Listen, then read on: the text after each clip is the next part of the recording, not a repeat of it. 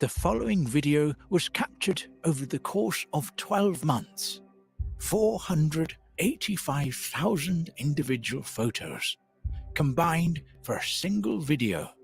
What's Percolating presents Bloom.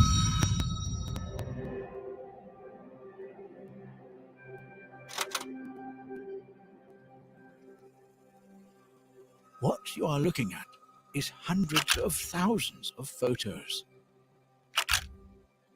Each photo is taken moments apart, capturing footage our eyes had once not seen. The pictures are saved and stored away to be later processed into a video. Individually, these photos don't seem much. But when you combine them together, something magical happens.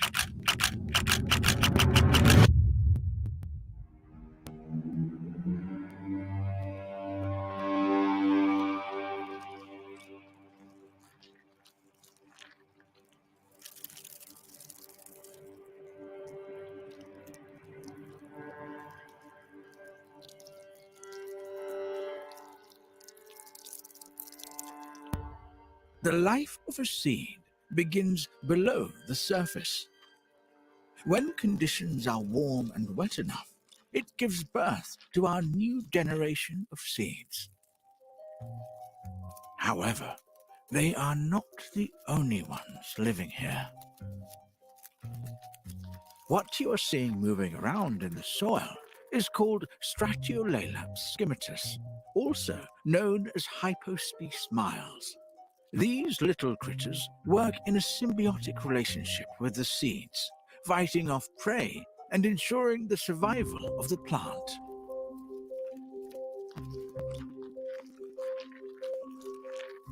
At this stage, the taproot will anchor itself and prepare for a new life.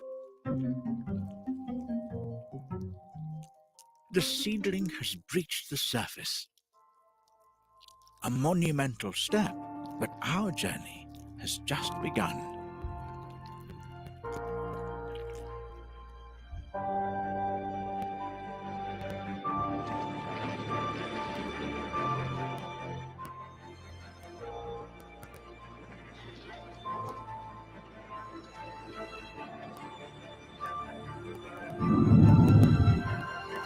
The dance of the plants.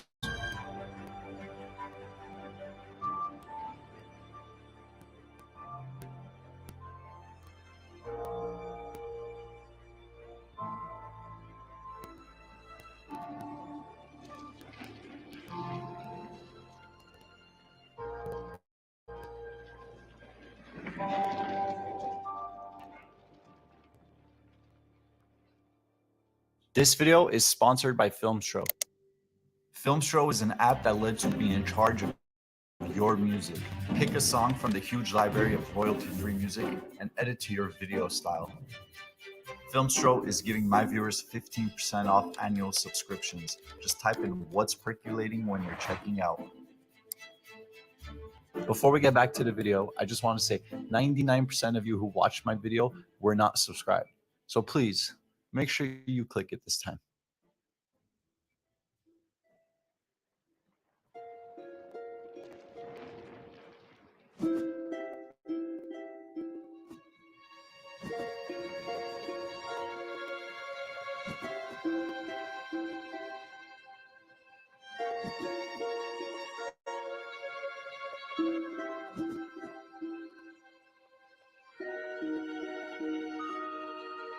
Naturally, plants begin blooming as the daylight hours decrease.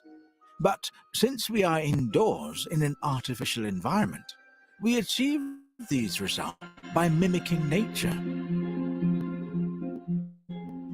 This entire journey, and all the conditions that were just right, have manifested and brought us here to the blooming phase.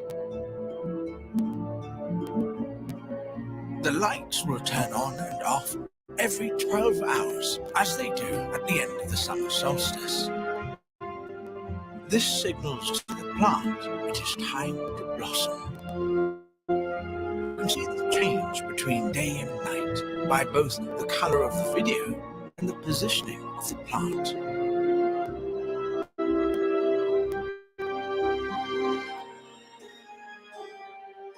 When the sun is out, the leaves extend upward, absorbing as much energy as it can before the day is over.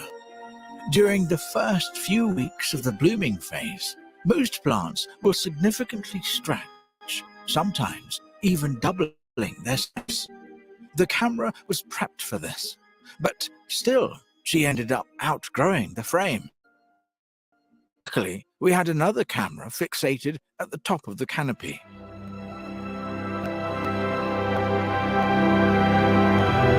Let's take a closer look.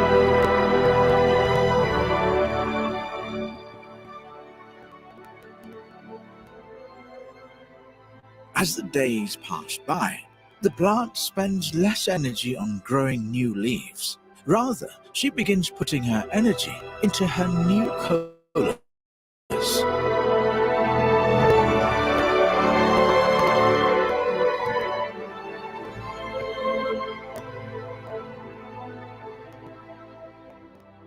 What you're observing is the development of the female's reproductive organs, with the colas.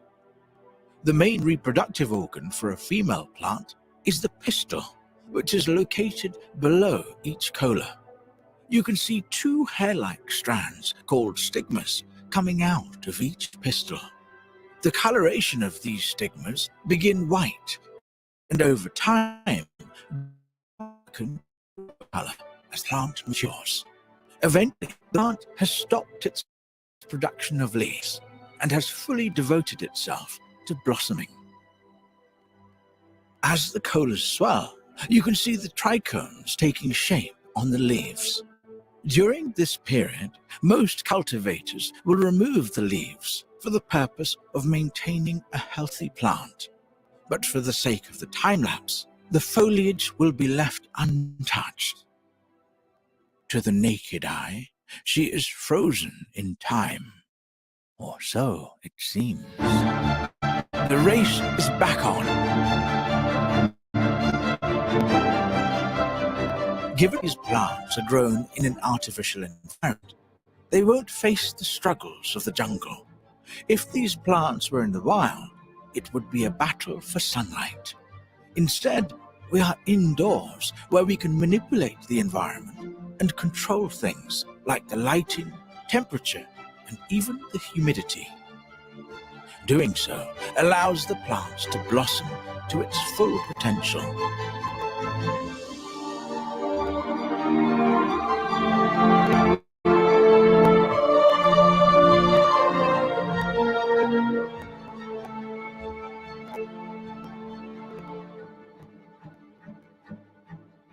Magnificent. The leaves continue their dance to the raising of the sun, almost as if they were orchestrated to do so.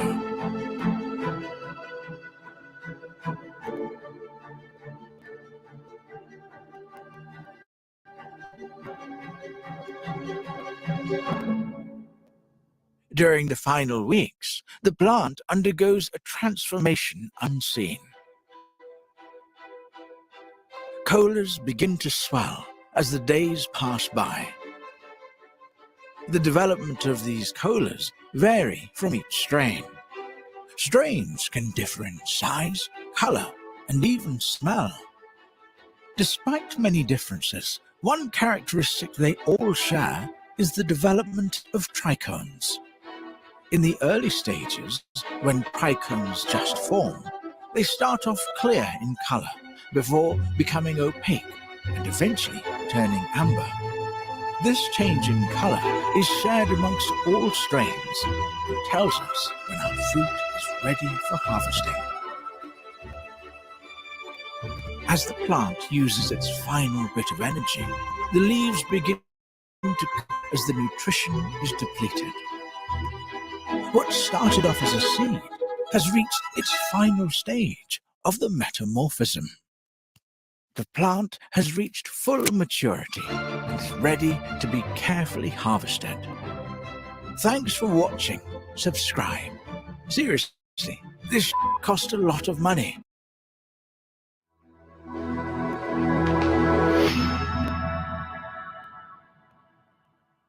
Okie dokie, welcome everybody. Welcome to our Cooking with Cannabinoids webinar. My name is Elizabeth Bowen. I'm academic coordinator here at Oxford University, and I'm going to be moderating today's events. I'm just going to be in the background making sure that your questions are answered and everything runs smoothly. So let's begin with a little bit of Zoom housekeeping. If this is your first Zoom meeting somehow, here is how you engage. Zoom has a wonderful chat box feature, which you are encouraged to use at any point throughout today's webinar. You can use that to chat with each other, share resources, ask questions. There's also the Q&A tool. The Q&A tool I love for events like this because you can ask a question, you can vote on other students' questions, and I can let you know if we're going to be addressing your questions live or asynchronously. So I encourage you to participate in the chat, participate in the Q&A, and at the appropriate time, use the raise hand tool if you'd like to voice a question. Otherwise, now we know the lay of the land, let's get talking about today's events. So we're going to be learning all about cooking with cannabinoids, and it's my pleasure to be introducing you to your speakers today. They are the co-authors of the Cooking with Cannabinoids book, which is talking all about how to enhance your experience using your diet. And I have two speakers to introduce. First up is going to be our chef, Daniel Green. Chef Green is AKA the model cook, is an internationally renowned healthy eating expert, media personality, and award-winning author. Throughout his expansive career, he's cooked for royalty and dignitaries and continues to design healthy menus for airlines and hotels around the world. Daniel's simple approach to healthy eating has been so popular that he's been featured in numerous magazines in the UK, the US, and across Asia. He's currently a member of the Culinary Investor Panel for the first season of Food Network's Food Fortunes. And he, along with other chefs on the panel, decides whether or not to invest in a new product being presented by an Epicurean entrepreneur. Additionally, Daniel serves as the judge on the Food Network show Kitchen Inferno. And so I'm very excited to see his demonstrations coming on in a bit. But we're also wonderfully joined today by Dr. Joseph Fauerstein. Dr. Joseph is going to be joining us for Q&A throughout and at the end of the session. And let me tell you a little bit more about him. He is an assistant professor of clinical medicine at Columbia University and at Quinnipiac School of Medicine. He served as the director of integrative medicine at Stanford Hospital in Connecticut and saw over 45,000 patients in his 15 years in his consultation practice, treating a myriad of serious chronic medical conditions. Dr. Joe is a multiple award-winning and extensively published medical researcher in the field of botanicals and nutrition, and he's also certified in medical acupuncture, clinical hypnosis, and holds a homeopathic physician license from the state of Connecticut. Fauerstein uses natural approaches instead of pharmaceuticals. Oh, everything's going away. I apologize. Instead of why is it going away again? There we go. To treat severe and chronic medical conditions, nutrition is a critical component of his treatment plans, and he also has extensive experience recommending CBD and medicinal cannabis to his patients. So he's going to tell you a little bit more about himself. I'm going to making sure that everybody has access to some discount codes for if you want to check out more about his book. And let's please welcome Dr. Joe Fauerstein. Thank you so much, everybody. So I am a bit of a Zoom newbie. I'm not a Zoom newbie because I've been in the pandemic, but so I'm actually, just to make sure I can go through my slides, I do not have access to your chats. So Elizabeth is going to be reading and prompting any questions you have, and there'll be different points where we can answer any questions. I hope I'm able to answer. If I don't know the answer, I promise you I'll tell you. You know, today essentially what we're going to do is talk about conceptually this concept of a cannabinoid-rich diet. Daniel's going to do 2 cooking demonstrations. If you want to cook along, you can feel free. I know that we did send everybody the recipes so you could prepare them and do them. They're 7-8 minutes a piece if you feel that you want to cook. And if not, then you can just watch him cook, which is what he does on the Food Network. So I'm going to very briefly, because I want to go over kind of lecture components. That is the book. You can feel free to get it, and I do believe there are discount codes, so that I shall leave to the great people at Oaksterdam and our publishers. But this is a there are processor producers compliance facility. There has been a little talk out there about whether or not Kentucky producers are able to compete and operate in this environment. I believe they are. If anything, I believe this favors Kentucky producers because the product needs to be produced within the boundaries in the state of Kentucky. The only thing this bill does is sets up 4 tiers of cannabis producers, or I'm sorry, cultivators, and makes them apply and receive a license. So as long as you fit one of the tiers, you apply and receive a license, you're able to be a cultivator in the state of Kentucky. So we applied what I feel is free market principles inside this bill where those people are able to apply for the license. That is a quick rundown on the bill. I'm open for questions. Once again, I thank you and the members of the committee for hearing us. I think I'm going to turn it over to Mr. Crawford at this time.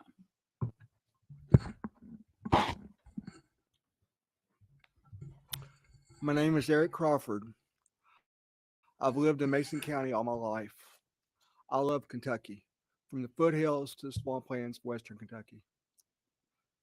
My favorite thing to do is just sit at home with my wife and my mom and watch the cattle graze and listen to my beagle run rabbits. In 1994, April 14th, my life dramatically changed. I was in a car accident. We hit a cow. I hit an 1,800-pound milk cow. It flipped over the car and landed on the T-tops directly on my head. I broke my neck in 3 places, had a head injury.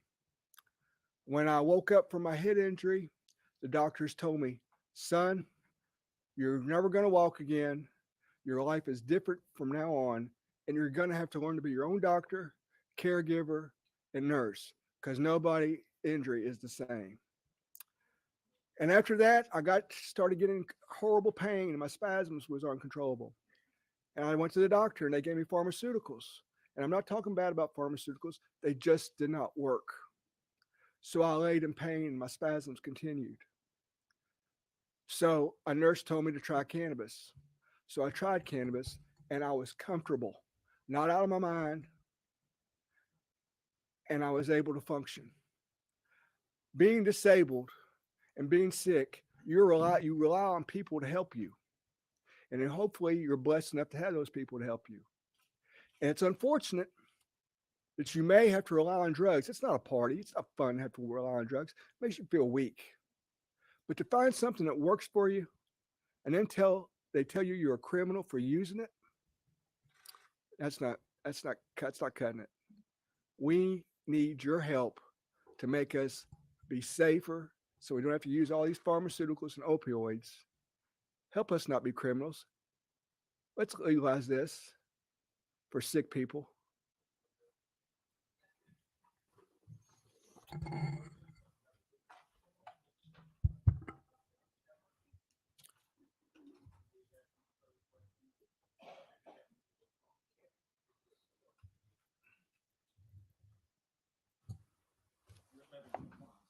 Thank you, Mr. Chairman. I have a question about the date, January 1st, 2025. Why not like July 1st, 2024? Was there something significant that would happen in those 6 months, or if it's coming off session? Or Senator West, please. Yes. So that was mainly there for the cabinet. We felt that needed a full 18 months. And 12 months was not enough. And that was upon advice from the bill drafter and what we've seen in other states. So Thank you. That's the reason for that. Thank you, Mr. Chairman. I've got maybe 3 that I'd like to I've got 7 that I'd like to. No, I have 3 concerns. I have 3 concerns. First of all, I co-sponsored Representative Needham's bill last time. I'm an advocate for medical marijuana. I think there's a place for it. In saying that, and reviewing the bill, I ran across some things that kind of hesitates me. One of them is vaping. It just seems like it's kind of exploded in the last year to 2 years in our schools, and it's become an issue. And I'm talking about overdoses. Would the sponsor have an issue with vaping being taken out? And if so, why? I personally probably would. And I'm getting ready to hand it over to Representative Nemus. We actually talked about this topic in depth, and Representative Hart, I believe, had a bill on vaping. Currently, vaping is illegal, especially for kids, and especially in schools. So to me, it's a matter of enforcement. And the vaping, there's no smoking in the bill. Mm-hmm. So if you're going to allow people to receive the medication, vaping may be one of the limited options they have if you're not allowing smoking. Okay. It's tightly regulated in the bill, and hopefully will be more regulated once CFHFS does their regulations as we move forward. But that's my opinion. I'm going to flip it over to Representative Nemus. We talked about this subject. Thank you, Senator. I want to say up front that vaping here is nobody under 21. The only people who can vape this product under this bill is over 21. No one can smoke it from 0 to 100 or however you old you are. So there's no vaping for anybody in school. Number 2, as Senator West was saying, this is a limited option for some people over 21, not school children over 21. That it's the best delivery method for some people, and that's what our physicians tell us. I would also note that I agree with you that the vaping is out of control. Not this kind of vaping under this bill, but vaping is out of control in schools. We need to address that in a real way. Representative Raymer had a bill about that on the Delta 9 this session that we've passed. That's now law. But I would say that Representative Smith, that is an argument in favor of this bill. And here's the reason. The things that would be vaped in this bill only by people over 21 are grown in Kentucky by licensed growers. They're produced in Kentucky, processed in Kentucky, regulated in Kentucky, tested in Kentucky. And we have limits on the THC, which those other things don't have. So when the problem that we have, I think, in schools, and Representative Timmy could speak to this, is a lot of this stuff is the potency is very high. It's laced with fentanyl or maybe vitamin E acetates. None of that here, because it's made in Kentucky by Kentucky licensed processors, and it's packaged in Kentucky, regulated in Kentucky, full throttle. And again, only for people over 21 can they vape. So if that's a concern that you have, and I know it is, we've spoken about it, that's an argument in favor of Senate Bill 47. Okay. Mr. Follow Chairman. up, Representative Smith. Yeah, the other section that, and the reason I'm asking this is because I want it on record, because I've tried to explain it myself and have a hard time getting in the weeds of it. The school portion of it. There's concerns about having nurses administer to kids that need it during the day, which, again, I know there's a use for it, but what's your vision when you think about school kids? Are we talking about a condition of being high, another condition for teachers to deal with? I want to give you a chance to explain it. So again, we'll have an answer to this part of it. Sure. And I'll just be real honest with you. If the House pulls that portion out and the bill passes, I'm totally fine with that. Mm-hmm. This is a long, complicated bill that's been hammered out over a 5-year period. So it's clear there are going to be technical changes in the future next year, I'm sure. But I would be open to that. The reason we place that in there is we try to treat it just like any other medication. And that's how other medications are given to kids while they're in school currently. If you're under 18, you have to have a caregiver that helps you with your medication and gets the card and works with you on that process. So a kid can't just go out and get this stuff. I mean, they have to have a caregiver involved, and the caregiver has to work with the school nurse, and there has to be, a regimen involved in that process. So, Okay. Final question, Mr. Chairman, is so I'll understand it. The setup for growth and distribution. I know you have to be licensed. I know you have to, but we also know that cannabis can be grown different ways.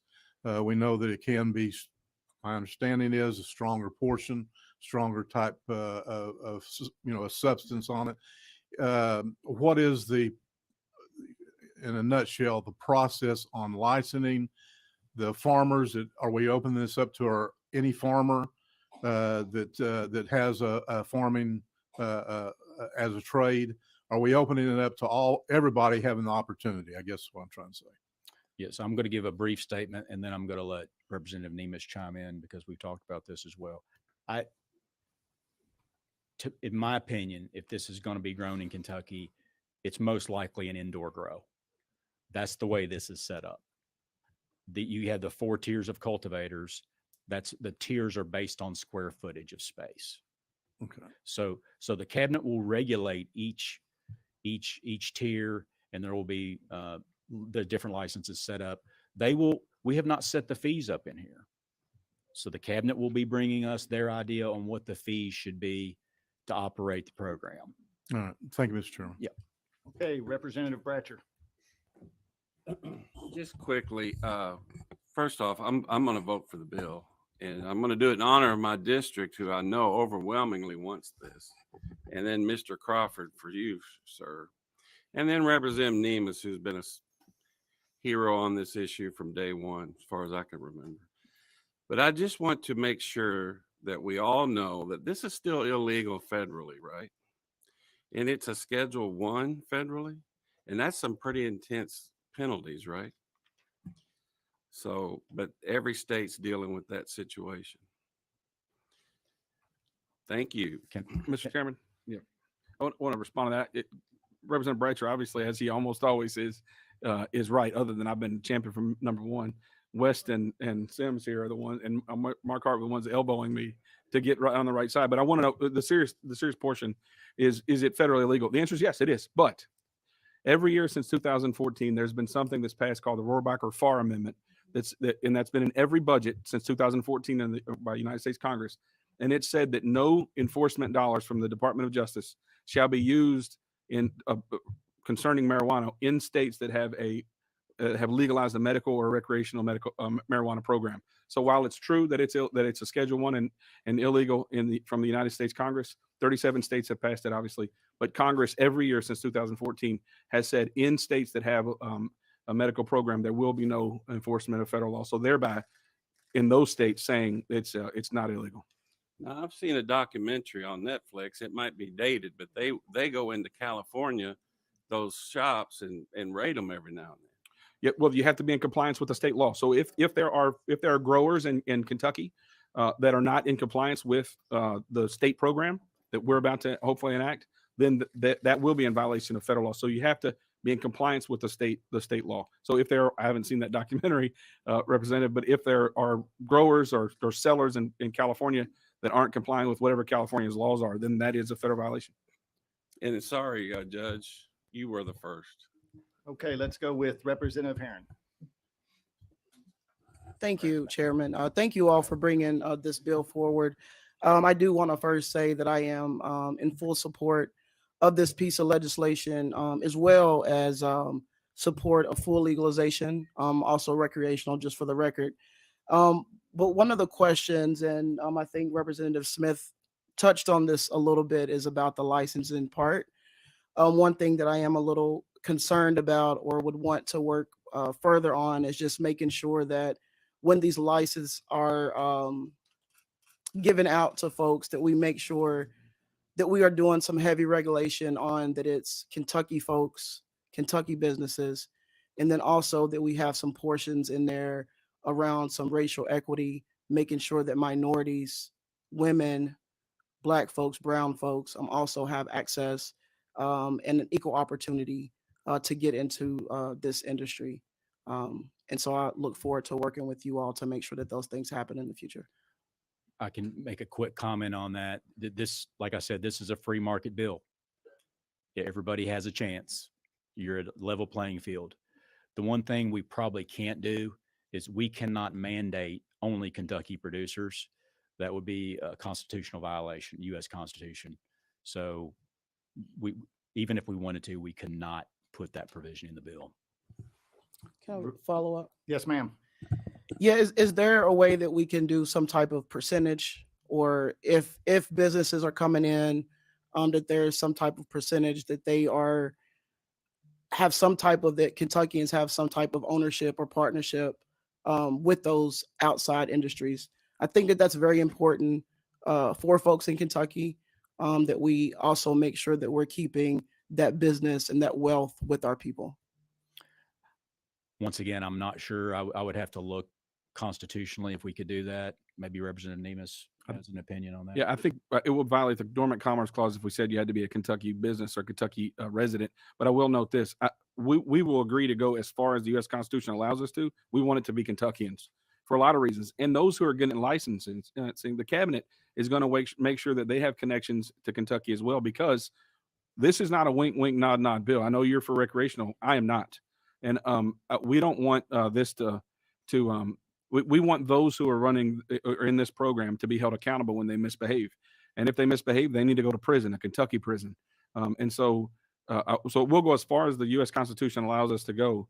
I would note also that they have to be grown here. The businesses have to be located here. And so that I think will be one control. But I share your views that we want it to be Kentuckians, residents. I think we'll go as far as the U.S. Constitution allows us to on that score, but we can't require you to be a Kentucky resident, because that would violate the Dormant Commerce Clause. Kentucky proud. All right, Representative Meredith. Thank you, Mr. Chairman. And this is going to piggyback a little bit off the conversation with Representative Bratcher related to regulatory compliance and things like that. Obviously, in previous bills, ABC had been the regulator. I understand with this being medicine, it being moved over to the Cabinet for Health and Family Services. What I was trying to figure out, though, with regulatory compliance comes obviously enforcement. So will CHFS create an enforcement division for this, or will they work directly with law enforcement at the local or state level to have that? Because with ABC, you had a built-in regulatory force, obviously, with their agents with peace officer powers and things of that nature. So how will that be handled in this situation? My vision, I'll give you the Senate vision, and then Representative Nemus can share his House vision, I guess. The thought is everything is under CHFS. They're going to have to stand up an enforcement division for this within CHFS. That's another reason we gave them an extra 6 months. They already have an office there that does some enforcement, but clearly they're going to have their own enforcement division, which I'm assuming will work hand in glove with state police, local police, those type people. I agree with that 100%. That's part of the regulatory scheme that will come up. There will be licensing fees that will be able to pay for that. But I want to note that I would say all the time, the lights are bright and the cops have the keys. So law enforcement will be able to, like ABC, will be able to come into these facilities. So if most people, I think here know, if you sell liquor, then you are giving ABC the right to come into your facility. They don't need a Fourth Amendment. They don't need a search warrant. They just come in and check. So this bill says if you're a processor or a dispensary or whatever, or a grower, law enforcement can come onto your property and check in to make sure that you're doing everything right at any time they want to without notice. So that's in the bill as well. I wanted to make sure that was highlighted. Okay, let's go Representative Banta. Could you indulge me with a couple questions, Chairman? One at a time. Yes, ma'am. Okay, one at a time. I'll do that. You and I spoke, and I just kind of wanted on record that, because I'm not going to throw an amendment at it or anything this year, that we will take that out of school nursing, that we will do that. Yeah, so I spoke with the sponsor of the bill yesterday on the Senate floor, and I've spoken with the Speaker of the House and the President of the Senate. We're going to come back in January. I think the bill would allow school districts to go ahead and do that, but we're going to make it crystal clear that a school district can say no employee of the school, including a nurse, will administer this, in which case then the caregiver would have to administer. I do want to note, and Senator West said this earlier, a kid can't touch it in whatever the iteration is. Can't be in a backpack, can't be in their possession. It has to be a caregiver to a nurse if that's the school district's plan. But yes, we will come back in January when we look at the regulations and other things. And part of the bill, which we've committed to doing, looking at you right now in your eyes, and say we will make it crystal clear that the school district can determine that its employees, including a nurse, will not be administering the medication. Okay, thank you. And why were pharmacies omitted? I just kind of think of them when you talk medicinal as being in the chain of command. That was a Senate decision. We felt that it wasn't just my decision. It was others in the Senate. That ability is already there. So if someone, they have a card, they have all this information on the medical marijuana that they're currently taking, they can hand that to their pharmacist, and the pharmacist can instruct them, if I'm on these other medications, will it contradict each other? We feel that ability is already there, and that adding another, putting them in the bill, adding another layer, adding another fee was counterproductive and really limited the patient's ability to receive the medication. Okay. That was our opinion. If I could go back just a second, and I want to be clear on the record. I'm perfectly fine with taking the nursing portion out, but I can never, ever guarantee what the Senate will do in the end with that. So I can't make them do anything, but as the bill. We can't either. Right.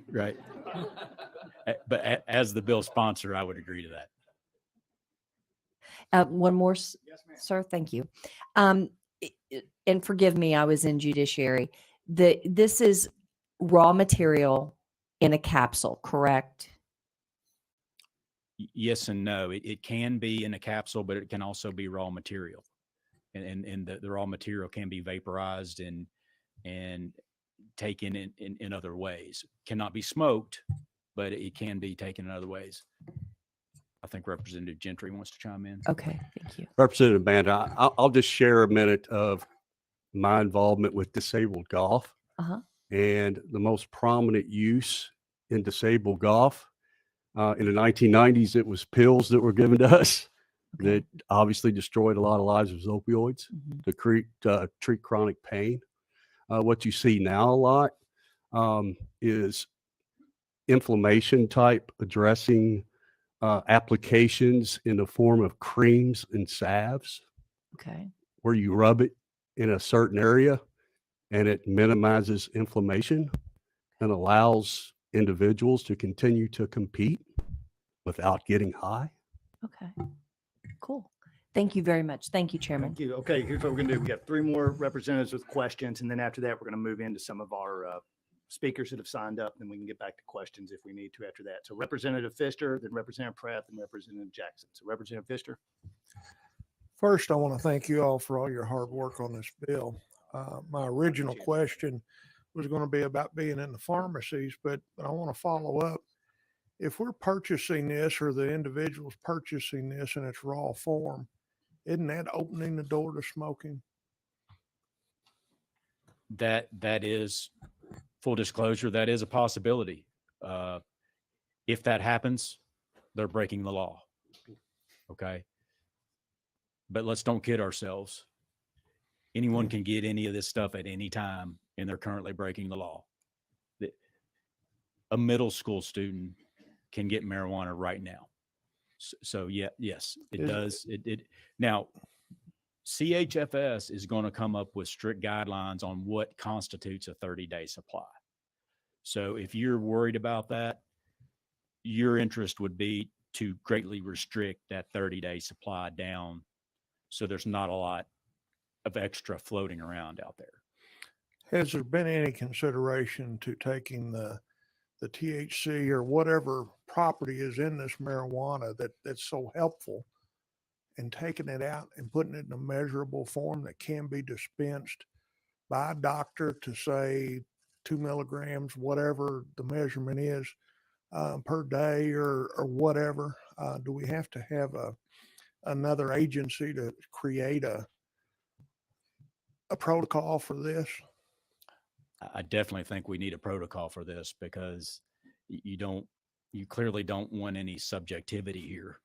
It's this bill is Well, pretty and restrictive. that's what I'm saying about having the doctors or whatever take these components out and use them in a dispensable fashion versus hiring an agency over here to put some rules together for us because we want this. Well, CHFS is working in conjunction with physicians, and there's a separate board set up to advise CHFS. And part of that, we envision that's what's going to happen. You're going to have different forms of use and different amounts and different levels of THC. Right. I don't think you're going to be able to just come in here and use the highest level of THC possible. If a person is producing in a greenhouse, they're pulling the THC off. They can refine that to whatever level they want, but they can also refine it back down to whatever level they want. So that will be taken care of. But I know Representative Nemus I want to know, one of the things that we've done is we put percentages, we put limits on the percentages of THC. There are a number of states that don't have that. That wasn't good for us. We didn't want to do that. So we looked around the country and we saw what the requirements that other states had. And some states have 90%, 85%, 88%. Ours is 70. We followed Ohio's law. It's the most strict in the country.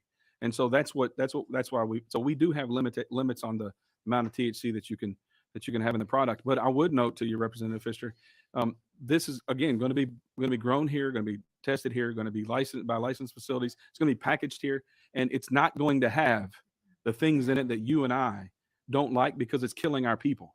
Right. That will not be in this product. And so, and if you do smoke this product, which obviously is against the rules, it'll be on the package. You will not only lose your card, you will go to prison.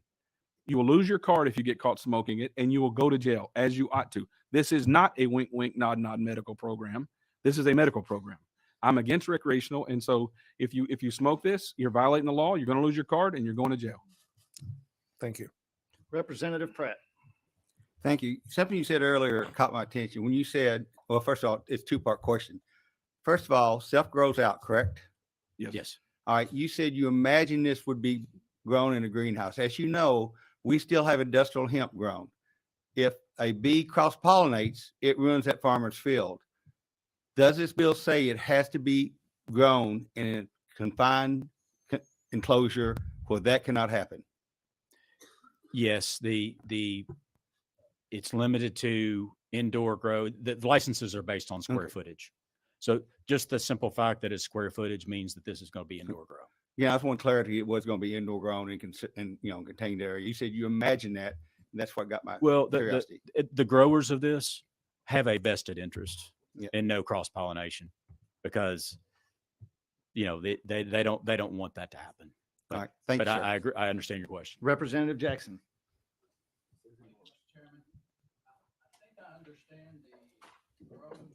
Mike. I think I understand the growing process. I think I understand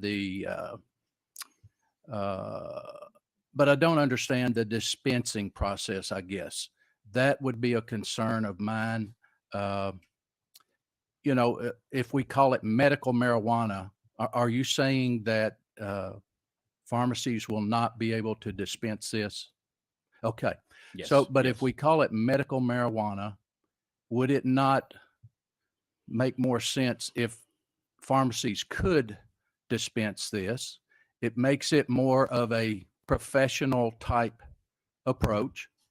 It takes the wink nod out of it a little bit, that I can go down to the corner, whatever, and get my medical marijuana. To me, we would be better served if we made it something that pharmacies could dispense and take some of that doubt. We're going to have older people that think, we're going to hell in a handbasket here. And if we could do this where the pharmacies could dispense it, it would have more legitimacy to me than the other way. Would you speak on that? Yes, I can answer that question. I'm sure Representative Nemus wants to chime in as well. A lot of thought was put into that. The reason for that is really in an effort to protect pharmacies. This is still a Schedule 1 drug. Pharmacists are not allowed to prescribe Schedule 1 drugs under DEA, the rule of law, DEA, they have a DEA number. So if you combine those, then the pharmacists would risk losing that DEA number. They would be out of compliance and shut down. So pharmacists have a vested interest in keeping these things completely separate. And that's why we separated them through regulation and making sure of that. So in a perfect world, that would be fine and that would work. But unfortunately, we are threading the needle here. As Representative Bratcher talked about earlier, I'm an attorney. I could argue the other side of this pretty easily, but 37 other states are doing it. We talked about the restrictions on enforcement dollars. There's also a letter from DOJ stating we will not prosecute these crimes. So we're kind of using our sovereignty as a state to push back a little bit against the federal government. But part of that is we have to be respectful of that DEA number because they will enforce that, in my opinion. I wanted to clarify, if I could, there's a little misinformation about what was in the House bill that we passed with significant majorities twice. We never had a pharmacist dispensing because, as Senator West just said, that's not allowed. But what we had last year was that the dispensary, which, by the way, can't sell Snicker bars, can't sell Coca-Colas, can't sell aspirin. It's medical cannabis only. That's the dispensary. You're not going to go into the 7-Eleven and get your medical cannabis. That's not what this is. So what we had was the dispensary had to have a collaborative agreement with the pharmacist. So we never had a situation where a pharmacist was going to be dispensing it or a pharmacy was going to be dispensing it. That would have been violation of the law. So I just wanted to clarify. A lot of people said, well, it used to be in a pharmacy and now it's not anymore. It was never in a pharmacy. And we passed that twice in the House with significant majorities that way. Thank you. Okay, we are going to do one more question because her name was in. I just didn't see it on the list there. So Representative Mosier. Thank you, Mr. Chairman, and thank you for all the work. This is a better bill, and I appreciate all the work that's gone into it, certainly. I do have a couple of questions. I know that some of the questions were touched on before I got here. I, too, was in judiciary, so my apologies. You addressed the school issue, and I'm happy to hear that you're going to work on this. The vaping issue, I'm still a little confused about why we're allowing raw material because it is going to be smoked. And we say that it's not going to be smoked, but you can vape it. We don't really vape other medicines, and so I'm, and not to say that there isn't research out there that's maybe looking at this. Maybe that is the delivery system that will work for people, but it's not really a dosable formulation, as Representative Pfister brought up. We have a research center who are looking at making this a dosable formulation to really tighten up on and help our physicians and APRNs and those who can recommend. They can't prescribe this because, as you said, they put their DEA license at risk. So there are parts of this that I like and parts that I still have questions about. The qualifying medical condition, I really like that you added House Bill 590, actually, the provisions of the research bill that I filed that allows for any medical condition or disease that the Kentucky Center for Cannabis establishes as helpful, that'll automatically, it looks like, be an indication that's allowable under this provision. So I do like that. I think that there are some problems with the provision that talks about chronic nausea. I mean, maybe with cancer patients this is a problem, but the cyclical vomiting syndrome, that sounds to me like the cannabinoid hyperemesis syndrome that is actually caused by cannabis use. So can you talk a little bit about how you identified the qualifying medical conditions? I mean, I assume that y'all worked with healthcare providers on this. So I can tell you was a 5-year process. And in year one, the list was this long of qualifying conditions and fairly subjective. Depression, those types of things. And so I felt that we've done our best. We started with that long list and we just tried to reduce, and make it as restrictive as possible. Could you argue that some of these shouldn't be on here? Yeah, you could. But that after, in consultation with all of our partners we've been involved with, we've had numerous meetings with KMA, other groups. It's just a long process that we came to this conclusion. I'll let you chime in. I can't point to one day that it just happened. Right. It was over working with the bill drafter and about 15 interested parties. We've had iterations of the bill where we've had a number of conditions. We've had some where we had no conditions, and it's up to the doctor. What we did here is we looked at what the studies have shown, and I don't have the study in front of me, but you and I have talked about it. It had 4 or 5 where that was unquestionably helpful for. Those are in this bill. PTSD was added to that. These are the same conditions that we passed last year, with the addition of the Kentucky Center for Cannabis language that Senator West put in there. I would note that the law in Kentucky today, by the way, under Governor Beshear's executive order, is they have 21 conditions. And so Senator West said you can argue that some of these shouldn't be on there, and I think you can do that. But I think I can make a darn strong argument that some that aren't on there should be on there. Crohn's disease, Parkinson's, and a number of others. And so we tried to keep it very limited, things that we know it's helpful for, and then we put the Kentucky Center for Cannabis, Representative Moser, your committee that you put together, and let them add on as appropriate. But we're confident that it's good for these, and I think it's good for more, but we're going to let the Kentucky Center for Cannabis make those decisions. I have a couple more, if you don't mind. I'll try to make it. Yeah, so one more question. Gosh. Pick your favorite. Pick your favorite. Okay, so I see that the Kentucky Department of Agriculture is not part of this, and we have an existing really robust hemp program with it's replicated across the nation. It is a success story, and I'm just wondering why the Department of Agriculture was not part of this, because I know that farmers are feeling like they may or may not fit into this complicated tier system. So can you just address that? And is there any possibility of adding the Department of Agriculture?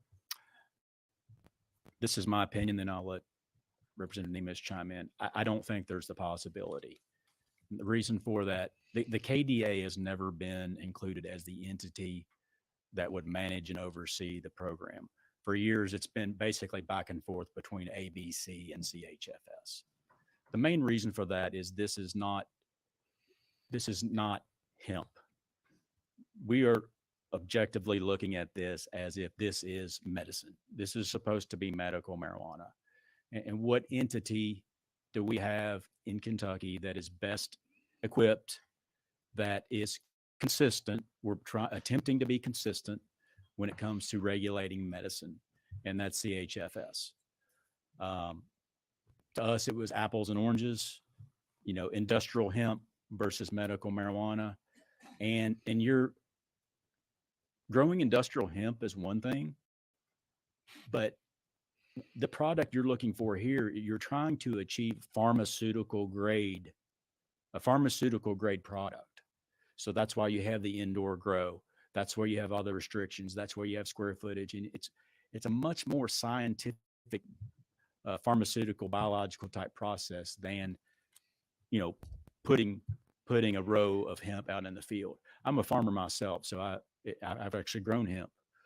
So I understand the reason what you're asking, but that was the reason that we kept it under CHFS. I'm still convinced that if you're a Kentucky farmer, you have just as much right as anybody to apply for one of these licenses, set up a facility, one of the 4 tiers of cultivation, get your license, and you have just as much right as anyone else to go after it and to set up shop. Chime in.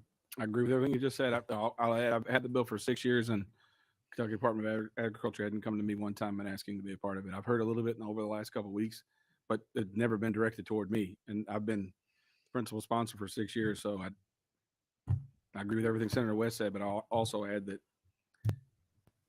I know those guys and they haven't reached out to me. All right, let's clear the deck and let's bring up, we've got the Family Foundation and Kentucky Ethics League. Come on down.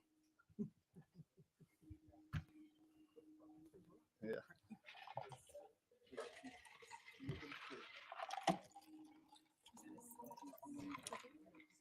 No, just air trying to get where they wouldn't open them.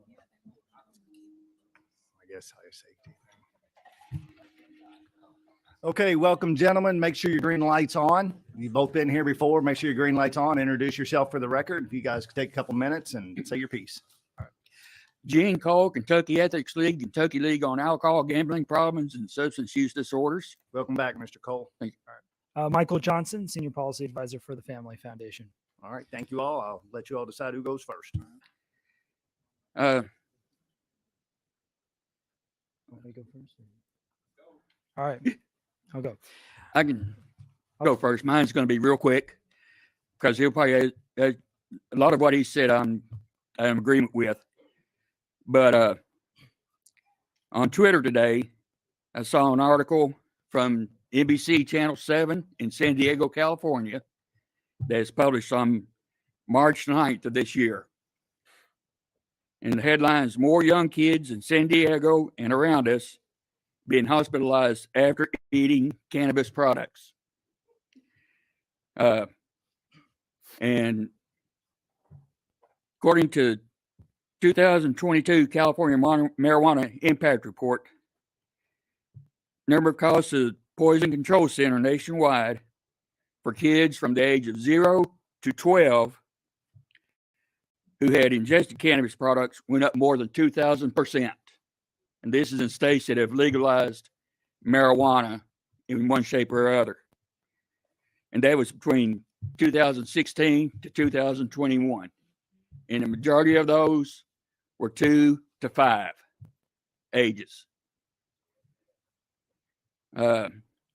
There's a producer up in Massachusetts been under fire because one of their employees, where they take the raw product and turn it into the sellable product, died because of breathing in. They had an asthma attack to the THC cannabis dust because they didn't have proper protections.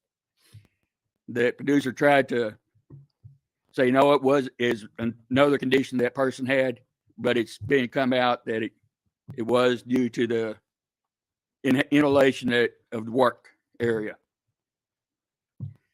And finally, young people from the ages of 18 to 25 that have committed suicide, it's the most common substance found has been THC of the ones that have completed suicide. That's most common. And they say, yeah, there's other substances, and some of them are multiple substances use. But THC is by far the number one substance found during the autopsies. So I just encourage you to vote no and test, push more for testing through FDA style protocols that we have for our regular medicines.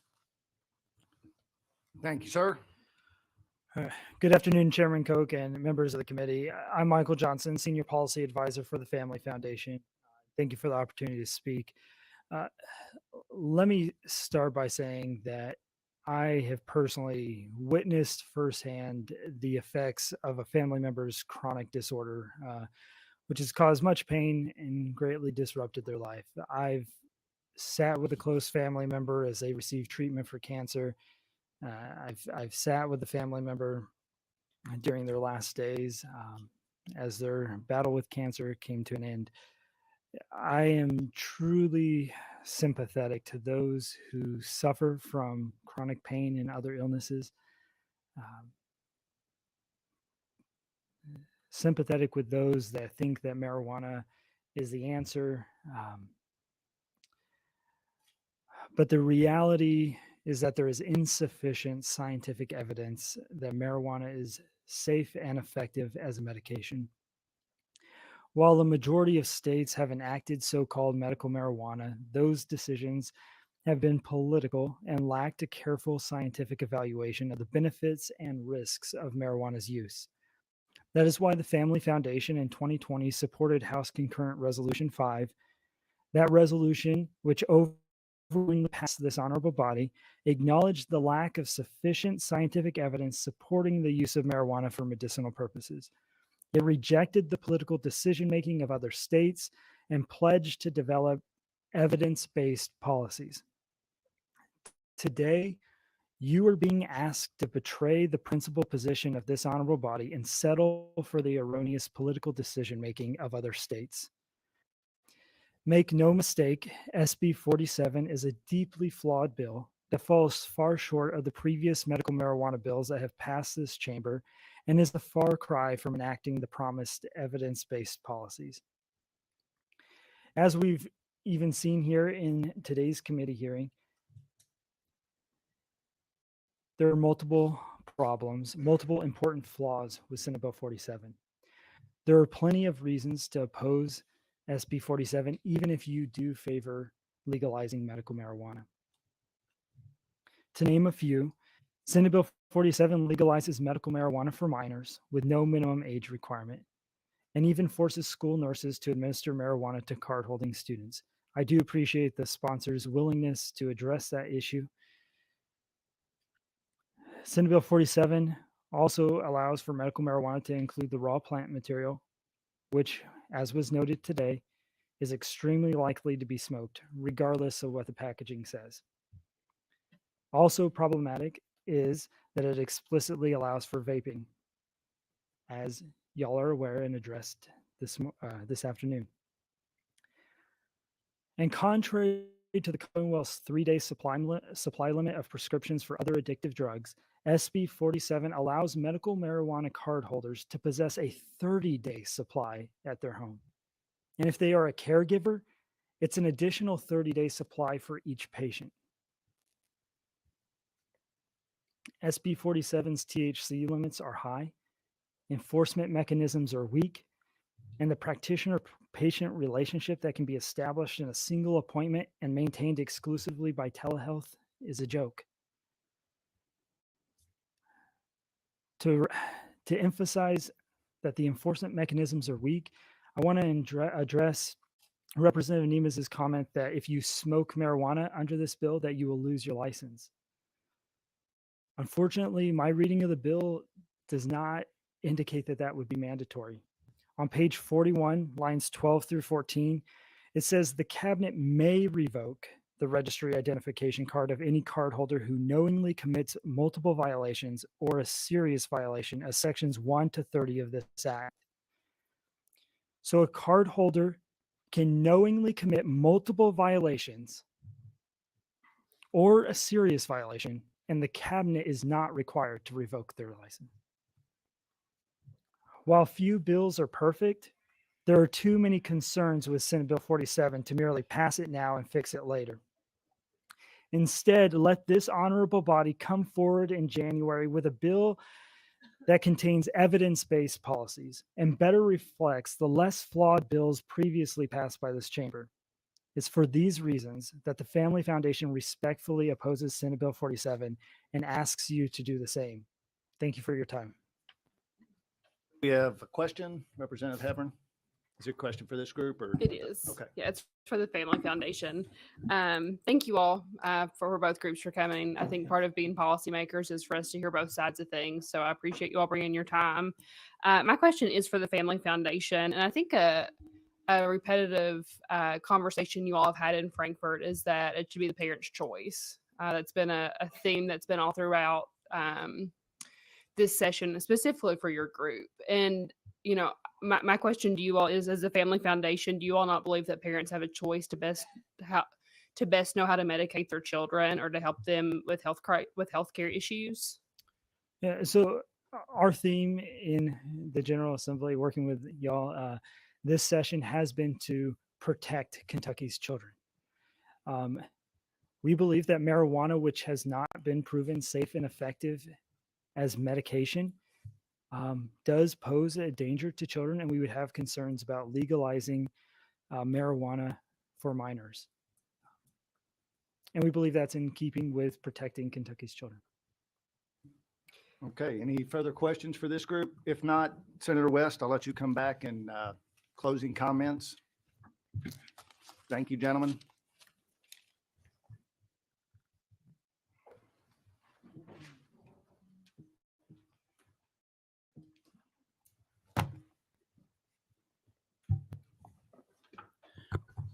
Mr. Chairman, I have no further comment. I would just urge passage. I know there's a lot of back and forth. This is a complicated bill. We know there are going to be changes as we move down the road with this, and we're Motion on the bill. open to So changes. We have a motion and a second on there. Representative Enos may have a concluding comment. But we have Representative Smith has another quick question. Just to make sure that I'm clear, if an amendment goes on taking school out today, you're fine with that? Not today. I would say maybe no. I can't guarantee what the Senate. No, I said will as a do. sponsor, you're fine. I'm with okay with a nursing Yes. component. Yeah, the school personally part, being the yeah. school part. And I'm not okay with that. And the reason I'm not okay with that is because we are the last day of session. We don't have much time left. We need to get it passed today so we can make sure it gets passed. If we pass it through the House and it doesn't get concurred in the Senate for whatever reason, timing or whatever, then we're another year behind. We need to pass this today. You have my commitment, Representative Smith. You have Senator West's commitment. You have President Stiver's commitment. As I've talked to him and looked him in the eyes, we will get the nurse portion taken care of in January. This doesn't go into effect until January 2025. We can't commit the House and the Senate, but you've got two people who've been fighting for it the longest, who will look you right in the eyes and say, we will get this done, getting the nursing portion pulled out in January. But I can't agree to get that done today. Okay, thank you. We have a motion and a second. We ready to vote? Clerk, please call the roll. Representative Banta. Yes. Representative Bratcher. Yes. Representative Kelly. Yes, thank you all. Representative Kleins. Yes. Representative Dixon. Yes. Representative Pfister. No. Representative Flannery. Yes. Representative Gentry. Yes. Representative Heverin. Yes, Mr. Chairman, can I please quickly explain my Yes, vote? ma'am. Thank you. Today, I cast my yes vote in memory of Colby Saltzman. Her mom is here today, Alex Fulkerson. Alex has used her pain and grief to advocate for this bill since I've been elected. She has been there for me at the very beginning, helping me understand medical marijuana. So I take this vote today for the 18th district and the people of Grayson County. I'm part of Hardin County for Colby and for Alex. Thank you. Representative Herron. Yes. Representative Huff. Yes. Representative Jackson. Yes. Representative Kulkarni. Briefly explain, Mr. Chairman. Yes, ma'am. I'm a yes vote today, and I want to thank you all for all of the hard work you've put into this bill. I'm voting yes for everyone in District 40 that supports the legalization of cannabis for medical purposes only, who need this in their lives because they suffer from these conditions. And I am also voting yes for all the over 90% of Kentuckians that are in support of medical cannabis. I am also thankful for the lead time that has been given in this bill for all of the work that I think needs to be ironed out in terms of protections and incentives and priorities for growth and distribution of legal cannabis, medical cannabis by Kentuckians for Kentuckians. I just want to make sure, Senator, you mentioned free market and everyone on an equal footing. I just want to make sure that that actually happens when this bill does go into effect. So thank you all today, and I'm a yes. Representative Meredith. Representative Moser. May I explain my Yes, vote, ma'am. please?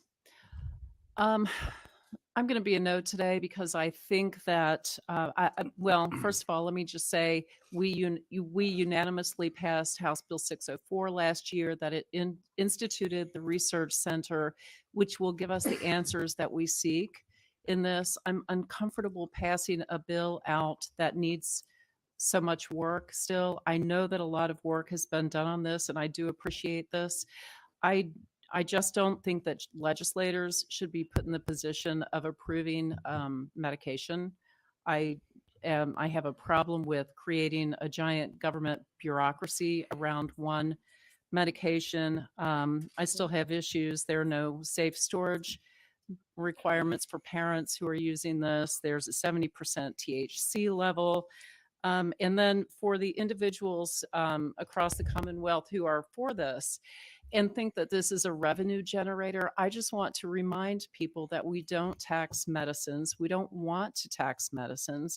And so this is not a revenue generator. It will be a cost to the state and to taxpayers. So let's get this right. I appreciate that there's a significant lead time to make sure that some of these things get ironed out. I'm just uncomfortable passing a bill out that needs so much work.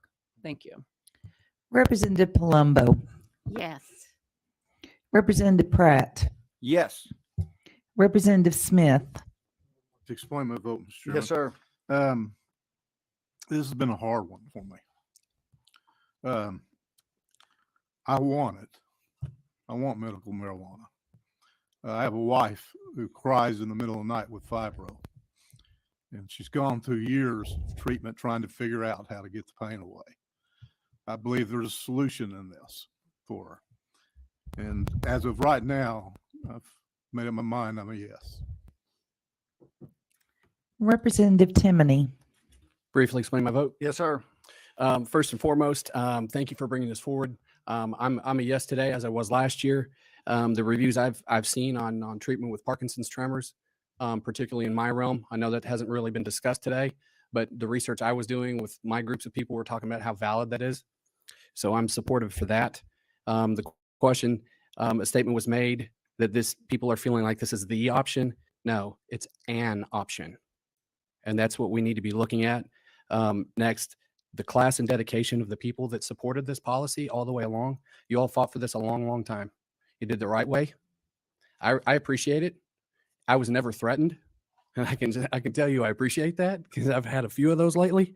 And you provided dialogue and you provided research. And last but not least, because this is Irish American History Month, the patron saint Killian was the patron saint of rheumatism. And this would definitely help with that. Thank you. Chairman Cook. For all those who've ever had to pick a loved one up off the bathroom floor at 2:00 in the morning after a chemotherapy treatment, I'm proud to vote yes. Congratulations. The bill passes and moves to the floor. Thank you, Mr. Chairman. Members of the Okay, committee. before everybody moves, we've got one more resolution to do, and I'm going to run it right from the floor. This is House Resolution 98, concerns the unintended consequences of the current funding methodology of the Horse Racing Integrity and Safety Act. Second. We have a motion and second. Roll. Representative Banta. Yes. Representative Bratcher. Representative Callaway. Yes. Representative Klein. Yes. Representative Dixon. Yes. Representative Pfister. Representative Flannery. Representative Jim. Months, 485,000 individual photos combined for a single video. What's Percolating presents Bloom.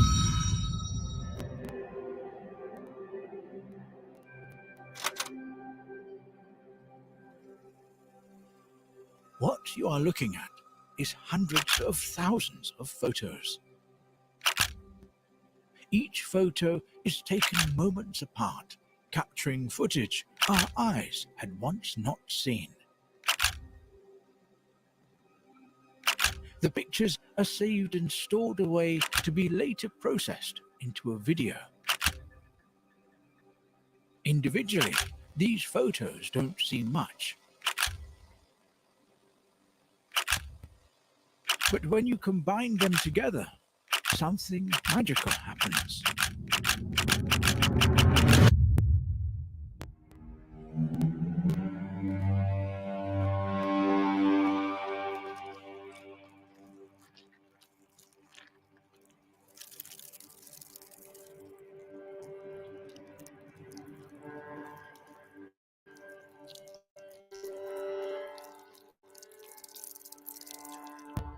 The life of a seed begins below the surface. When conditions are warm and wet enough, it gives birth to our new generation of seeds. However, they are not the only ones living here.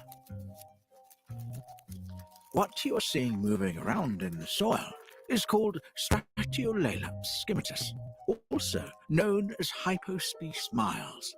These little critters work in a symbiotic relationship with the seeds, fighting off prey and ensuring the survival of the plant.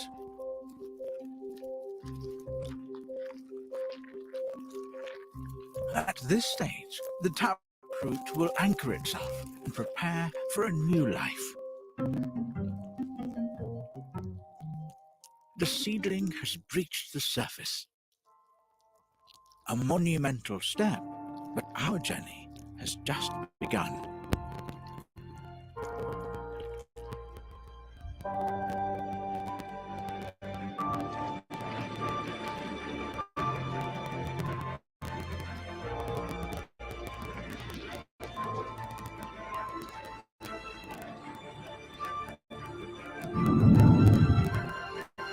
The dance of the plants.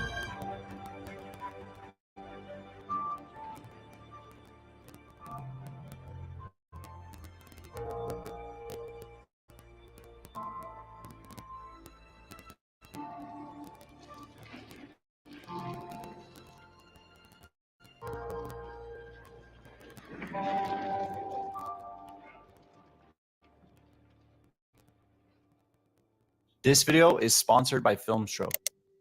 Filmstro is an app that lets you be in charge of your music. Pick a song from the huge library of royalty-free music and edit to your video style. Filmstro is giving my viewers 15% off annual subscriptions. Just type in what's percolating when you're checking out. Before we get back to the video, I just want to say 99% of you who watched my video were not subscribed. So please, make sure you click it this time.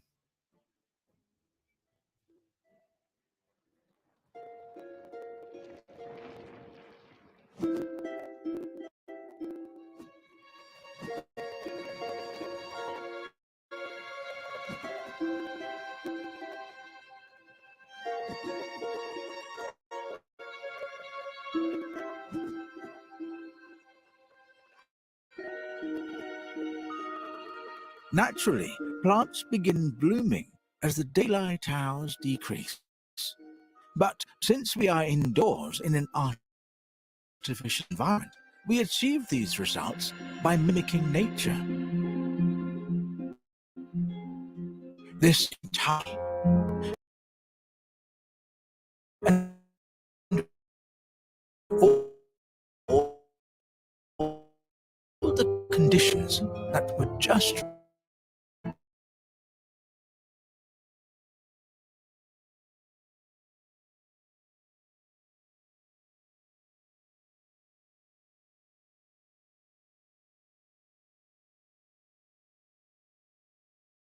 between day and night by both the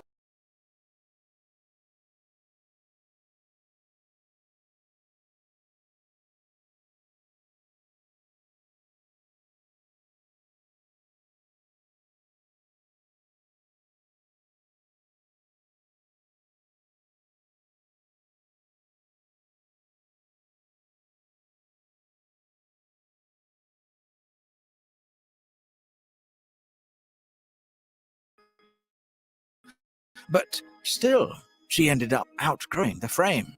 Luckily, the other camera stayed at the top of the canopy.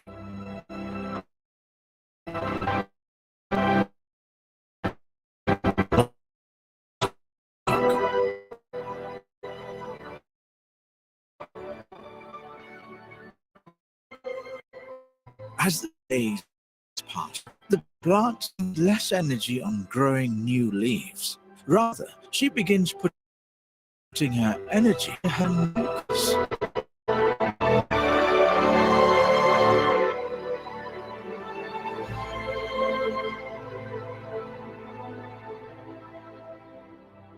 What you are observing is the development of the female's reproductive organs, along with the colas. The main reproductive organ for a female plant is the pistil, which is located below each cola. You can see two hair-like strands called stigmas coming out of each pistil. The coloration of these stigmas begin white and over time darken to an amber color as the plant matures. Eventually, the plant has stopped its production of leaves and has fully devoted itself to blossoming. As the colas swell, you can see the trichomes taking shape on the leaves. During this period, most cultivators will remove the leaves for the purpose of the plant, but in time-lapse, the foliage will be left untouched. To the naked eye, she is frozen in time, or so it seems. The race is back on. Given these plants are grown in an artificial environment, they won't face the struggles of the jungle. If these plants were in the wild, it would be a battle for sunlight. Instead, we are indoors where we can manipulate the environment and control things like the lighting, temperature, and even the humidity. Doing so allows the plants to blossom to its full potential.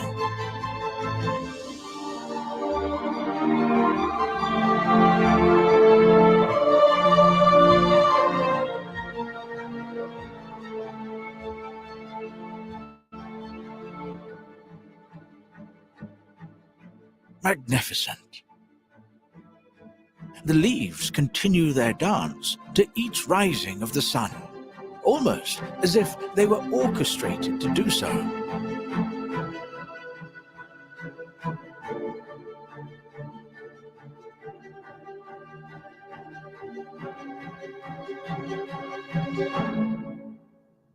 During the final weeks, the plant undergoes a transformation unseen. Colas begin to swell as the days pass by. The development of these colas vary from each strain. Strains can differ in size, color, and even smell. Despite many differences, one characteristic they all share is the development of trichomes. In the early stages, when trichomes just form, they start off clear in color before becoming opaque and eventually turning amber. This change in color is shared amongst all strains and tells us when our fruit is ready for harvesting. As the plant uses its final bit of energy, the leaves begin to curl. Nutrition is depleted. What started off as a seed has reached its final stage of the metamorphism. The plant has reached full maturity and is ready to be carefully harvested. Thanks for watching. Subscribe. Seriously, this cost a lot of money.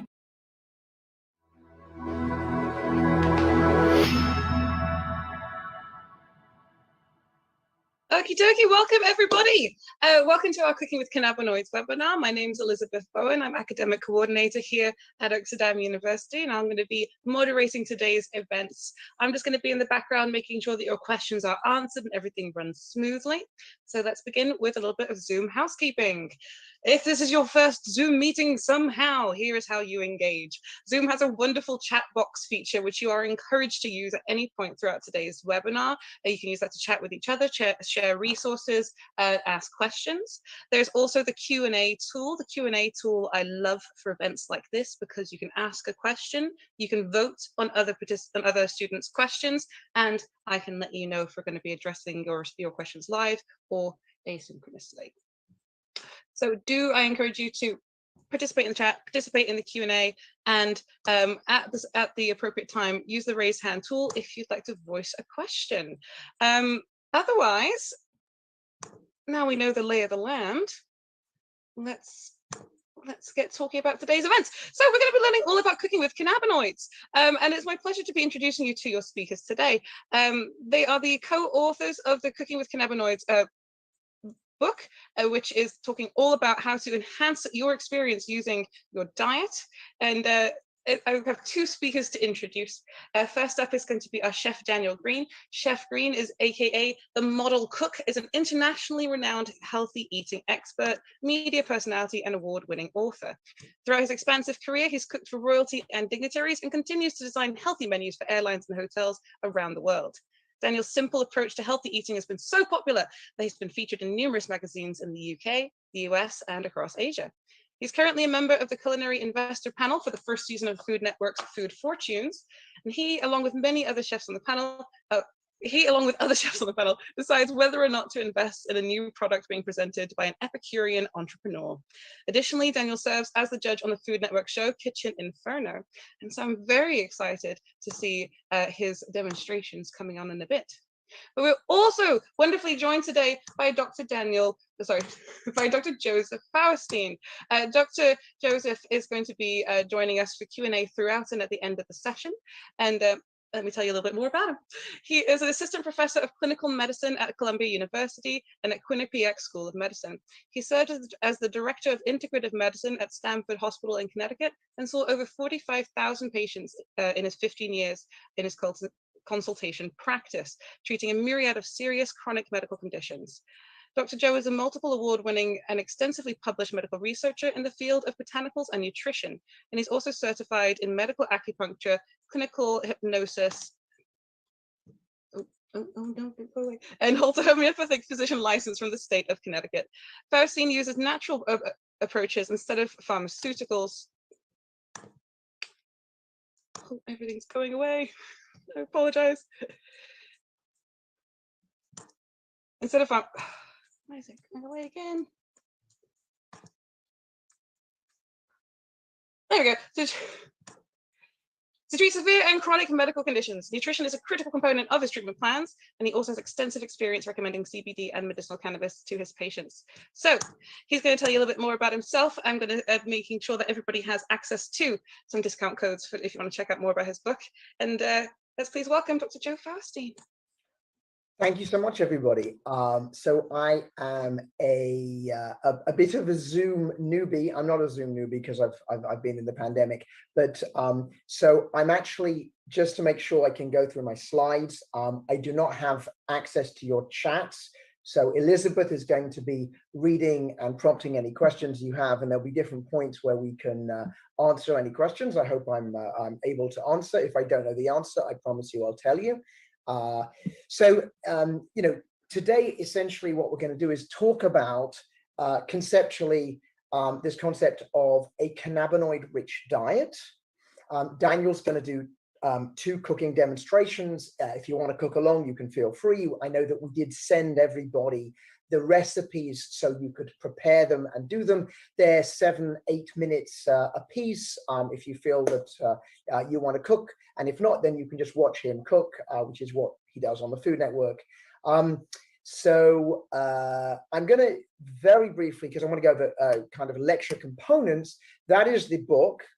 You can feel free to get it. And I do believe there are discount codes, so that I shall leave to the great people at Oaksterdam and our publishers. But this is a beautiful book, and it's really conceptually talking about the cannabinoid-rich diet. And so I'll tell you all about that.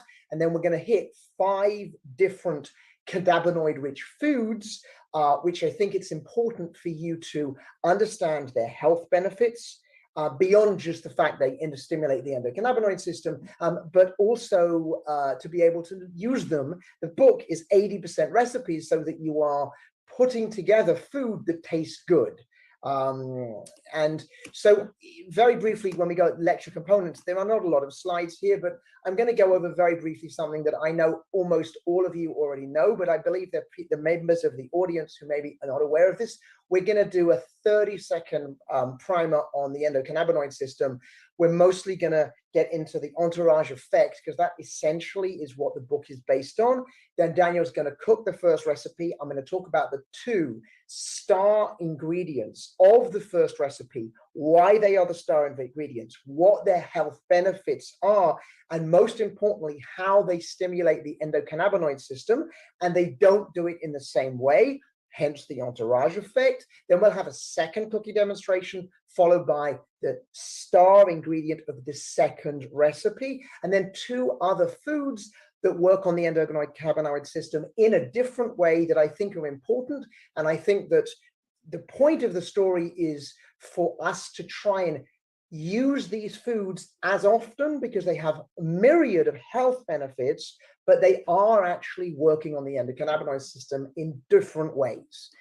So what is the endocannabinoid system? I know you've all learned this. Just for anyone in the audience who is not aware of its importance, it's a complex cell signaling system, and it's stimulated by the major cannabinoids. There are obviously many, many, many cannabinoids, 140 at my last count, I believe, THC and CBD being the 2 most commonly known. There are terpenes, etc. This is a complexity of this plant. What does it do? It's basically the homeostatic mechanism. It is how we get back into balance. And I've given this lecture many times to doctors, and I am embarrassed to say, and I'm a Western trained physician with a fellowship in integrative medicine, that most of my physician colleagues who are not particularly familiar with integrative medicine have no concept they even have this system of the body. And it's incredibly important because it is essentially the homeostatic system of the body, meaning it's going to help with regulation of sleep, mood, stress, metabolism, appetite, digestion, learning, memory, fertility, bone, liver, cardiovascular health. I'm just reading a list. Obviously, pain, inflammation, all of these things. So it's incredibly important in the body. And so just to conceptualize, there is some kind of trauma to the body, and the endocannabinoid system is then activated. And that is what gets us back into homeostasis or balance. So it's working on multiple other systems of the body, and it's incredibly important. There is some clinical evidence of a thing called clinical endocannabinoid deficiency. And I'm not going to give you a lot of studies, though there are. I'm also not going to talk too much about CBD and THC, because you guys are well aware of that. I'm going to talk about foods that do what they do. And so what we realize from this is that it may be that things like chronic conditions like migraine, irritable bowel, fibromyalgia may have a relative deficiency in stimulation of the endocannabinoid system. Now, I've seen 45,000 patients for integrated medicine. I can tell you migraine, IBS, and fibromyalgia are complex diseases, and it's not just one thing. If it was one thing, we'd have fixed it. So it's actually more complicated than that, but an element of a deficiency, a lack of activity, a lack of stimulation of the endocannabinoid system probably plays a role. So the history is very brief. I think everybody knows who this gentleman is. He very kindly accepted a copy of my book. He was very excited about it. As I said, the book is essentially based on the entourage or the cascade effect. That is, of course, Professor Rafi Mechoulam. He is the godfather of cannabis research. And so very briefly, his story is the story, in my opinion, of cannabinoids and cannabis research in the last 50 years. Obviously, cannabis has been used for thousands of years by humans. It's in the Ebers Papyrus, which is an ancient Egyptian medical text, along with opium and senna. And that was 3,500 years ago. So we're not doing anything new. We are doing something that has been used by humans for thousands of years. So 1964, Professor Mechoulam takes cannabis sativa, and he isolates THC. And then in 1984, we work out that we have CB1 receptors in the brain. They're one of the most abundant G coupling receptors of the brain. And then in 1989, we work out that we have CB2 receptors in the body that are associated with signaling inflammation. They're in multiple different sites. Again, you guys all know this, so I'm going to blank through it fast to remind us. So when we get to the point, which is the foods, you'll understand some context. And then from my point of view, very interestingly, obviously, the body has its own cannabinoids. We must have our cannabinoids. If we have CB1 receptors and CB2 receptors, we must have the agonist, as they say in pharmacology, which is the thing that stimulates those receptors, and that's 2-AG and anandamide, and they are made from omega-6 fatty acids, which will become important later on in my talk. And then the main part of the concept for the book is the entourage effect, which is now 23 years ago, which was a postulation by Dr. Professor Mahullam, that because cannabis has multiple tens, even hundreds or more cannabinoids, and they're all affecting the endocannabinoid system a different way, more is going to essentially augment the effect. So this one's going to stimulate in this way, and this thing is going to stimulate in this way, and this one's going to do this in this way. This might have a slight inhibitory effect, but the whole picture is to move this forward and have more of a clinical effect. And there are actually studies showing that if you use THC and CBD as opposed to just THC, it may help with things like cancer, cancer-associated pain. There are some clinical studies on that. So why are we interested in the entourage effect? So honestly, I have done quite a lot of work with supplement companies, and one of the very big supplement companies asked Daniel and I to get involved in looking at CBD, which I use very commonly in my practice. And what I was interested about in the CBD was that they were putting in black pepper, and I thought, well, that's interesting. So obviously I then got into this and realized that black pepper contains a cannabinoid, actually terpene, a terpene that stimulates the endocannabinoid system.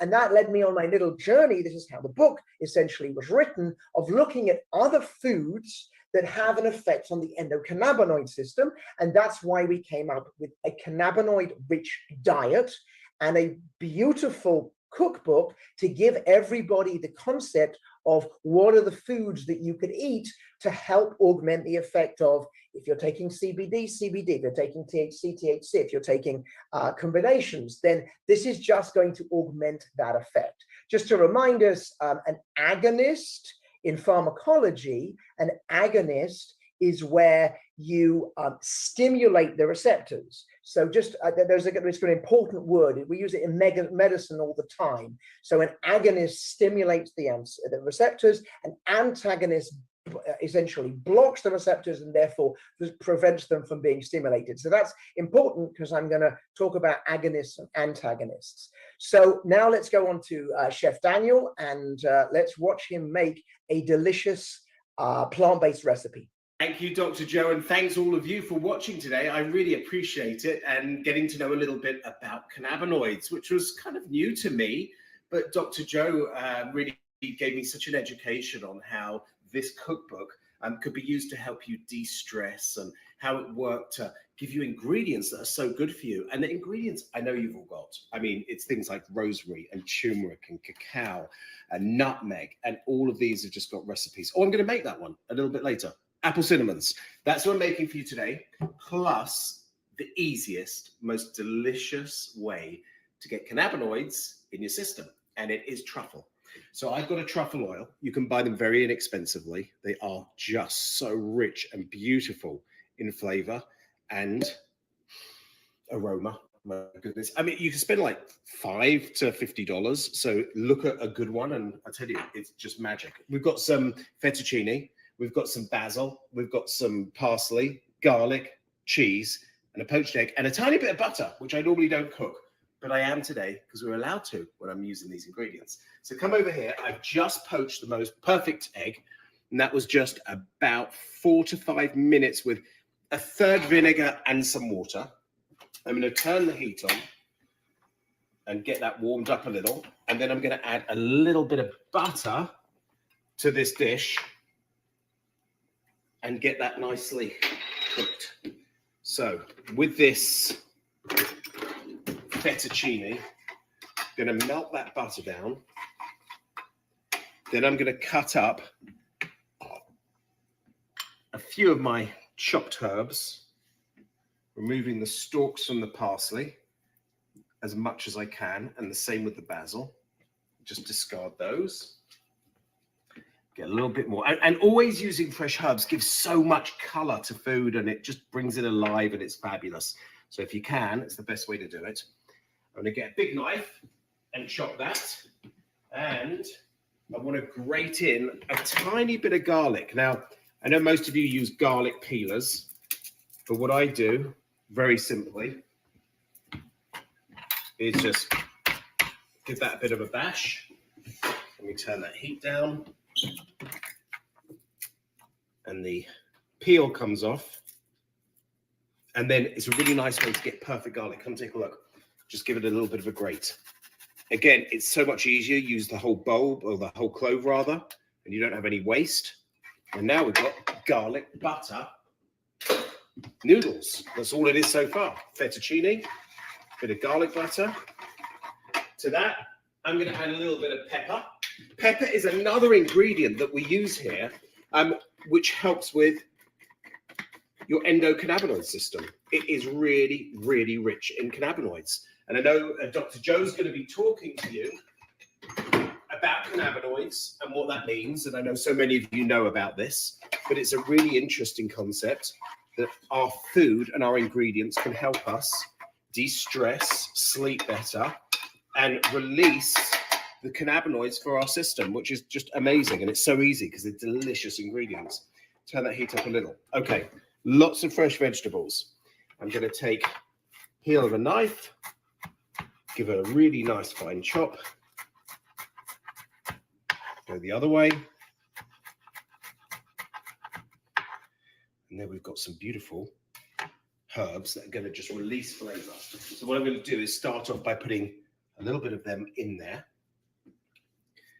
and then give it a turn. Dr. Joe's going to take lots of questions after.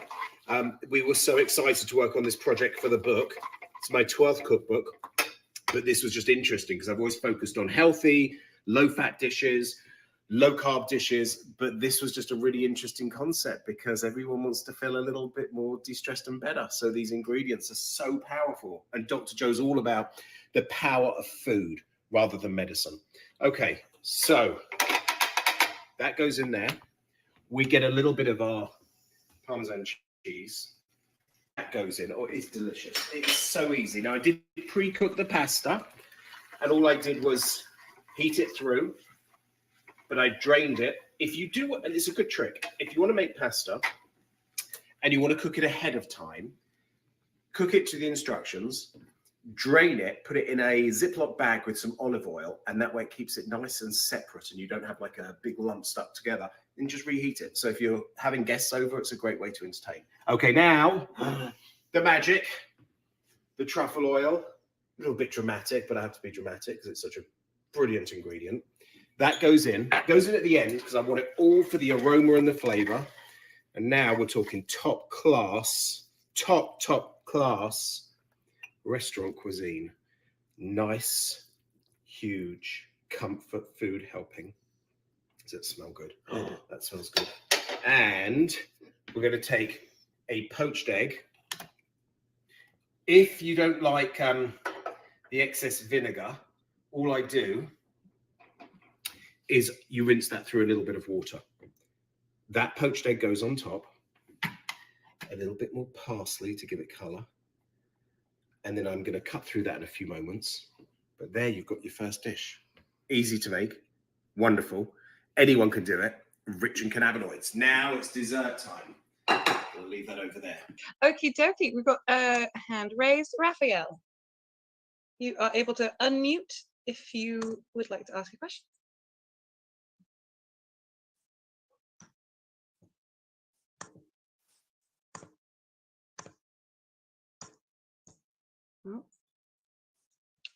Or type it into the chat. One can. Or type it in. Absolutely, yeah.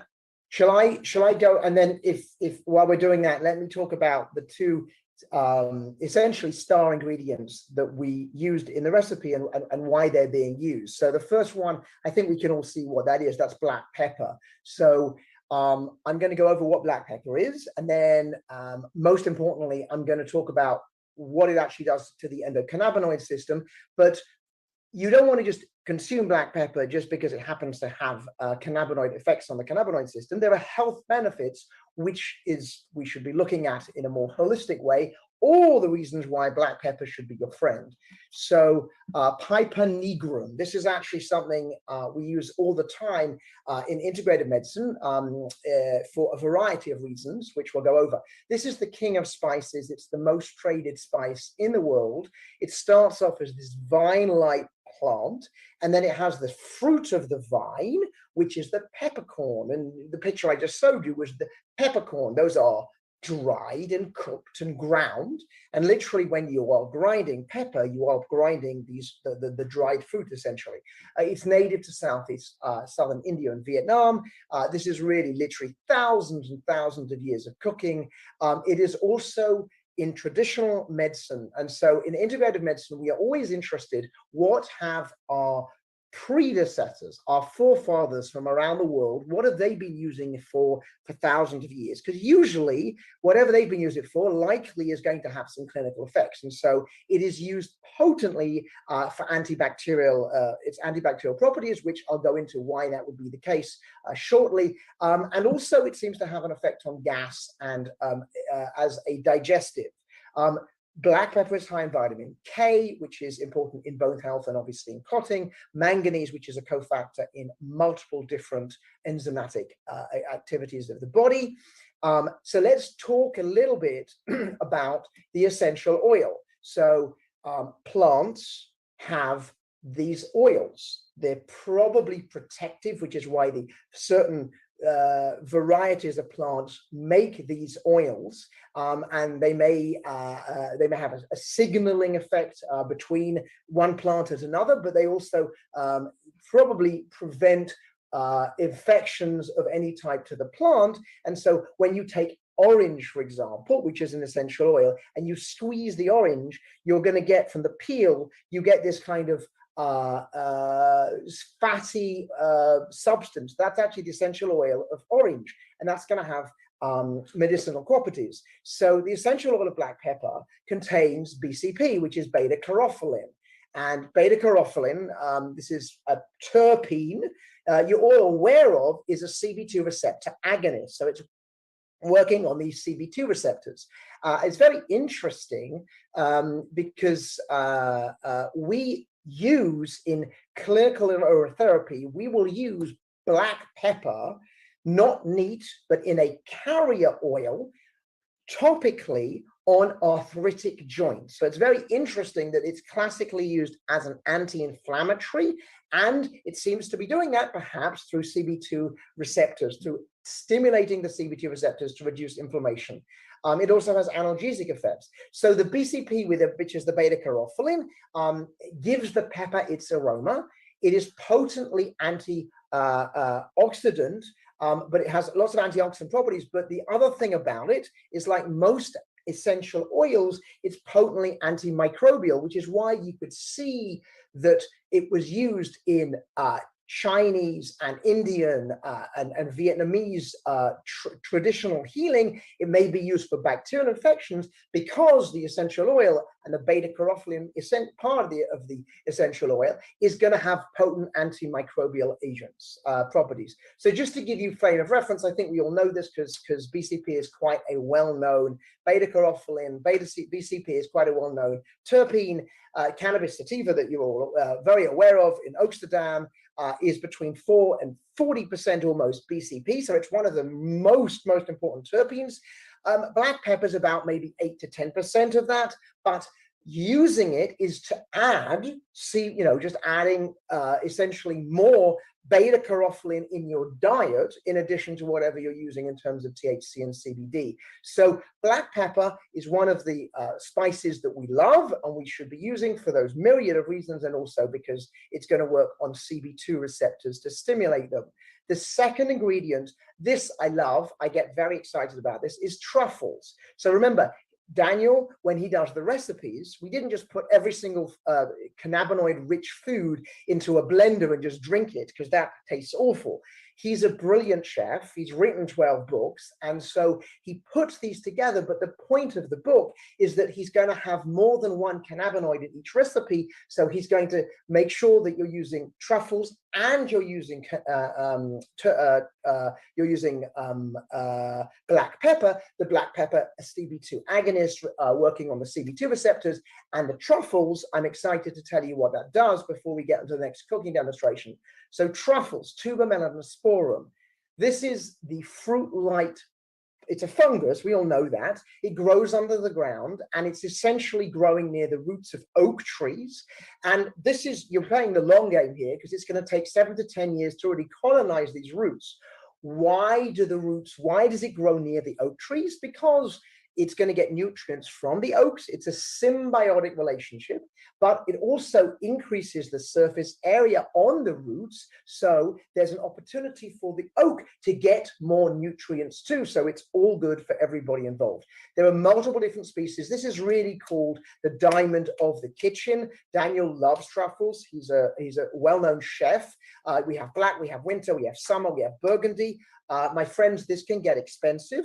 We realize that. The more concentrated the truffle, the better. But if you're not able to sit there and blow, $200 on truffles, you can do truffle infused oils. You just have to make sure that they are actually of good quality and actually have truffle in them, not just the smell, because this is not about smells. This is actually about the truffle. The history of truffles is that it's been around for, again, 4,000 years. Humans have been eating truffles for 4,000 years.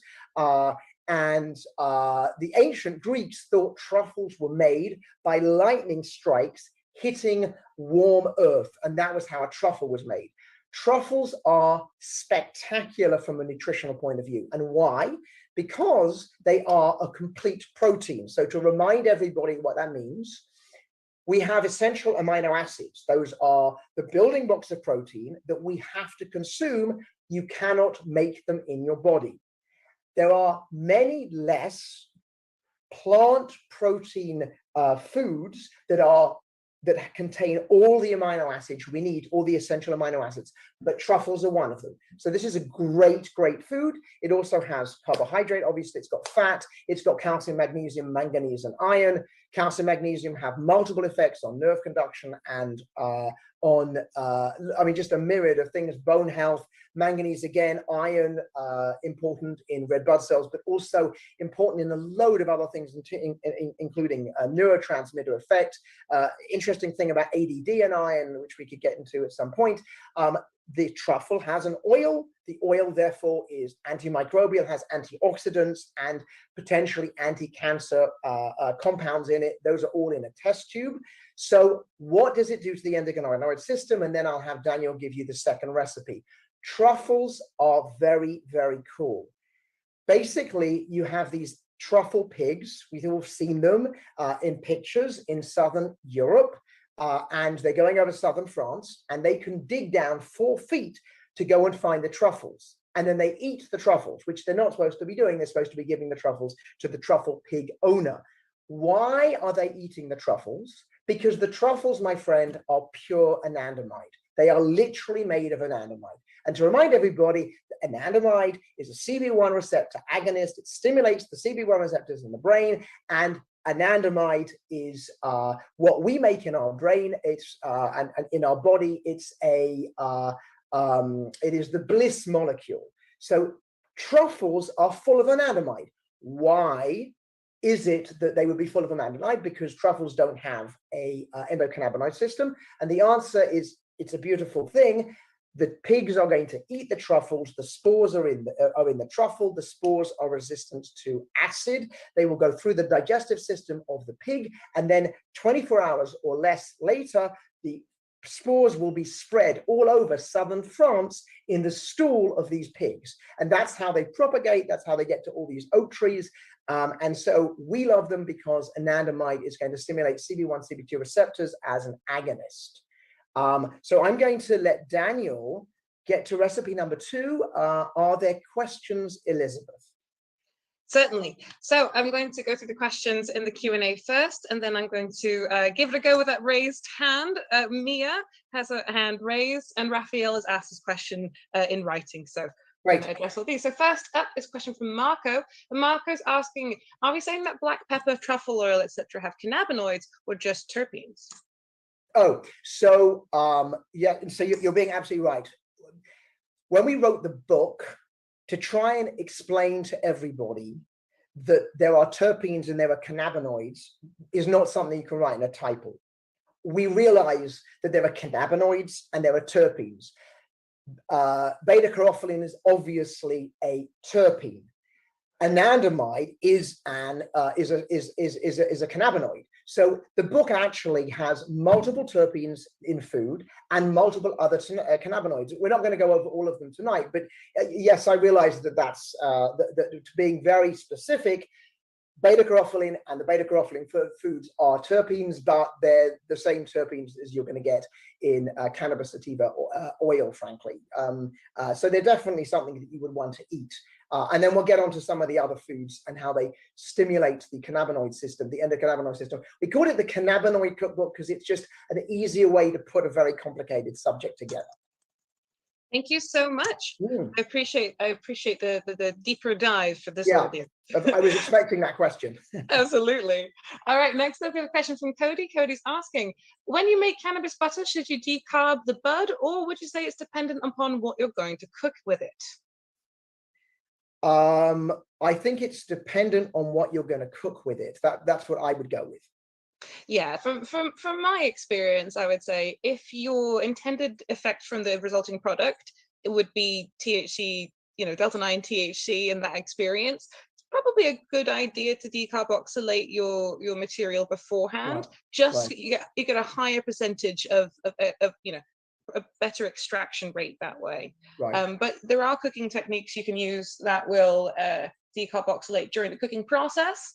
There are also there's a risk of losing some of your precious cannabinoids during the cooking process as well. So No question about that, which is, and remember, some of these compounds are aromatic and therefore they are quite delicate. So hence the reason why cooking has limitations. Absolutely. So short answer, it depends on what you're going to cook with it. Yeah. Okay, here's the question from Raphael we've been waiting for. He's asking, do we need to use cannabis in the recipes, or are the ingredients there to make sure the endocannabinoid system works? So it's such a good question and I love it. The book does not have any THC recipes or CBD recipes.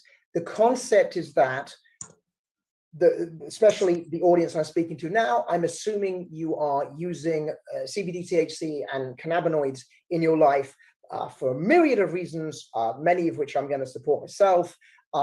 This is more about introducing it to the world, because we want to make this not just kind of to certain people who are very familiar with this, but to everybody and to a lot of people, including my own physician colleagues. I have to educate them about the whole system. But the idea is that having a cannabinoid-rich diet is only going to augment the effect of what you're already doing. I make no mistake about this. You're taking 10 milligrams of THC or something similar. Eating a cannabinoid-rich diet is not going to have the same effect as 10 milligrams of THC. I'm well aware of that. But it's more conceptually that these are foods, especially there are 11 in our book, and they have lots of recipes, so you can combine them together. And the idea is that what you're trying to do is just improve how you eat in general, because the recipes are healthy, but specifically focusing on I suppose it's putting an emphasis on foods that are high in cannabinoids every day as often as possible, most of which are healthy. So I think you should be using this as a diet to keep, along with whatever your consumption of CBD and THC are. Fantastic. Thank you so much. Yeah. Great questions, even better answers. 100%. And Sorry about that. we'll be moving on to question. Oh, do we have any more questions before I move on to our next video? Yes, there's a final question here from Shannon. Hey, Shannon. She's saying that she's loving the concept. Could infusing these recipes with cannabis add extra benefits for our endocannabinoid system? 100%. That was so easy. Yes, of course it will. So I hope I'm speaking to friends. I want to be honest. We kind of steered a little bit from actually using CBD and THC because we are trying to, again, expand. This is for the movement. I'm a big proponent of CBD, THC, using it medicinally. I use it in my clinical practice. And so, but we need to get it to everybody. And there's a lot of people who have, in my opinion, not always exactly the right information as to what it does and the fact that it's actually part of the normal functioning human body with your own system that does this. And so we specifically went with food because that was going to be less controversial. I'm sure I would love to write a book, but you've got plenty of books where you do infuse with CBD and THC.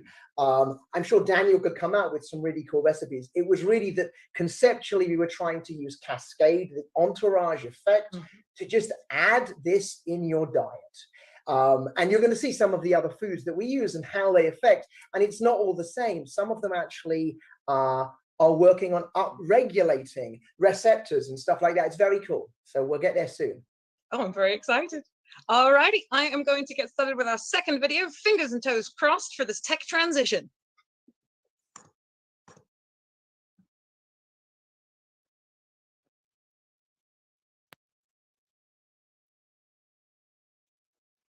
Come on over. Let's show you the ingredients here. We've got some rice flour, coconut flour, eggs, vanilla, milk. In the recipe, it's almond milk, totally up to you. Cinnamon, apples, and maple syrup. So to start with, I'm going to heat my pan at the back. And I'm going to get a little bit of olive oil in there. Oh, I do need a little bit of sugar. Just a tiny bit of sugar. And that's all I've got. 1 little pack of sugar. So as that's going there, I'm going to take my apple and we're going to grate it. So I'm going to grate it not too fine. I'm going to use the largest.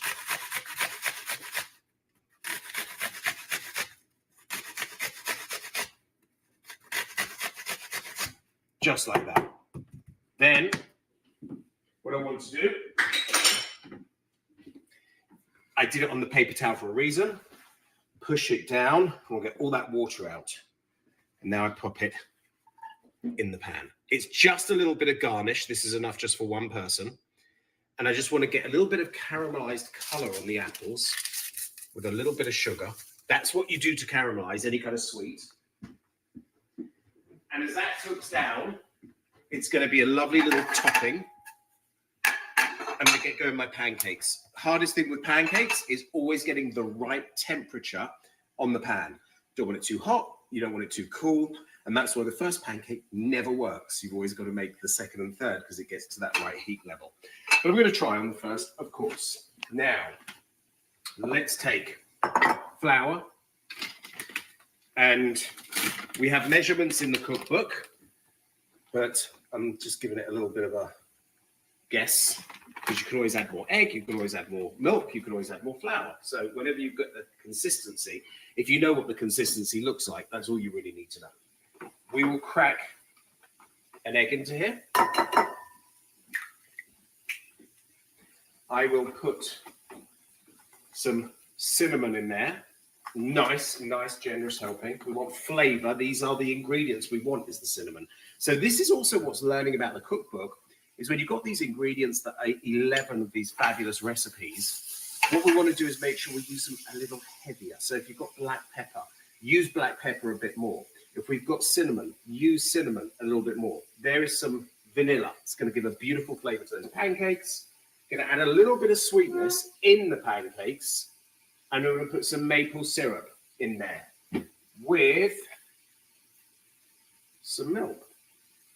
Again, I'm not doing the recipe exactly. I'm giving it a bit of a guesswork, but I know what the consistency should be for the pancake. And actually, you know, if you don't know, pancakes and crepes are exactly the same. It's just what level you get that to. So at the moment, that is more like a dough, which we don't want. And I want to get that nice and loose. This is a very big whisk. Let me see if we can get that out. There we go. I might need a bit more milk. Going to work that batter through. And the almond flour, I love. I love the almond flour on this one. Going to get a little bit more milk in there. I'm using regular 2%. You can use pretty much whatever you like. Almond milk, soy, whatever kind of floats your boat. I'm going to get that a little bit more combined. This is it. We're almost there. That's exactly what I want.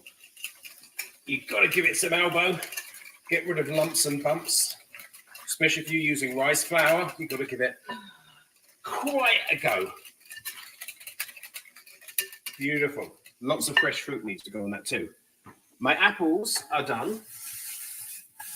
Just nice little colour. A little bit of caramelization. It's going to go on top and it's going to give a natural sweetness. And a little bit of oil in here. Just a little bit. See how that's, you can see it's the right heat because the way the oil moves around. Now, let's get a big spoonful of a pancake. And then what happens is you can turn it up a little bit after. Get a little bit of that oil in. You're going to see little bubbles come up. And those bubbles means it's time to flip it. Shouldn't take long. Again, remember, a crepe is exactly the same. So French crepe, beautiful. It's just a thinner consistency. So you can always do these in crepes, and then you can wrap all that beautiful apple inside. So all you do is just add a little bit more milk. We want to get some nice color on there. I'm going to take this garnish off now to speed things up. I'll tell you why. If I get that garnish off, I can then be doing another pancake over here because we're going to stack them. So you can do two at a time. Drizzle of oil.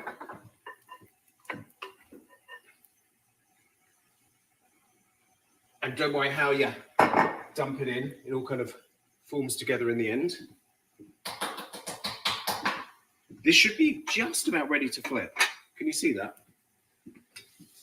Just gonna get the apple off with a spatula.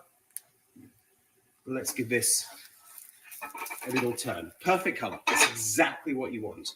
That pan was a little bit hotter, so it's almost ready to go on that one. Turn that down a little. And it will just take a couple of seconds the other side too. So we're going to stack those up. We're going to give it a little bit of maple syrup. And it's going to be beautiful. Look at those. And again, what you can do if you want to get a little bit more volume in that, take the egg white, whisk it until it's soft peaks, then add it. And then you get a little bit more air in these and you can make nice and fluffy. Okay, let's do 3. Heating that. Always with the pancakes, the trick is just consistently checking on the temperature. Like just in time for that one. But you don't want it too hot, you don't want it too cool, so it's just consistent. Then I take this. Another pancake. I think 3 is going to be just about perfect. This one is almost ready. I'm taking the heat off. Another beautiful fluffy pancake. And remember, you've got cinnamon, and that's what's going to make this absolutely the benefit. The benefit is the cinnamon. That's the cannabinoids. That's what's going to work, and Dr. Joe's going to talk to you all about it. Questions as well, so he'll tell you in more detail why it's so important. He's got a brilliant practice. He doesn't not believe in prescription medicine. It's not that he's anti and against it. He just tries to treat as much as he can through food. That's really important, isn't it? I mean, if you can make a difference through food, it's amazing. This is a whole different level because this is kind of enhancing lifestyle for that too. So this is almost done. And then I'll show you our 3 finished dishes all together.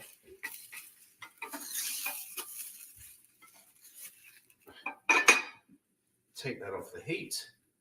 Nice and hot. Give it a little drizzle of maple syrup, and always look for the pure maple syrup. Most of the cheap ones are just synthetic and full of sugar, but there are some amazing real Canadian maple syrups that are pure. They're very much, more out the budget. They're definitely expensive, but they are worth it because they're so good for you. A little bit of cinnamon extra, and our apple goes on top there. And these are two dishes that I hope you can make at home. I hope you can make and have that wonderful realization of what cannabinoids can do. And then come over here. I want to show you the beauty of this. Are you ready to dive in? Take a look at this egg. There is your truffle pasta. And look at that. Beautiful poached egg. That becomes part of the sauce. That becomes all kind of put together with the amazing aroma of truffle. So back to you, Dr. Joe. I hope you've enjoyed. I hope we've got lots of questions, and we hope we can get you into cannabinoids. Thanks, everyone. Those are cinnamon sticks. Cinnamon, which this is, it's from the bark of multiple, different species of the cinnamon family. It's really, as I said, this is all thousands of years old because it comes from the Hebrew word cinnamon, which was described as one of the ingredients in the incense that was used in the temple. Cinnamon was one of them. It had that great smell. In fact, the Egyptians used it as part of their embalming when they would embalm mummies. And the Romans, they were very big on cinnamon. In fact, a pound of cinnamon could cost 4 years of wages. The Arabian traders used to tell the Romans, this is, I think, why it became so rare and therefore the cinnamon market was so good, that it came from mythical cinnamon birds, which is not actually accurate. It comes from a tree, but that would hike up the price of the product because they were mythical cinnamon birds. Native to China and in Indonesia, and it has that smell. That's an aldehyde. The chemistry is important, called cinnamaldehyde, which is found as in an essential oil of cinnamon, gives that extraordinary flavor. Lots of health benefits. I'm just going to go over this. So just remember, 100 grams of cinnamon, that's a lot, but just to give you some idea, that is going to give you 100% of your recommended daily amount of calcium. You're not going to eat 100 grams of cinnamon, but it's high in calcium, it's high in iron. Calcium is important in multiple effects, including bone health, but also, frankly, in heart health. And a vitamin K, which is important in bone health and obviously in clotting. It's got polyphenols in the cinnamon, which are antioxidants. What are antioxidants? As part of normal metabolism, our bodies make these free radicals. They are part of metabolism and they are destructive to DNA. So we have antioxidants. We make them in our body like glutathione, but we also consume them, and polyphenols, which are found in wine, in green tea, and chocolate, are also found in cinnamon, and they are antioxidants to counteract the effect of free radicals. Free radicals, there's a theory that actually it's part of the aging process. There's more to aging than just that.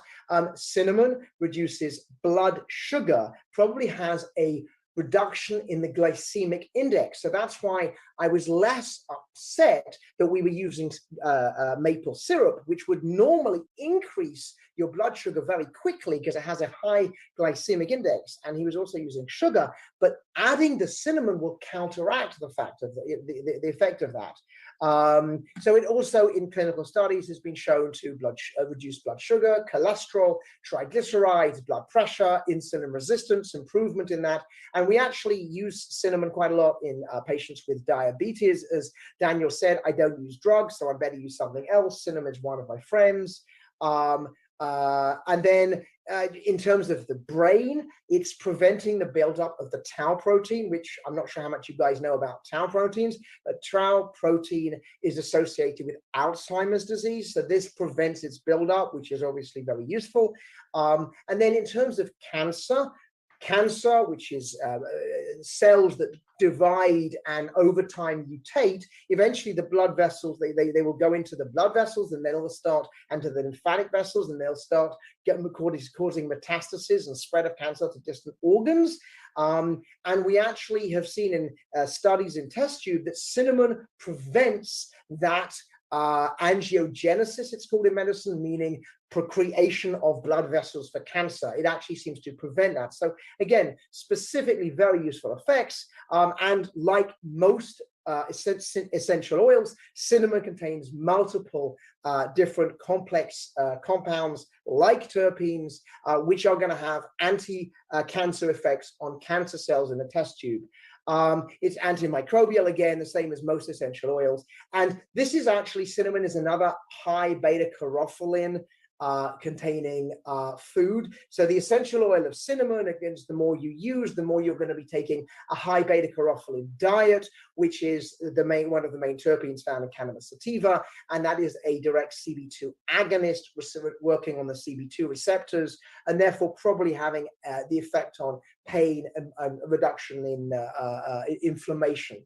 So cinnamon was one of them. I have two others I want to go over, and then I want to bang into any questions and wrap up because of the late hour. So what we're going to talk about now is omega-3s. You all know about omega-3s. I'm going to quickly go over omega-3s, but the point that people really don't know about omega-3s is the effect that omega-3s have on the endocannabinoid system, and apropos to the cascade, to the entourage effect, this works differently. This is not working by the beta carotene. This is not pure anandamide. This works on the receptors of the endocannabinoid system. So let's go into it. So omega-3s, these are polyunsaturated fats. You have omega-6, you have omega-3, there's alpha-linoleic acid, there's EPA, there's DHA, ALA is the plant one, EPA and DHA are the animal ones. They're derived from fish oil, so you get them from tuna and salmon and herring and mackerel and sardines and anchovy. They are a big staple in the Mediterranean diet. And also the plant source is walnuts and hemp. Here we go. And chia, soy, kidney beans. And it's important to have a diet that is high in omega-3s, plant and fish if you eat fish. Not everybody eats fish or can eat fish.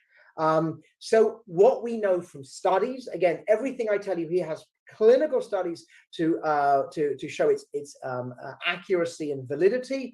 People who consume omega-3s. This is not supplements. Obviously, my area of focus is supplements, but just consuming them in your diet. And I would say the main protein in my personal diet is fish. That's probably my main protein. They have less depression, they have less anxiety, they have less dementia, they have less ADD. And I use high doses of fish oil, especially high EPA fish oil for those mental health challenges. DHA is the major component of the retina. And so therefore, some of the fish oils that we will use in eye health are going to be high in DHA, which seems to reduce the risk of macular degeneration, which is a big cause of blindness. Omega-3s in terms of the heart, we know that it reduces triglycerides. It has a mild but significant effect on blood pressure. There are studies that came out not more than 3 weeks ago showing the effect of blood pressure. We know that it actually reduces inflammation in the blood vessels. Just to be clear, heart disease is not just caused by cholesterol. Heart disease is related to inflammation. If the blood vessels get inflamed, that's not good. And this seems to counteract that. And nice as always, the omega-3s will increase your HDL, and the HDL is the opposite of the LDL. If the cholesterol goes to the arteries via the LDL, the cholesterol is taken from the arteries back to the liver for processing by the HDL. H for happy. So the more, the better. And this will increase your HDL. Omega-3s, actually, there are big studies on this, population studies. Consuming them in high amounts can reduce your risk of autoimmune disease. Autoimmune disease is very complicated. This is just one element to that. And for population studies, eating a diet that is high in omega-3s can be associated with a reduced incidence of colon, prostate, and breast cancer, which are some of the biggest cancers that we have in terms of mortality, people dying and people getting cancer. I'm not telling you that that will cure cancer. I'm telling you that you are reducing your risk. Remember, whenever we do this with any diet, what you are doing is trying to reduce your risk. You can't eliminate it, but you can reduce it. And you can also switch on and off genes purely through diet, which is called epigenetics. Omega-3s clearly have an anti-inflammatory effect, and we use them in arthritis all the time. They're also important in skin health, in terms of acne, that's an inflammatory condition, and potentially omega-3s for aging. So what do they do in the endocannabinoid system? I said to you before, and I just want to remind you, Anandamide and 2-AG are normal, are natural cannabinoids we make in our body, what we call in medicine the endogenous cannabinoids. 2-AG and anandamide, they are derived from omega-6. Omega-6 is found in vegetable oils, cotton oil, this type of thing. The human American diet is actually predominantly high in, because of vegetable oil consumption, in omega-6. Omega-6 is actually much more inflammatory, whereas omega-3 is anti-inflammatory. And so it's important as best we can to try and reduce omega-6 and increase omega-3. Okay, so that's just medicine. Now, what does it do to the endocannabinoid system? So here's how it goes. If your diet is too high in omega-6s, vegetable oil, processed food, what happens is, because that is the natural, basically, substrate, as we say in medicine. In other words, that is what the body is going to make the 2-AG and the anandamide out of. What will happen is, if you have too much omega-6, there will be a down regulation, meaning the body will start to reduce the number of CB1 and CB2 receptors in the body. Literally, there will be a down regulation. In the same way as there's an upregulation if you exercise, that upregulates the amount of receptors you get. In other words, there are more receptors, which means the system can work better. There's more stimulation of the endocannabinoid system if you have more receptors. But if you have too much omega-6, you're going to down-regulate that, because you're taking too much omega-6. The body doesn't want to make too much anandamide and 2-AG, doesn't want to overstimulate the endocannabinoid system. So the endocannabinoid system is put down by down-regulation of these receptors. So what happens if you take a higher omega-3 diet, which are healthy for all those reasons? You get upregulation, you get more receptors. So in other words, there's more CB1 and CB2 receptors in the body because there's a higher amount of omega-3, there's less omega-6. And that is another way, using the entourage cascade effect, we have of stimulating the entire system. That is not a CB1 or CB2 agonist. That is not beta-carophylline, that's not anandamide, that is literally working on the receptors. So that's one food I think is important. And my final food, before I take any final questions, is cacao. And this has a completely different effect on the endocannabinoid system, but it's chocolate, my friends. And how can chocolate be anything other than awesome? Theobroma cacao.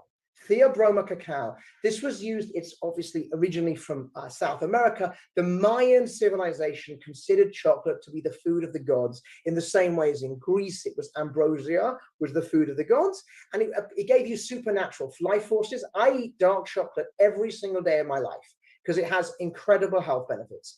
And the traditional use was that it was actually used to reduce inflammation, which doesn't surprise me, because part of the effect of cacao is working on the endocannabinoid system and probably reducing inflammation. So the ancients, as usual, had it right.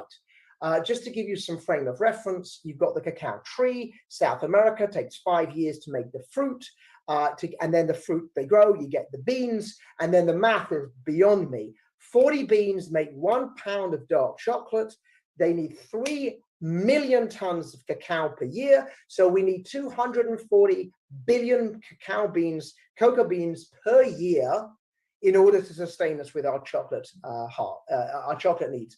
I'm going to talk about what it does to the endocannabinoid system in a second, but before I do, let me just give you some other important benefits to eating a high dark chocolate food, like an 85% cacao. It is higher in fiber and lower in sugar. In other words, 85% or above, you actually have more fiber per serving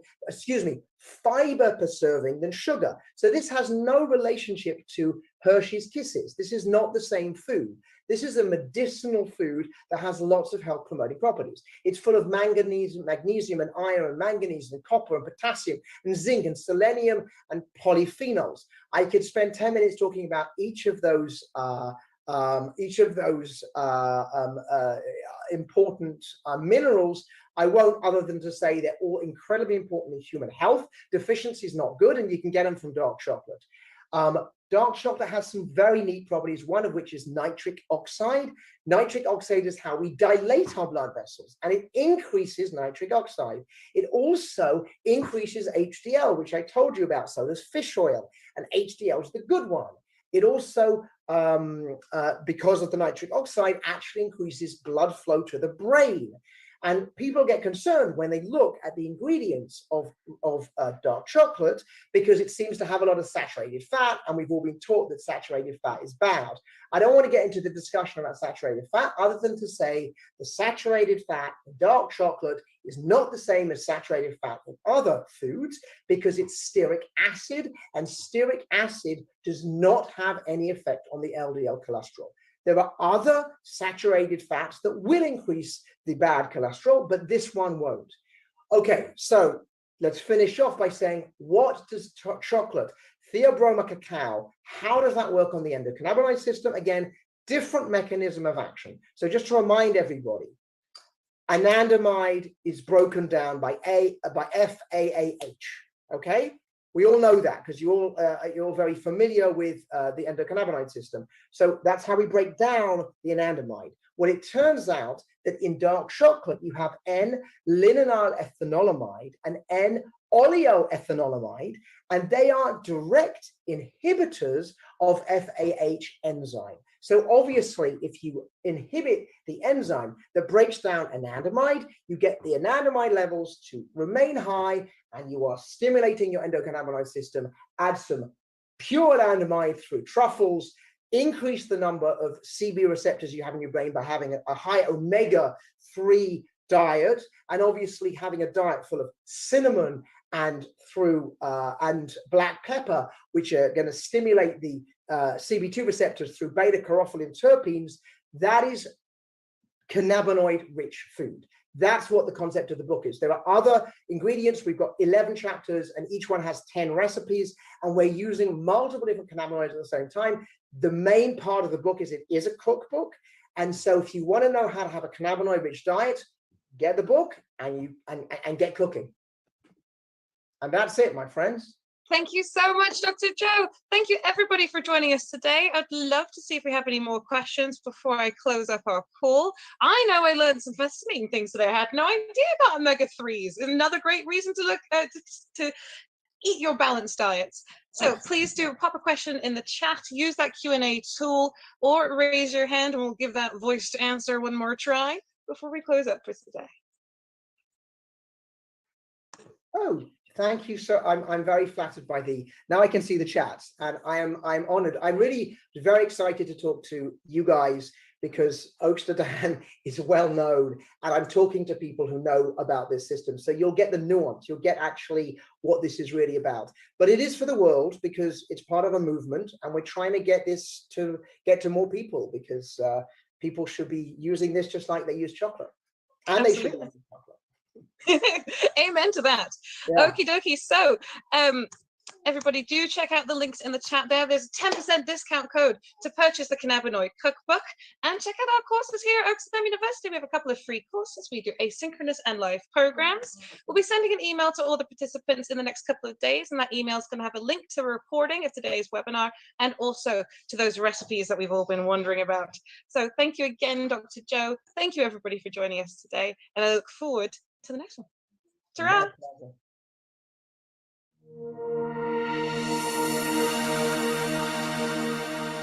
Thank you for that introduction. Thank you all for being here. It's a pleasure to speak with you, and it's a bit of a hard act to follow.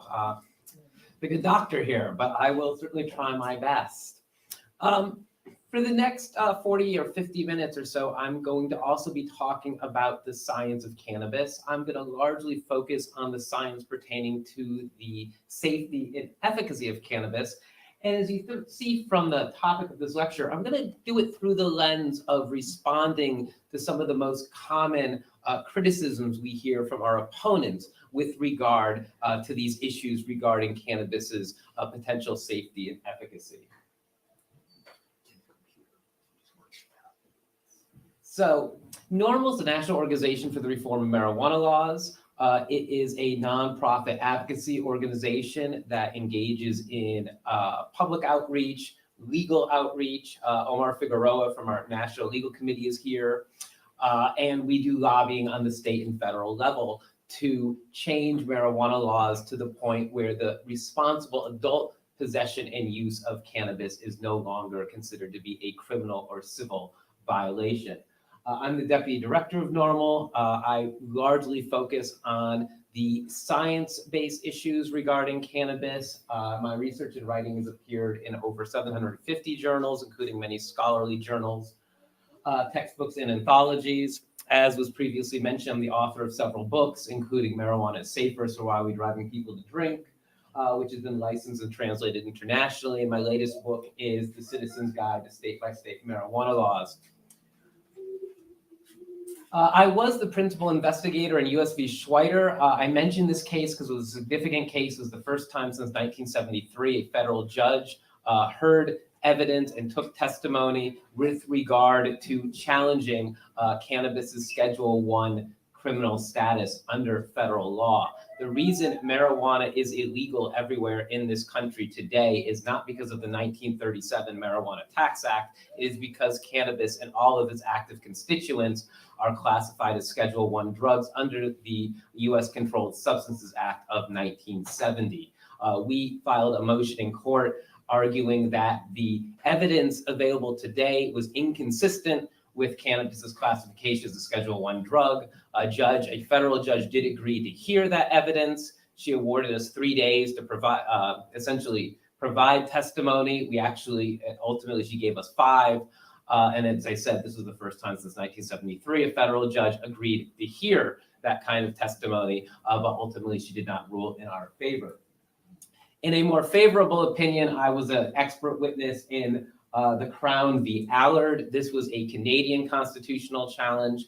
For many years, Canada has had a nationalized medical marijuana program. As part of that program, patients had the option, if they had a recommendation from their general practitioner to use cannabis, they had the option to cultivate cannabis at home. Several years ago, the Canadian government decided to take that right away from them. We were arguing in that case that, in fact, it would not be within the public interest to withhold the right of these patients to grow their own cannabis, and the federal courts in Canada agreed with us. So that was a much better outcome. I'm on the faculty of Oxford University, where I lecture on the science and efficacy of cannabis. I also provide online content to theanswerpage.com. This is a website through Harvard Medical School and the Massachusetts Medical Society that provides continuing medical education to physicians in 120 countries. This was one of the first CME providers to create an online curriculum for the study of medical cannabis. And when New York State recently enacted its medical marijuana law, there is a provision in that statute that says before a physician can recommend medical cannabis, they have to take CME training in medical cannabis. And the curriculum that I developed is now used as that curriculum in New York State. And you're free to contact me. I have cards after I conclude that I can give you, but my contact information is there. So I compiled about the 10 most common critiques that people like me hear with regard to medical cannabis. And I should preface this by saying I've been doing this work now for a little over 20 years. And these are the arguments that before they even come up, I know they're going to come up, because these are the standard narratives that we hear. We are debating this issue among the small percentage of Americans that are left now that actually still continue to oppose the physician-supervised use of cannabis. When we look at the polls nationally, we say between about 80 and 85% of the country supports the medical use of marijuana. So we're talking about a sort of a minority opinion here, and these are their concerns. They'll say that medical cannabis is too dangerous to recommend as a medicine. They'll say it poses too many unwanted side effects. They'll say scientists haven't adequately studied cannabis, and I'm going to talk a lot about that because that's my pet peeve one on this list. They'll say we don't understand the long-term effects. There aren't sufficient clinical trials to evaluate cannabis for safety and efficacy. They say that no major medical health or health organization or physician organization supports use of medical cannabis. They'll say no medicine is smoked. They'll say we already have Marinol, so why do we need herbal cannabis? They'll say physicians don't prescribe cannabis, so therefore there must be something really swarmy about all this. And they'll say cannabis isn't medicine because it isn't FDA approved. And that's something I'll talk about quite a bit at the end too, because there are several reasons why cannabis arguably will never be FDA approved. So we have to have a strong rebuttal to that critique. Now, I do want to spend quite a bit of time on this issue of safety, countering this claim that marijuana is simply too dangerous to recommend as a therapeutic substance. And one of the reasons I really want to stress this issue is because I think sometimes proponents of medical cannabis or advocates of medical cannabis, they try way too hard to try to diffuse this criticism. And they conflate the notion of arguing that cannabis is safe for therapeutic use with trying to make the argument that cannabis is innocuous or that cannabis is without harm. And that's an unreasonable hurdle for a proponent to try to reach. And in fact, there's no need for us to do so, because in this country, the FDA or any other regulatory body, when they approve a new therapeutic agent for market and they deem that agent to be safe, they are certainly not making the case that that agent is without any potential risk or that it doesn't pose any potential harm.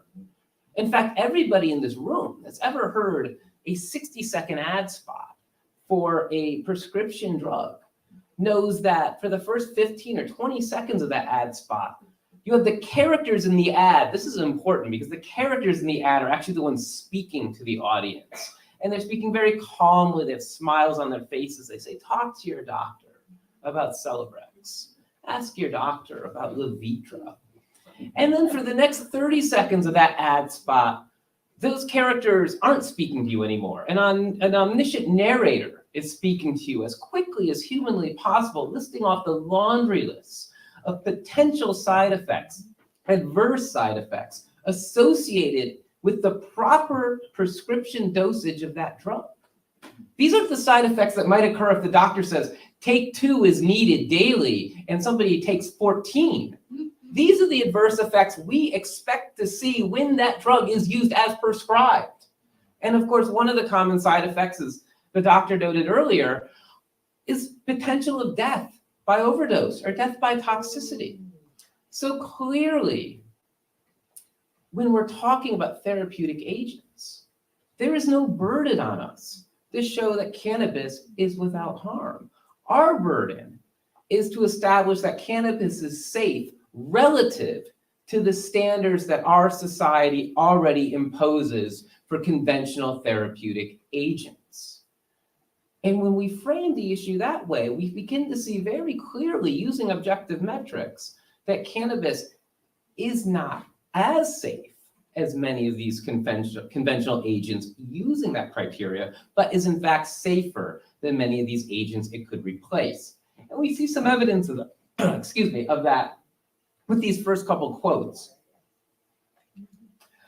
The first comes from a fairly unlikely source. It comes from the former administrative law judge of the United States Drug Enforcement Administration, arguably the agency more so than any other entity, arguably in the world, that has the strongest bias against the use of cannabis for any reason. Now, I mentioned earlier, cannabis is classified as a Schedule I drug under the CSA of 1970. There's a provision in that law that says third parties can petition the federal government and request administrative hearings if there is a belief that new evidence has come to light since the initial scheduling of a drug that contradicts the scheduling of that drug. Now, Normal filed a petition in 1972 and argued that the science available at that time was inconsistent with the classification of marijuana as a Schedule I drug. The 3 criteria of a Schedule I drug are that the drug must possess the highest potential of abuse of any drugs in the scheduling of the CSA, that it lacks accepted safety under medical supervision. So in other words, the drug is so unsafe that it couldn't be safely administered to a patient in a hospital, and that it has no accepted medical utility in the United States. And under federal law, the drug must meet all 3 of those criteria to be Schedule I. If it doesn't meet all 3, or if it meets 2 of the 3, it has to be scheduled somewhere else. Alcohol and tobacco, I would add, are not scheduled under the Controlled Substances Act. So we filed this petition in 1972. It was not until 1986 where the hearings, the administrative hearings were granted to discuss the new science that has come to light, because the wheels of justice move very, very slowly. We had 2 weeks of hearings.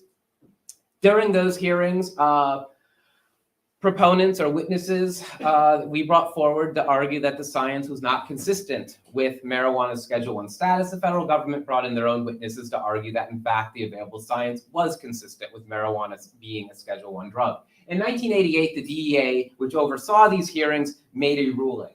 And in the findings of fact in that ruling, Judge Francis Young said that marijuana in its natural form is one of the safest therapeutically active substances known to man. By any measure of rational analysis, marijuana can be safely used within a supervised routine of medical care. Young went on in that decision, in his findings of fact, to compare the safety of consuming cannabis to that of consuming potatoes. So again, the DEA, as a political entity, can put anything they want on their website. They can hold a press conference at the National Press Club. They can say marijuana today is 125 times stronger than it was Saturday, whatever it is they want to say. But in a court of law, when the DEA had to render a decision based on the facts presented before that court, even the DEA had to acknowledge that marijuana clearly possessed this acceptable range of safety based on what we as a society accept for therapeutic agents.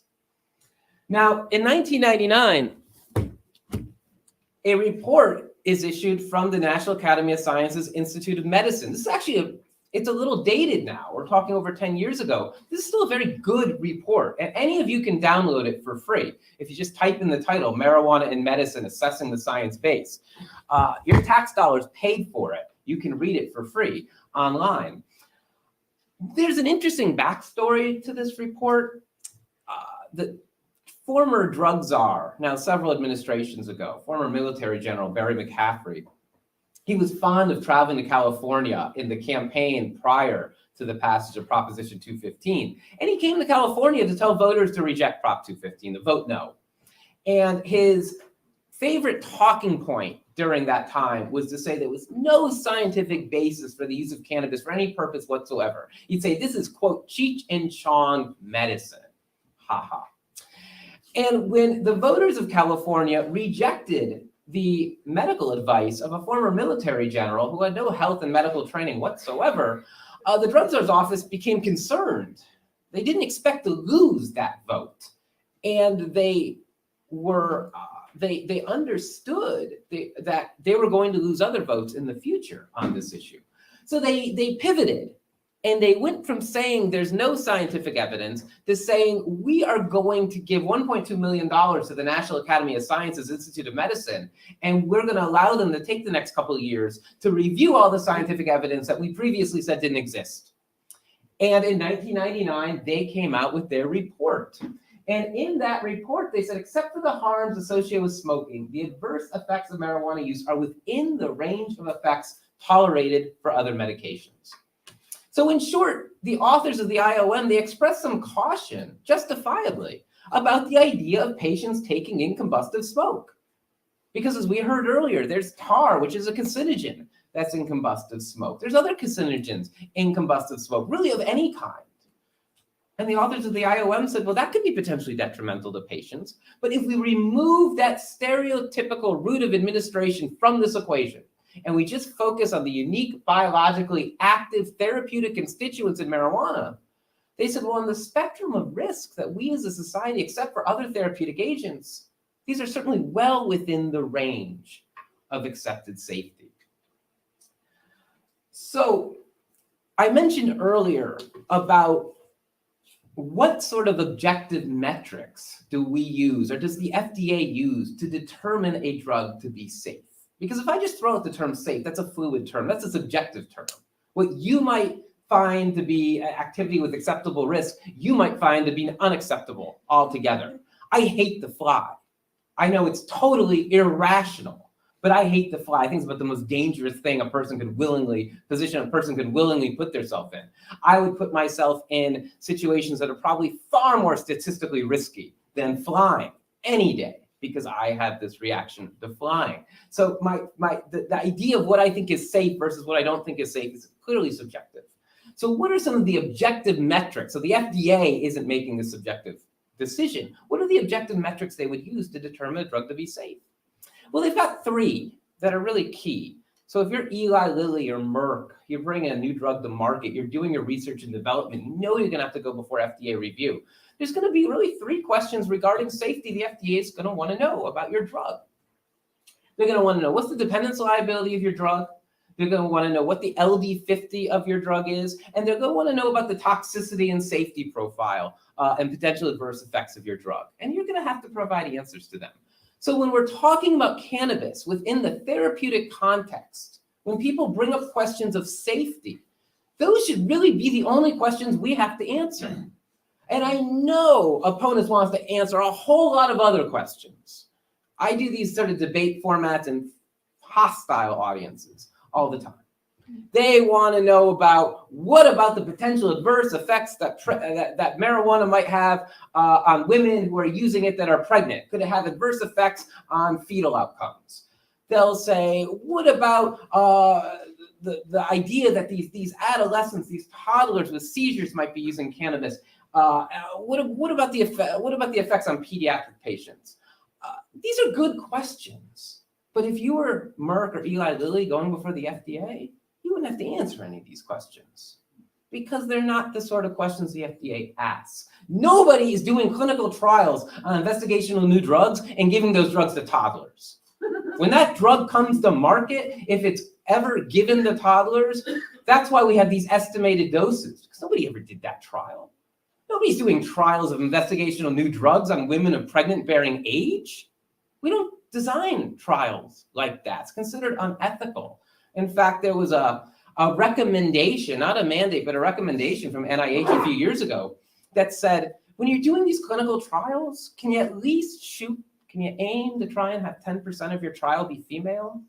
You don't have to, but we'd appreciate it if you could at least have 10% of the people in your trial be women, because you know there are 52% of the population at all. And we ought to have some idea if your drug affects women differently than men, but they don't have to do that because most trials don't include women. And about 5% of people in trials are of ethnic minority descent. So again, we can talk all day about these scenarios, about is marijuana potentially safe in this one particular high-risk cohort, but we don't have to. What we have to answer is what's this dependence liability, what's this LD50, and what's this toxicity? Those are the 3 questions we need to answer. The rest is on the ways. So the question of dependence liability, this is a sort of amorphous, this is this vague notion of what is the likelihood that somebody's going to use this drug habitually? And that they're going to say, I'd like to limit or cut down on my use, but I find it difficult to do so. This should not be conflated as addiction, although you can read newspaper articles every day that conflate dependence liability with addiction. Addiction is a different criteria. So dependence liability, this notion that I'm using the drug and I use it kind of day after day after day, and I'd like to cut back, but cutting back's hard. What's the dependence liability of cannabis? How many people that use cannabis at some point are going to fall into this criteria where they say they're habitual users and they wish they could cut back? And we see that the answer is about 9%. About 1 out of 11 of individuals who experiment with cannabis at some point will meet this sort of amorphous criteria for dependence liability. Well, that's actually fairly low. We see that's similar to caffeine, which has about 7% dependence liability, and it's right on par with your anxiolytic drugs, your benzodiazepines, Valium, Xanax, drugs of that nature. It's almost twice as low as the dependence liability associated with alcohol, which of course doesn't have any therapeutic purpose, and it's more than a third lower than the dependence liability of tobacco. And it's far lower than the dependence liability we see with opiates, for instance, although that's not here on the list. So again, now I have colleagues that take some issue with this 9% number for cannabis. They say that's too high. They say the studies have some built-in bias, and that may all be true. But I'm not here to argue cannabis is innocuous, because again, we don't have to. We simply have to argue that cannabis is safe along the spectrum of risks that we accept for other drugs. And we see here that cannabis clearly, while it has some dependence liability, it has a low enough dependence liability where it's actually at the low end of the spectrum for both recreational substances and other therapeutic substances. So clearly it meets that criteria. Now, LD50 stands for lethal dose in half. The FDA is going to want to know at what dosage will 50% of the subjects that take your drug at that dose die from taking the drug at that dose. And if you're Merck or Eli Lilly and you've done your preclinical, your animal data, you've got a number to give them because you gave larger and larger doses of your drug, the laboratory mice, until 50% of them were dead from taking that drug. And then you tried to extrapolate what the equivalent lethal dose in a human being would be. And based on that study, you come up with a safety ratio. This refers to what we call your ED50, the dosage at which 50% of subjects will experience a therapeutic or a physiological effect from your drug, to the LD50, the dosage where 50% of the subjects will die from taking your drug. And you hope, if you're Eli Lilly or Merck and you want your drug to be approved and you want lots of people to use your drug, that there's a wide range between the effective dose in half and the potentially lethal dose in half. But as you can see, as you go down this chart here, that many drugs, both therapeutic drugs and recreational substances, have very narrow ranges between their ED50 and their LD50. I'm sorry, because of their effective dose and their lethal dose. We see that alcohol, for instance, has a 10-to-1 safety ratio. It's actually 9-to-1 in women. That's why someone can line up 21 shots at their 21st birthday and literally drink themselves to death. Because ethanol, the psychoactive component in alcohol, has a fairly low LD50, which means it has a very narrow range as one begins to increase the dose. We see codeine as 20-to-1. And again, that shouldn't surprise people. They're becoming more and more aware now of the risks associated with opioids, including unintentional overdose death. The one I like to focus here on, though, is dextromethorphan. DXM is a cough suppressant. It's in Robitussin. It's in Dimutab. It's sometimes sold on the street as a lookalike drug for MDMA. It has a very narrow safety profile when it's isolated. And while it is now, there's more stringent regulations, so I can't just walk in the CVS and walk out with 6 bottles of Robitussin like I could have done when I was in college. Those more stringent regulations have nothing to do with the fact DXM can kill you. It has nothing to do with the fact that DXM is a narrow safety profile. It's because of other political concerns.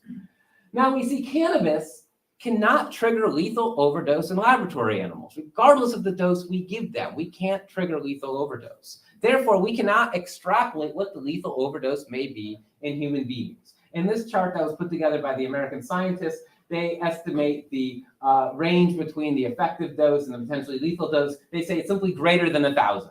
They can't come up with that dosage. That's actually a fairly remarkable statement to make when we're talking about therapeutic agents. You can overdose on aspirin. You can overdose on Tylenol. You can overdose on sleeping pills. Hell, people can overdose on water. People can overdose and die on caffeine. They can overdose and die on sodium. Most substances we ingest have lethal overdose potential, but the cannabinoids do not. Again, speaking to this remarkable safety profile compared to conventional therapeutics.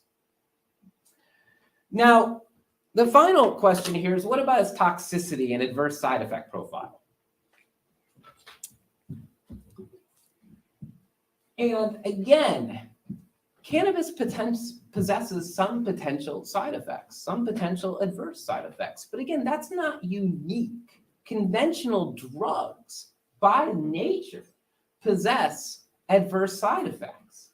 MSNBC reported on a study that was done in the UK in 2011, where they went through a number of conventional drugs, both over-the-counter and prescription drugs, and they simply they analyzed the number of adverse side effects associated with the proper use of that drug. And they said the average drug label shows 70 adverse side effects, but it wasn't unusual to see commonly prescribed drugs have over 100 adverse side effects, and some drugs had as many as 520 adverse side effects listed just on the drug label. These were the adverse side effects that we were aware about, and were the manufacturers telling the patient that these are potential risks of using their drug. And when we look at common families of drugs, and again, this isn't a shock to any of you. We know the opioids can be associated with overdose death. We see acetaminophen it can be toxic to the liver and result in overdose death. Your NSAIDs, your non-steroidal anti-inflammatory drugs, ibuprofen, Motrin, associated with damage to the kidneys, ulcers, erectile dysfunction, heart attack, stroke, and death. It's really interesting to me. We're having this national discussion, this national conversation, because about 16,000 people now die every year from the use of opioids. But over 16,000 people every year in this country die from the use of NSAIDs. And that's just the cohort using NSAIDs that have gastrointestinal problems. We have over 100,000 hospitalizations every year in this country due to the use of NSAIDs. And that's not a narrative we're having in this conversation. The benzos can impair motor coordination. Your SSRIs, your serotonin reuptake inhibitor drugs like Paxil, Prozac, also associated with damage to the liver, seizure, tremors. So these are what we call significant adverse side effects. These are side effects that are so significant, people that when they're using these drugs in clinical trials, they drop out of the trial because of these side effects. I'm going to get to cannabis and its side effect profile shortly. What is interesting, and I talk about some of this on later slides, I don't want to get into it too in depth now, but as you can tell from, I'm sure, your own knowledge, we don't see those sort of significant side effects associated with cannabis. So when opponents talk about adverse side effects of cannabis, what are they really talking about? What are they really saying? Well, what they're saying is this. They're saying marijuana gets you high. That is ultimately the problem in their mind with marijuana. That's why there's such a push right now from many aspects, many political forces, many bureaucratic forces that were potentially, or previously, I should say, against the use of cannabis for any purpose whatsoever. Now they're embracing cannabidiol. All the arguments they used about cannabis have fallen by the wayside. They said, well, marijuana is not FDA approved. There's not enough clinical studies. None of that matters when we talk about cannabidiol. They love cannabidiol. Doesn't matter, cannabidiol is not FDA approved. Doesn't matter, there's no clinical studies for cannabidiol. It doesn't get you high. That's all they needed to hear. Because this is really all about the fact that cannabis can alter mood. And I think this is really interesting because we have this very schizophrenic attitude. Because if we were to start eliminating conventional medications from the pharmacopoeia because they altered mood, we'd have a whole lot fewer conventional medications. Because most conventional medications alter mood. The opiates certainly alter mood. My wife several years ago had to go to the hospital and they put her on a morphine drip almost immediately. And the nurse put the IV in her arm and they said, the doctor's going to be in here in about 20 minutes. And when the doctor comes in here, please explain to the doctor, what's going on with you neurologically. And they put the morphine drip in her arm. My wife couldn't tell the doctor what planet we were on when that doctor came by in 20 minutes because that morphine drip altered her mood. The benzodiazepines, the entire family of drug is taken to alter mood. That's why people take Xanax. That's why people take Valium. I'll raise my hand. I have a prescription for Xanax. It's how I get on that goddamn airplane that I'm otherwise terrified to step foot on. It alters my mood.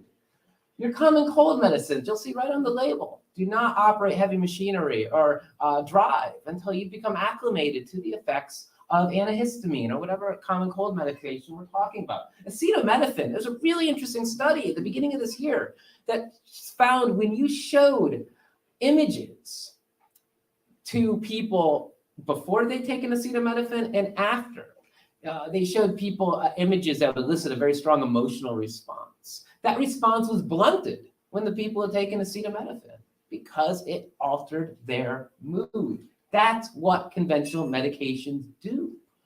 How come this is problematic when it comes to cannabis? And ultimately, what's wrong with elevating a patient's mood anyway? If we have a therapeutic option that is as safe, if not safer, than conventional medications and will treat the symptoms that the patient is suffering from And oh, as an extra benefit, it actually improves their quality of life a little bit because it makes them feel better too.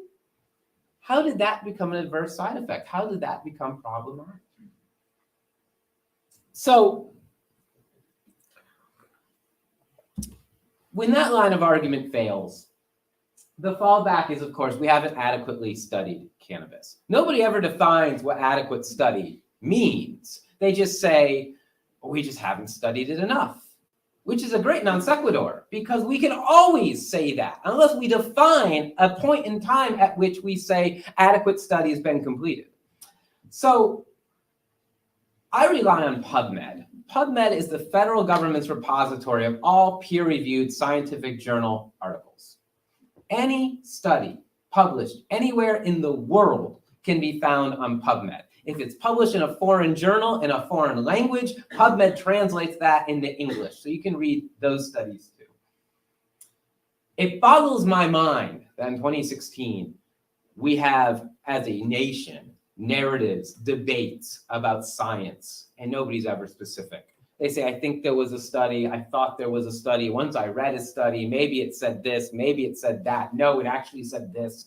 This is ridiculous. In the age of PubMed, you can look up every single study and read it. We should be talking in specifics, not these abstracts anymore. There's no reason for it. When I was cutting my teeth on this issue, you want to get a journal article, you had to know somebody that had privileges or go to a law library. Now you just go to your computer. It's so easy. So you go to PubMed and you type in the term marijuana, and you don't type in the term cannabis, because even though we all appreciate that cannabis is the true terminology for the marijuana plant, even internationally, even among the scientific literature, marijuana is still the term that is most often used.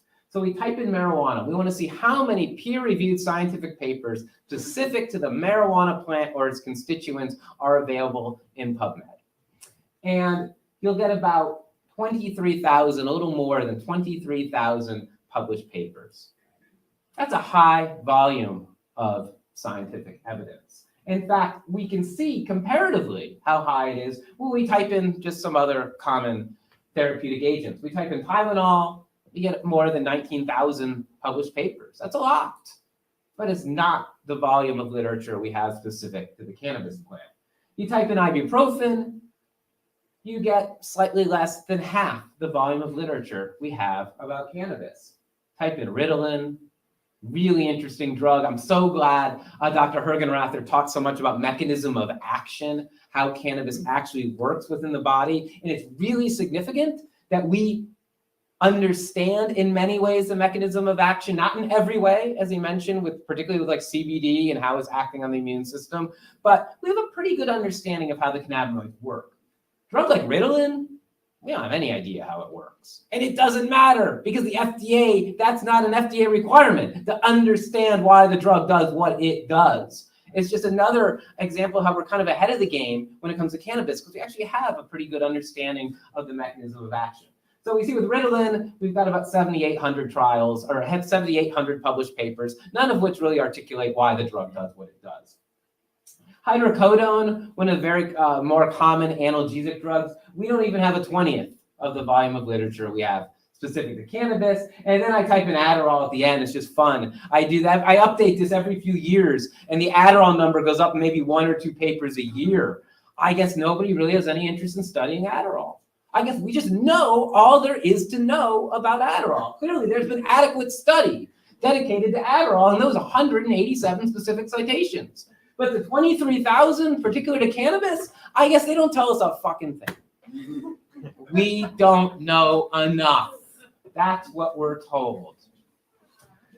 What's also really unique about cannabis, in addition to the fact that it has been subject to this scientific scrutiny, in fact, more scientific scrutiny than many conventional agents, is that unlike so many of those conventional agents, cannabis also possesses this long history of human use, unlike so many of these other conventional synthetic agents.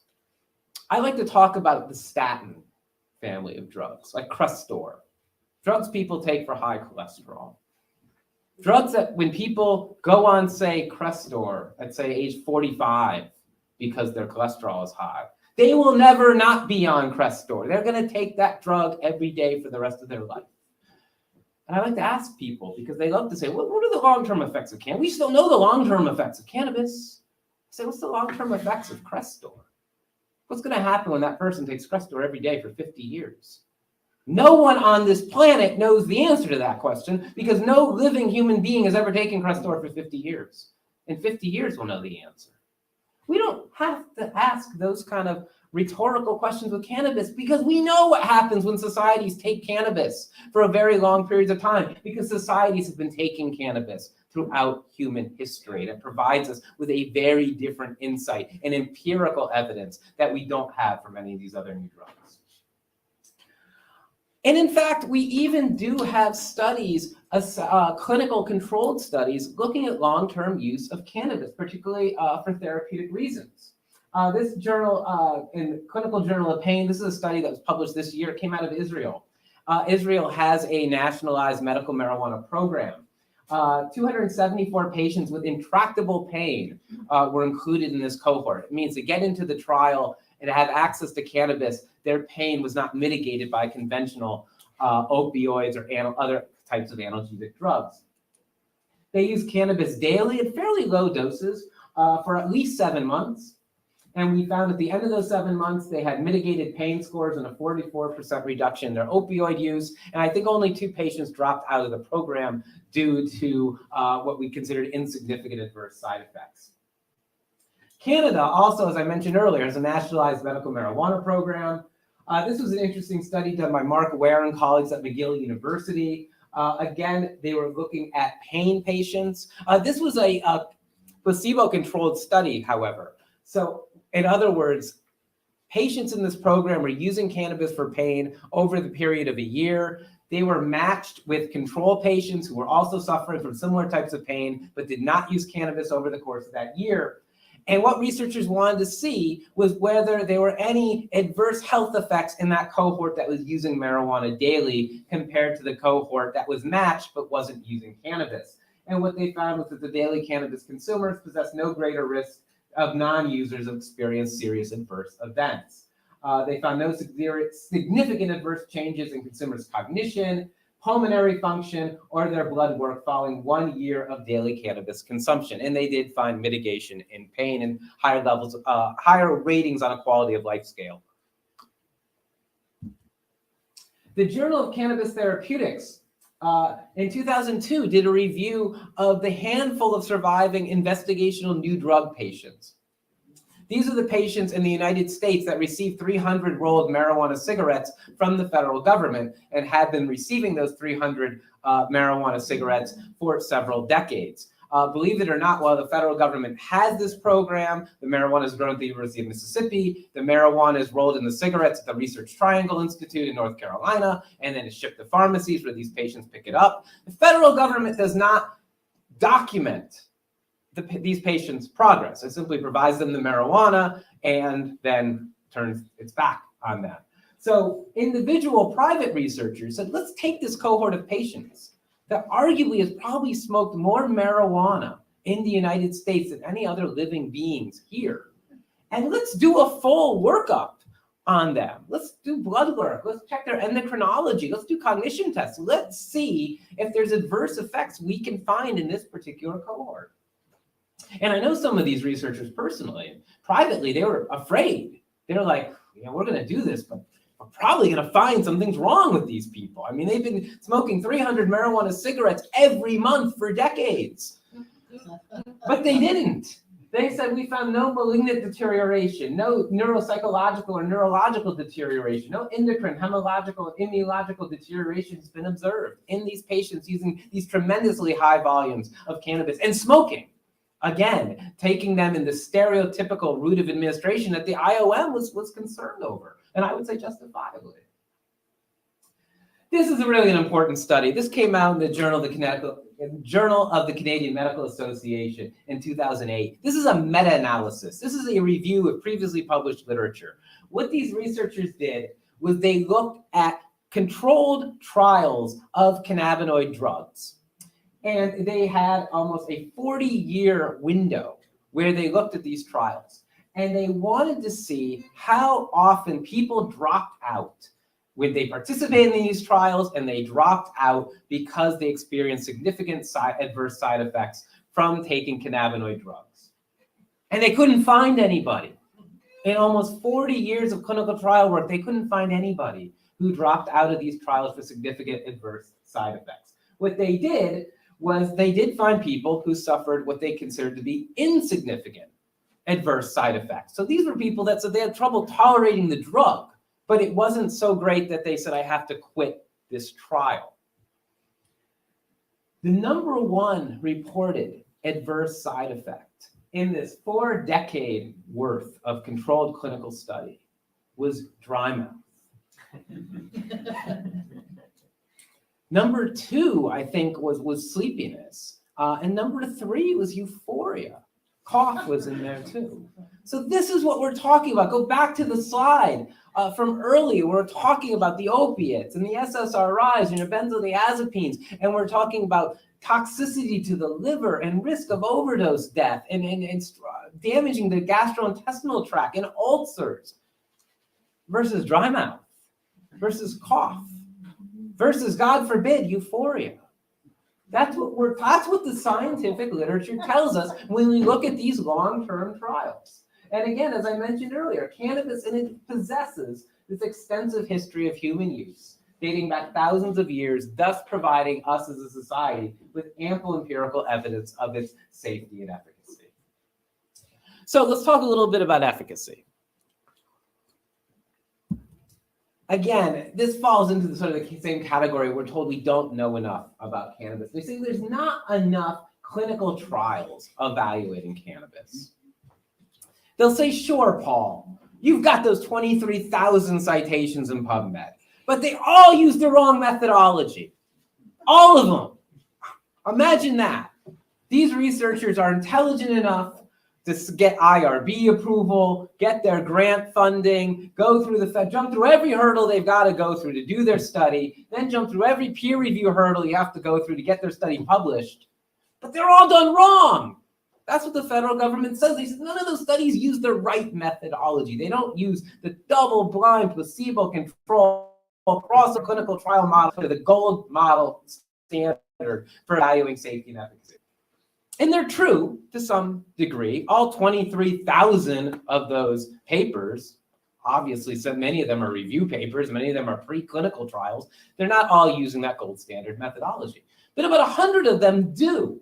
And we have several reviews that document those papers. Ben Amar and colleagues in 2006, they identified 72 studies using that model in the literature. And then Franjo Grotenherm in 2010 said between 2006 and 2010, we identified another 37 studies using that model. And then Igor Grant and his team at UC San Diego, they went to the Center for Medicinal Cannabis Research, which nobody talks about. Do you find this really odd, Jeff, that this never comes up in the discussion? Raise your hand, anyone in this room who knows what the Center for Medicinal Cannabis Research is. So in 2000, the state of California heard many of these arguments. They said, we don't have enough research, and if we have research, it's not the right kind of research. The state of California said, what would be the right kind of research? They said, well, it's got to be the double-blind, placebo-controlled, gold standard crossover clinical model. They said, okay. They said, what are the unanswered questions that we need the answers to before we can move forward with marijuana as a medicine? Well, they said, you have to establish efficacy. And they said, you've got to answer these questions about safety. We need to know how to people thrive. We need to know how to people with immunocompromised people that are immunocompromised, and they had several other questions. And the state of California called their bluff. They appropriated to set up research centers all over California to do those clinics using the model the federal government said you had to follow and answering the questions the federal government said you had to answer. And they put out a report to the legislature that I'm sure nobody that you can get online and read it. And it reviews the dozen or so gold standard clinical trials that were done right here in California. And even in the state of California, we don't talk about it. But Igor Grant at UC San Diego headed the program. And he wrote a review article reviewing the clinical studies that were done through this program in the state of California.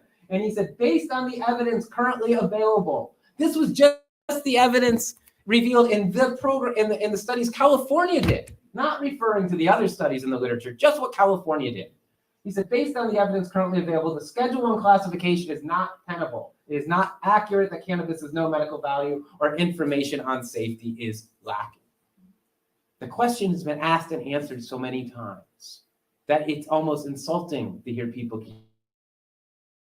Hey, Kristen, thank you so much. Thank you. They've been counting votes, and they expect to have the votes for this to finally pass tonight or later this evening tonight, and we will be sure to bring that to you, those results, later on. Reporting live in Frankfurt, I'm John Charlton, WHAS 11, on your side. John, thank you so much there. Well, today is also the last chance for a bill that would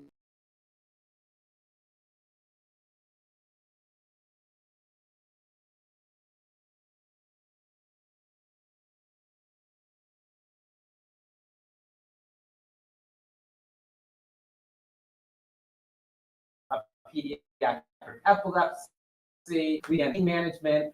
We see a lot of research looking now at marijuana use in diabetes and reduction of metabolic syndrome. We see diabetic neuropathy. Again, neuropathic pain seems to be the type of pain most responsive to cannabis therapy. We see Parkinson's disease, again, effects on Parkinson's disease, again, effects on pain, neuropathy, Crohn's disease. We see a lot of clinical work now coming out looking at gastrointestinal disorders, association between cannabis use and risk of bladder cancer. What this study found was that individuals that used cannabis had a significantly lower risk of bladder cancer as compared to people that matched controls who didn't use cannabis.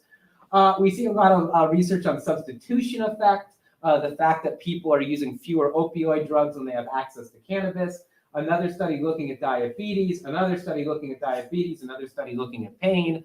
And again, this is the tip of the iceberg. I go to PubMed about every week and find 3 or more studies that are worth writing up. And that was one of the points of putting together this publication that I wrote that reviews about 250 of what I find to be some of the more relevant recent clinical and in some cases preclinical trials specific to cannabis.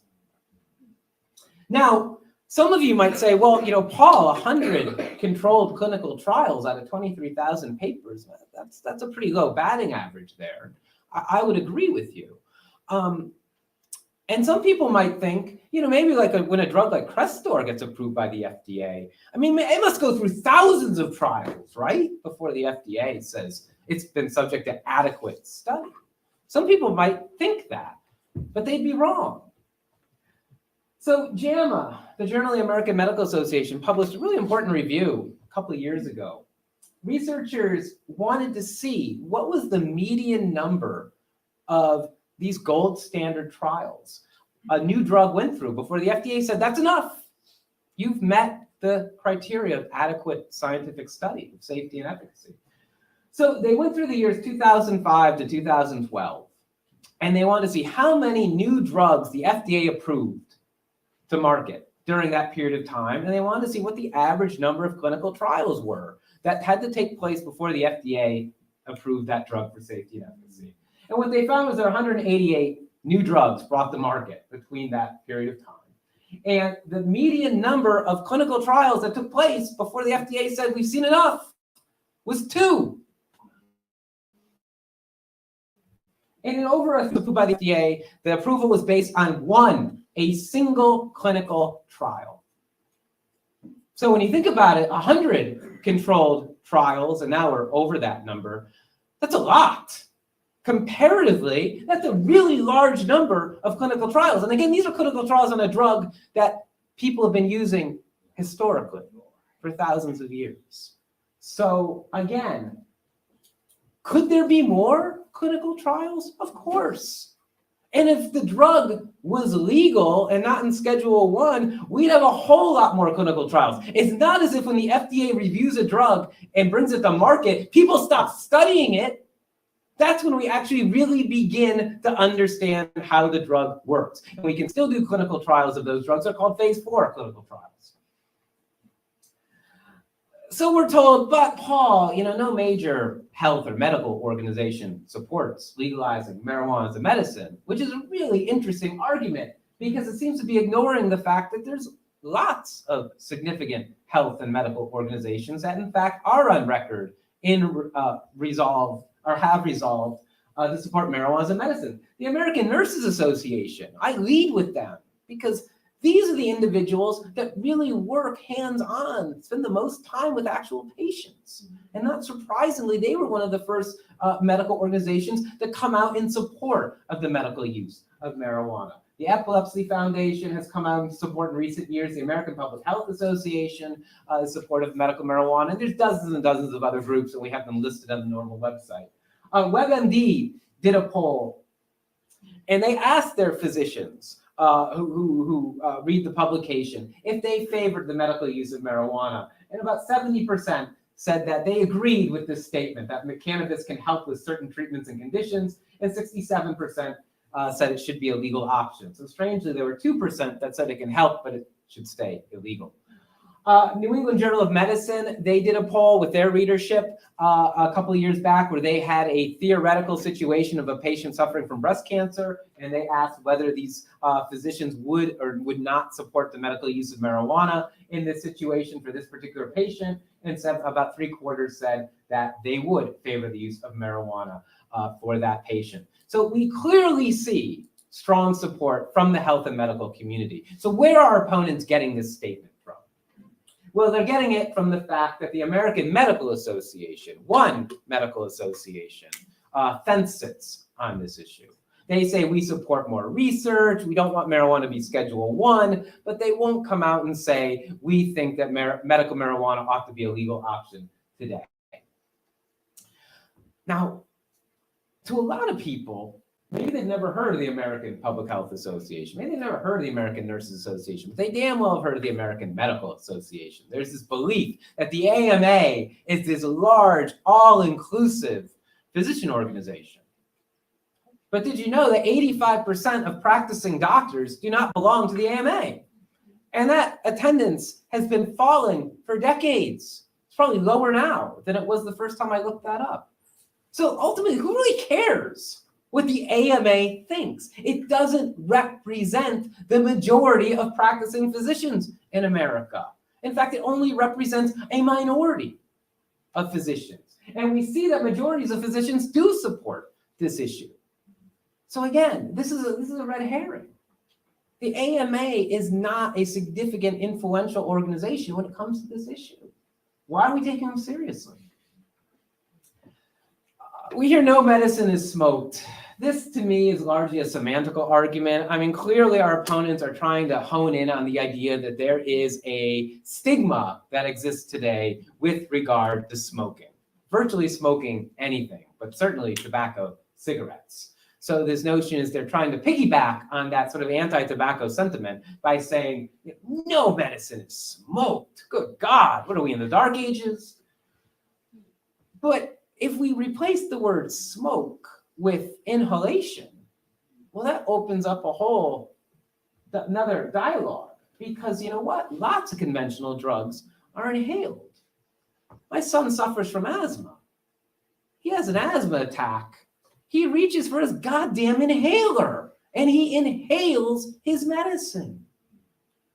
He does that. He uses that route of administration for the very same reason many patients use inhalation as the preferred route of administration for cannabis, because it rapidly gets the drug into the bloodstream, which then triggers a rapid onset of drug effect.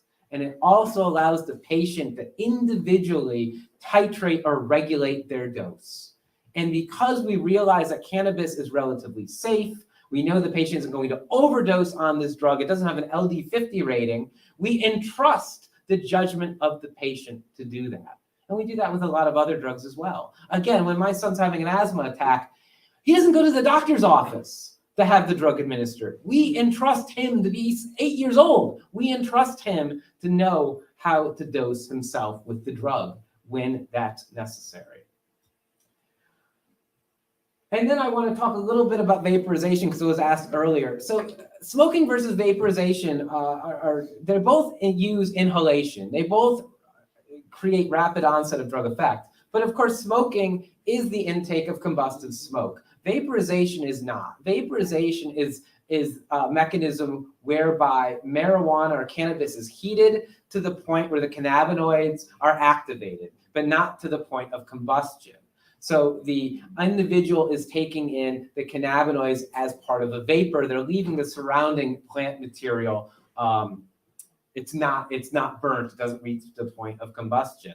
I personally believe it to be not only a safer method of administering cannabis, but a more efficient method of administering cannabis, because I do believe that we see less bioavailability associated with vaporization than we see with certainly oral administration and even smoking. In other words, the notion that we have a higher concentration of cannabinoids in the blood of a subject after vaporization than we see with other alternative methods of ingestion. And because of that, I think it makes sense for vaporization, certainly in instances where people are seeking rapid onset of drug effect. Certainly, as was stated earlier, if people are looking for longer duration or prolonged duration of drug effect, then oral administration poses advantages. And then we're told Marinol is already available. Marinol is synthetic THC. Sometimes it's known as dronabinol. It's FDA approved.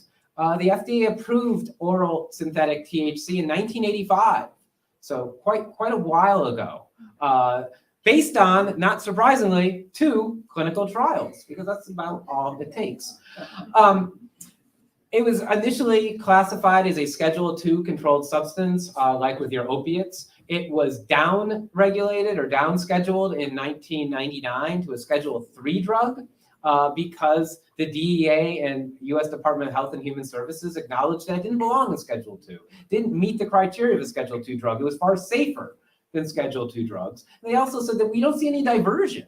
No one's on the black market. No one's on the street corner selling Marinol. So why are we keeping it in this restricted Schedule II? They moved it to Schedule III.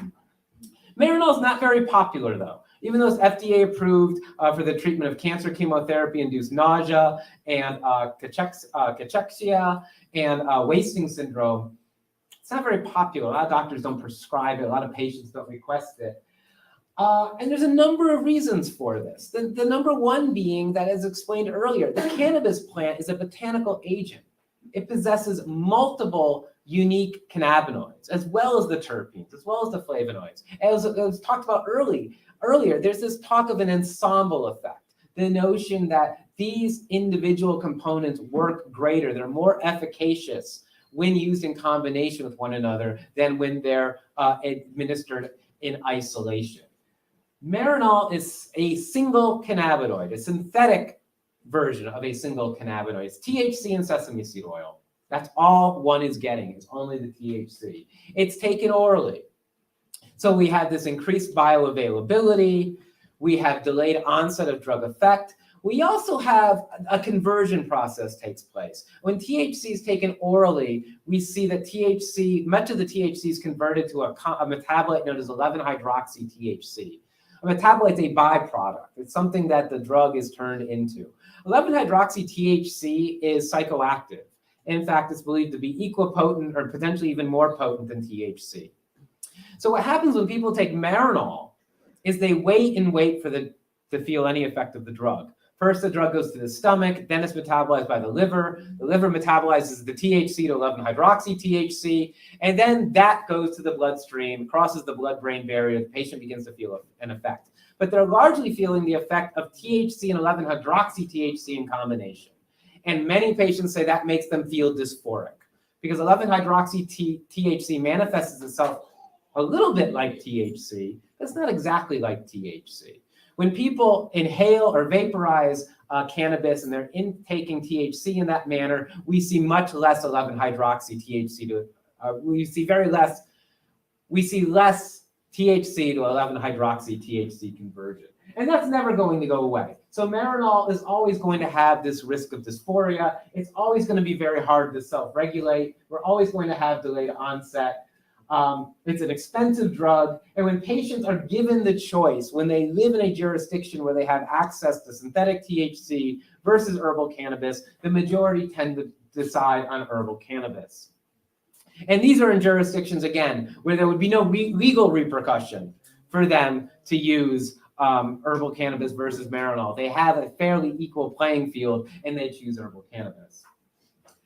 We're told physicians don't prescribe marijuana. I'm not sure why this is such a big deal in some people's minds, but it is true. Physicians don't prescribe marijuana. They're unable to legally prescribe marijuana. As I mentioned earlier, cannabis is a Schedule I controlled substance. A physician cannot prescribe any Schedule I controlled substance. So until marijuana at the federal level is rescheduled, there will be no prescriptions. What physicians do is they recommend. They either orally or they write a statement that attests to the fact that they believe this patient would benefit from the use of medical cannabis. And the federal courts have said that's just fine.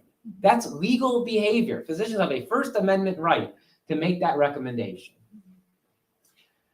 Now, physicians issue recommendations for all kinds of therapies to all kinds of patients all the time. And I don't think we as a society tend to look sideways upon that. The same way some people tend to look sideways upon this notion of they're recommending cannabis, they're not prescribing it, something fishy is here. But again, physicians might recommend acupuncture. Jeffrey talked about earlier some of the wonders that acupuncture can do. Yoga, meditation, herbal supplements. I'm a big herbal supplement taker. I take my fish oil. I was taking krill oil before anybody was even talking about it. Physicians often recommend those sort of treatments. Chiropractic treatment, multi-day vitamins, light therapy, antioxidants are very popular now. These are not prescribed substances. These are activities that physicians often believe, if they have some specialty or training in these areas, that might be beneficial to patients. And patients heed that advice. So there's nothing. So cannabis is just another one of these potentially recommended options. And then finally, we end with this. This notion that cannabis isn't FDA approved. And this is the big hurdle. This was the hurdle in our federal court challenge when we are arguing that cannabis, it would be irrational to keep cannabis as a Schedule I drug. And we said, it certainly seems irrational on the face of it to say cannabis possesses no accepted medical utility in the United States, when in fact 23 states and Washington, D.C. by statute acknowledge the therapeutic utility of cannabis. The federal government said that doesn't matter. The FDA hasn't acknowledged the medical utility of cannabis, therefore it has no accepted use. That was their argument. The judge clearly found that argument to be persuasive. And there was no getting around that. The FDA has not approved cannabis as a medicine. That's true. The FDA, though, and this is my defense of the FDA. I'm not a big FDA basher here. I think they're in a very difficult position. The FDA was not created to make these sort of recommendations with botanical products. Name me a botanical product that's FDA approved. Echinacea, golden seal, valerian wort, fish oil. Oh wait, none of those are FDA approved. That's right. They have an asterisk right on the bottle that says these claims have not been validated by the FDA because the FDA doesn't regulate botanical products. That's not what they do. The FDA was created to review the research and development of patented synthetic conventional new drug products. And when Merck or Eli Lilly or somebody does their R&D on a new drug, they bring their research and development to the FDA, and the FDA reviews it for safety and efficacy, like I talked about earlier.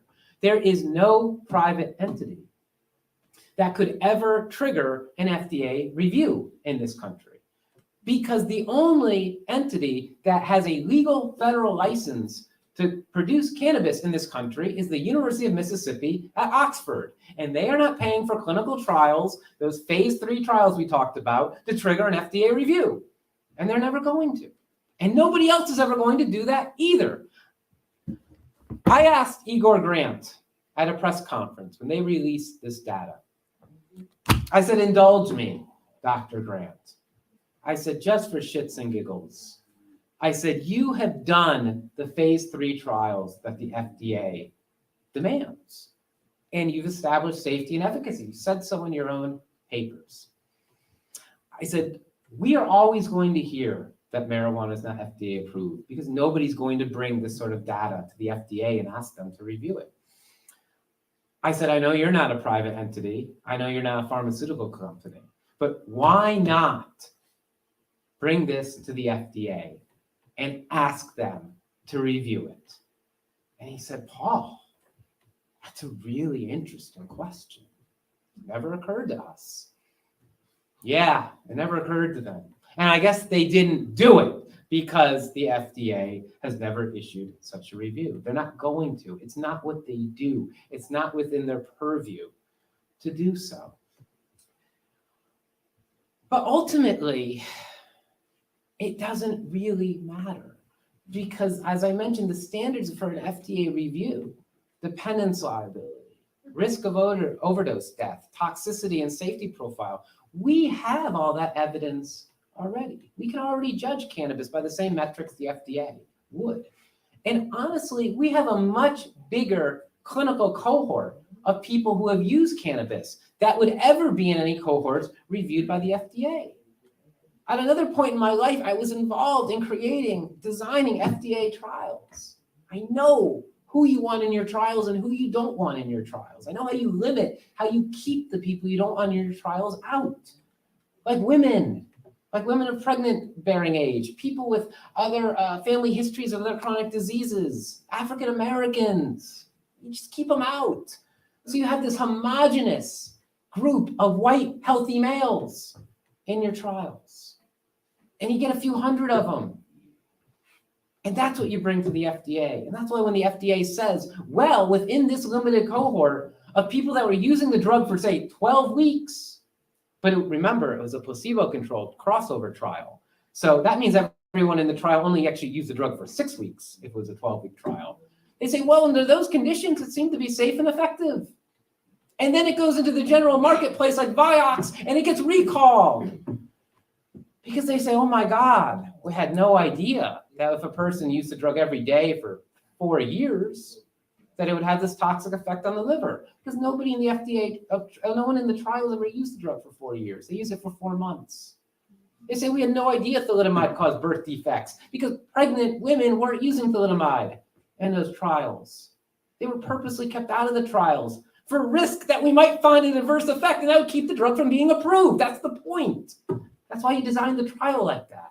You try to increase as best you can your rate of getting approved. So this notion that cannabis hasn't been approved by the FDA, ultimately say, so what?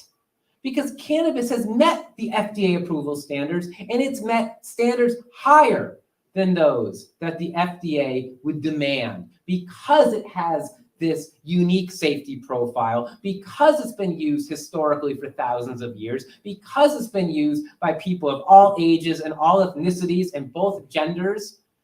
It has met the standards of the FDA. It has surpassed the standards of the FDA.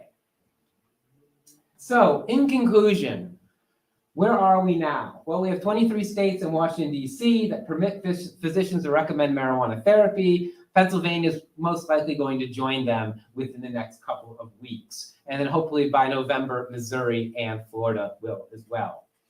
So in some of these states, these state-sanctioned programs have now been in place for nearly 2 decades. 4 states also permit the regulated use and sale of cannabis by adults, and we estimate that there's about 1.5 million Americans authorized to use marijuana for medical purposes. At a minimum, with this body of literature and this body of evidence, we know enough about cannabis as well as the failures of cannabis prohibition to allow people the option to consume a botanical product that is objectively safer than the litany of pharmaceutical and recreational substances it could replace. Here's some of the sources that I rely on. I would encourage folks to download any of these publications, read them for yourself. And that's all I have. I certainly welcome your questions if you have them.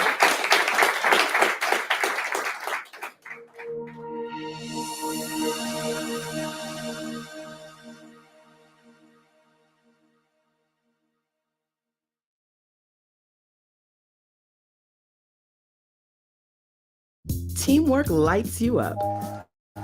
With Asana, many hands coordinate across many different types of teams, keeping tiny tasks and big light bulb moments on track and on time, so your team can light up the world.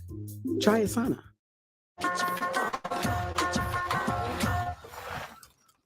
Again? Try something different.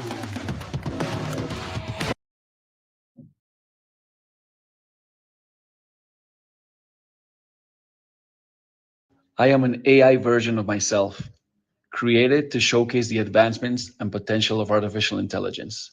Today, I stand before you to talk about a fascinating aspect of AI and the creation of digital avatars.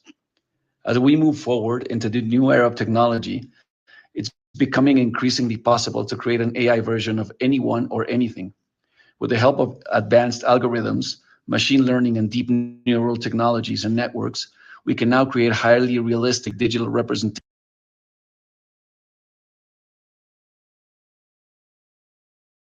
No, 3, 2, 1.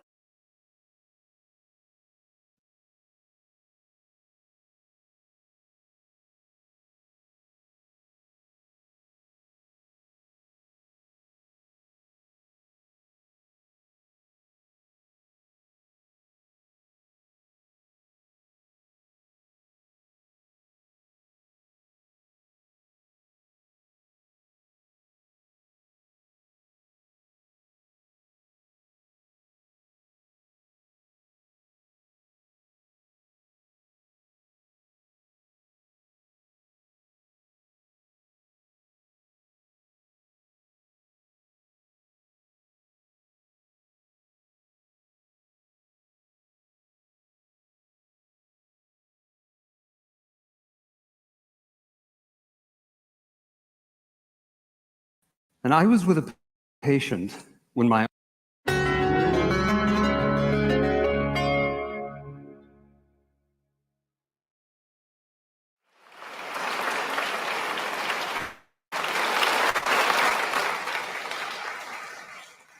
The morning of February 12th, 2012 started off pretty normally in my busy medical office in Denver with phones ringing, patient consultations, business as usual. And I was with a patient when my office manager, Joyce, knocked door. That was unusual. Joyce never knocked on my door when I was with a patient. "There's a call for you," she said. "You handle it," I said, a little irritated. "No, this is a call you need to take," she said. That call would change my life and the lives of my patients from then on. Gentleman from McCracken. Mr. Speaker, I move you, sir. Mr. Speaker, I withdraw my motion there, and I would like to introduce the Clerk of the Senate.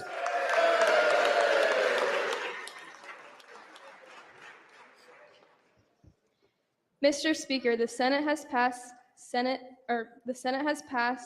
Concurrent Resolution 244 and respectfully requests concurrence of this honorable body.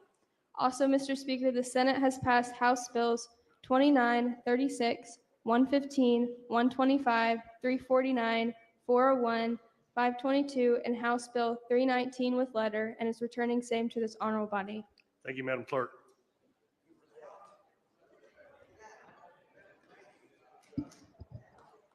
Gentleman from McCracken. Mr. Speaker, I now move you, sir, that Senate Bills 96, 47, 263, 282, and 268 be taken from the committee on.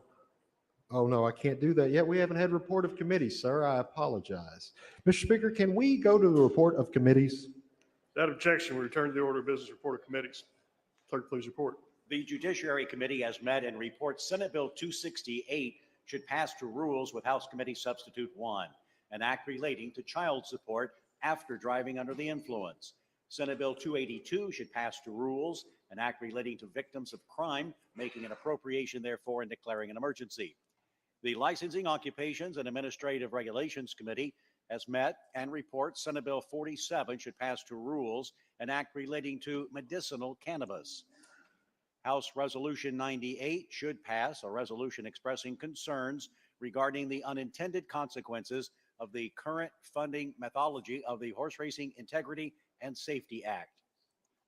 The Natural Resources and Energy Committee has met and reports Senate Bill 263 should pass to rules, an act relating to the regionalization of public water and wastewater systems. The Transportation Committee reports Senate Bill 96 should pass to rules with House Committee Substitute 1, and an act relating to motor vehicle racing. And House Resolution 93 should pass, a resolution requesting the Transportation Cabinet to study the benefits of increased use of recycled asphalt. Thank you, Mr. Clerk. General McCracken. Mr. Speaker, have the House stand at ease while I file some really good amendments here. House stand at ease.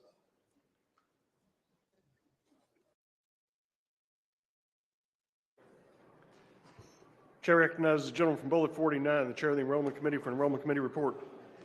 Thank you, Mr. Speaker. The Enrollment Committee has met and found the following bills to be in order and ready for your signature.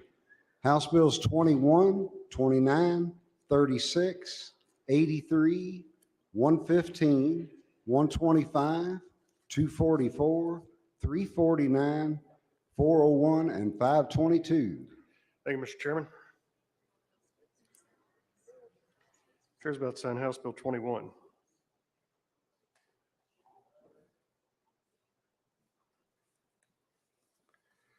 Chair's about to sign House Bill 29.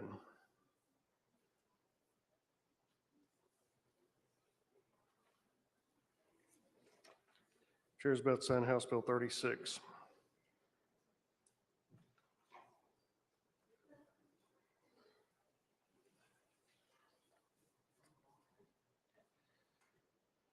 Chair's about to sign House Bill 83.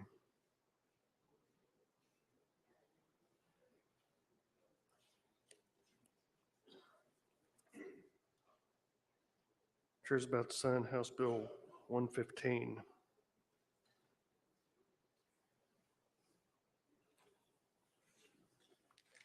Chair's about to sign House Bill 125.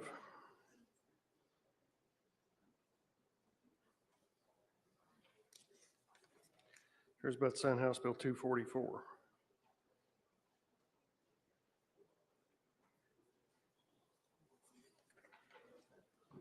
Chair's about to sign House Bill 349.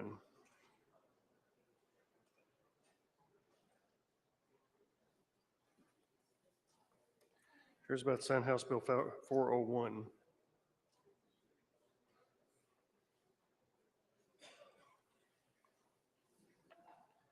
Chair's about to sign House Bill 522.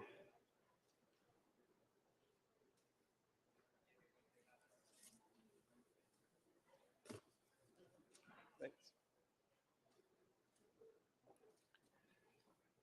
Gentleman from McCracken. Mr. Speaker, I move you, sir, that Senate Bills 96, 47, 263, 282, and 268 be taken from the Committee on Rules and placed in the orders of the day for action today. Without objection, so ordered. Gentleman from McCracken. Mr. Speaker, I move you, sir, that House Resolutions 93 and 98 be brought to the House floor. Without objection, so ordered. Gentleman from McCracken. Mr. Speaker, I move you, sir, that House Bill 319 with Senate amendments attached thereto be placed, taken from the Rules Committee and placed in the orders of the day for concurrence or non-concurrence. Without objection, so ordered. Gentleman from McCracken. Mr. Speaker, are we back in the orders of the day? We are returning to the orders of the day. Mr. Speaker, I move you, sir, that Senate Bill 47 be taken from its place in the orders of the day, read for a third time by title and sponsor only, and placed upon its passage. Motion is made and seconded that Senate Bill 47 be taken from its place in the orders of the day, read for the third time by title and sponsor only, and placed upon its passage. Clerk, please report. Senate Bill 47, an act relating to medicinal cannabis. Senator West. Gentleman from McCracken. Mr. Speaker, I yield to the gentleman from Jefferson, 33, for explanation of the Senate bill and motion thereon. Chair recognizes the gentleman from Jefferson, 33, for explanation of the bill and a motion thereon. Thank you, Mr. Speaker. We have been here before, and we've been through a lot of provisions of this bill, but I want to highlight a number of things. First of all, I want to note that this is a no smoke bill, no self-grow. and it takes a bona fide relationship between the client, the patient, and the doctor or the nurse practitioner. Has to have an insight visit for the first visit, and after that, it can be telehealth like we do with other situations. If a doctor or a nurse practitioner is going to be in this and making recommendations, they have to request authorization to do so by the Kentucky Board of Medical Licensure and the Kentucky Board of Nursing. So not just every person who's a doc or a nurse practitioner can do this. They have to have follow-up care, and they have to have continuing education. Also, no doctor can be involved in owning a business that is involved in this medical cannabis situation. They can't be a cultivator, they can't be a safety tester, they can't be a processor or a dispensary. What else does it do, Mr. Speaker? What it does is it sets up 4 categories of businesses. It says, first of all, that we're going to have licensed Kentucky cultivators. Has to be grown indoors. That's the growers. Has to be grown indoors, and they're licensed in Kentucky. Have to be approved and so forth by the Cabinet for Health and Family Services. Also, there has to be a licensed Kentucky processor. So they take the materials and they make the product, and that has to be also licensed. It has to go through the proper protocols to make sure that they're approved. They have to be properly capitalized. They have to have background checks and so forth and so on. Also, the same is true with the licensed Kentucky dispensaries. All these folks have to be approved by the Cabinet for Health and Family Services. There's also a 4th one, and that is the safety compliance facility, and there can be no ownership that is the same from one of the processors or the dispensaries and the safety testers. We want to make sure that that is kept separate. All of the time, every time that someone has access to this, the medical cannabis, it is logged in Casper. Casper obviously is one that a system that we trust, that we put medications through, and so who has access to that obviously are the regulating bodies and law enforcement to make sure that everyone is operating as they ought to. Law enforcement, one of the things I like to say is that these facilities are, the lights are bright and the cops have the keys. Law enforcement can at any time go into these facilities. In most facilities, if you have a business, they have to have a search warrant or a reason to go in. In this facility, if you are getting a license, you waive that right just like you do if you have a liquor license in Kentucky. So law enforcement can come in at any time and check all your books, check all your products. They can even check the personal effects of the tellers if they're there. So they have full authority to make sure that everyone is doing what they need to be doing. Minors cannot go into the dispensaries. With respect to minors, though, they have to have a caregiver, a parent or legal guardian, have access to this medication. For them, no child can possess, no child can purchase. Obviously, they can't even go into the dispensaries. And so if they are being given this medication, it has to be from a caregiver, a parent or a legal guardian. And if the child is going to have access to this, not only does their own doctor, who they have to have a bona fide relationship, has to approve it, it has to be a secondary doctor as well to make sure when we're talking about our children that we really get it. We have more steps to make sure that we get it right and that we protect everything. There is a local opt-out, and so if a particular county doesn't want this in their counties, the fiscal court can vote to opt out that particular area. There are very limited conditions, 5 conditions, and the conditions can be increased by the Kentucky Center for Cannabis, which is what this body and the Senate passed last year with the lady from Kenton and her bill to study the product. And so if they have a study that shows that it might help Parkinson's or Crohn's disease or whatever, then they can add that condition, that qualifying condition.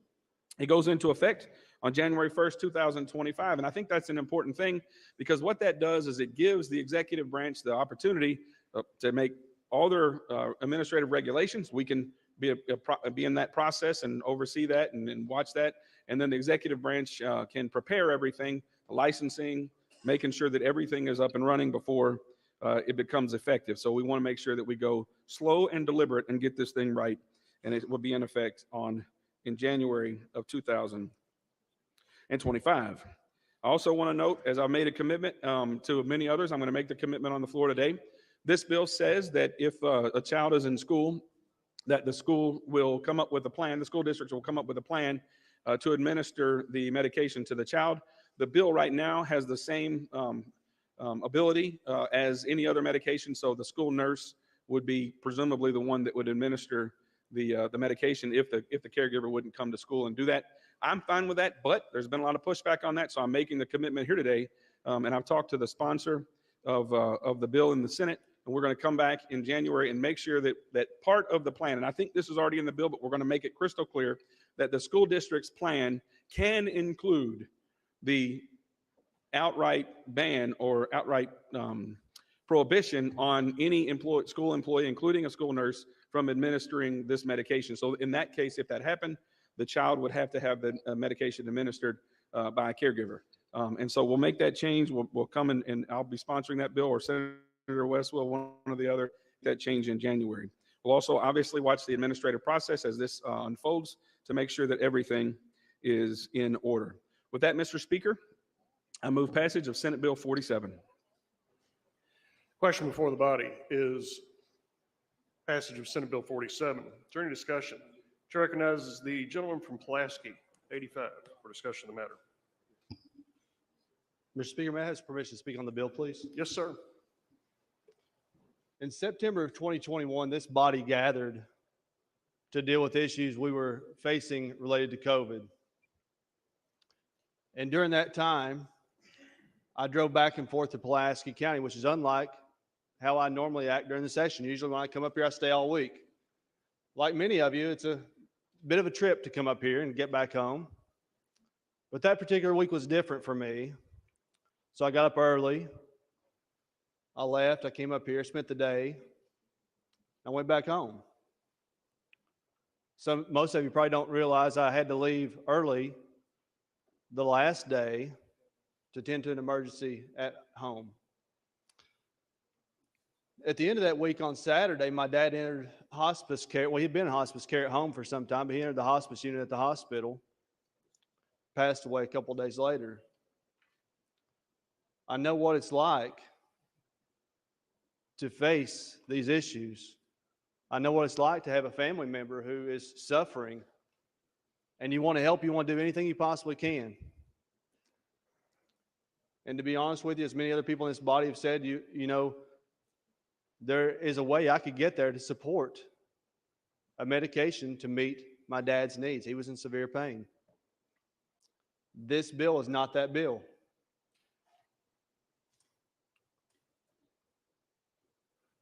Over the last few weeks, I've spoken to some of my constituents, and the last few days I've talked to some of our House members.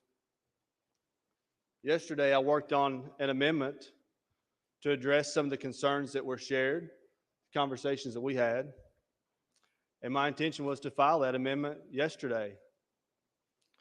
I had no idea it would be such a short day. Like many of you, I expect it to be a long day. So I didn't get to file that amendment till this morning. I'll tell you some of the things I addressed in this bill, or in the amendment. It's based on concerns that constituents had, other members had, some of the emails I've received.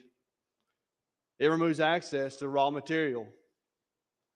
You know, as the gentleman from Jefferson 33 stated, this is not intended to be smoked. Well, once you get that raw material in your hands, once you get it home, there's nothing that's going to keep you from doing that. Nothing. The only safeguard we have is to put that in place to make sure that you just can't get it. The qualifying medical conditions on this bill are quite broad. The gentleman said there's 5 of them, but it does a lot of different things. One of them, it says any form of cancer, any stage. Basal cell or squamous cell carcinoma, something that's a very simple procedure, would in essence qualify to have medical marijuana under this bill.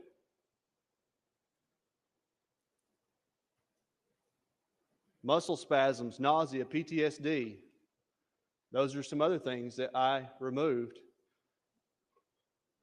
in the amendment. Another thing that it does in the amendment, I appreciate and respect the work from the lady from Kenton on the Kentucky Center for Cannabis. But truly, I believe if we're going to expand the use of this product, of this drug, to the people of Kentucky, this body needs to come back and vote on it. rather than having an unelected body to expand it to any condition they so desire.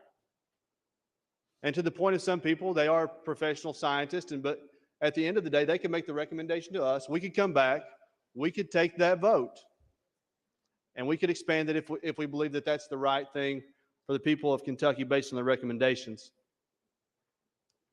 A number of years before I arrived here in Frankfort, the people of this body, those who preceded us, they voted to limit the number of days of certain opioids and addictive drugs that you could have. They limited it to 3 days. This amendment would do the same thing. One of the big concerns that is in this bill is about the ability to vape the product.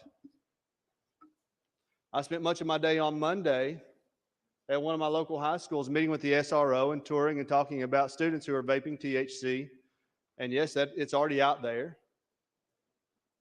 But do we really want to make it more readily available? We know that the biggest access point for young people with drugs today is not probably online or down the street. It's in mom and dad's medicine cabinet. We want to ensure that this product is not vaped, so we remove that in this amendment. Another thing that was addressed at the school I visited the other day, and some concerns I've heard today specifically even more, and the gentleman said that he's willing to address it next year. Let's not wait till next year, let's do it now.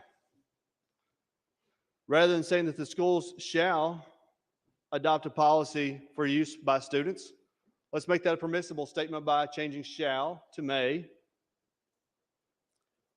and reiterate that no student can carry it on their person. These are simple things. Honestly, it makes a bad bill better. It doesn't make it a perfect bill. With that said, Mr. Speaker, I would make a motion for suspension of the rules to call House Floor Amendment 1, and I would ask for a roll call. Motion of the gentleman from Pulaski is for suspension of the rules for the purpose of allowing House Bill or House Floor Amendment 1 to be considered on Senate Bill 47. Motion to suspend the rules is non-debatable, requires a constitutional majority of 51. Roll call machine is open for your vote. Those in favor of suspension of the rules, vote aye.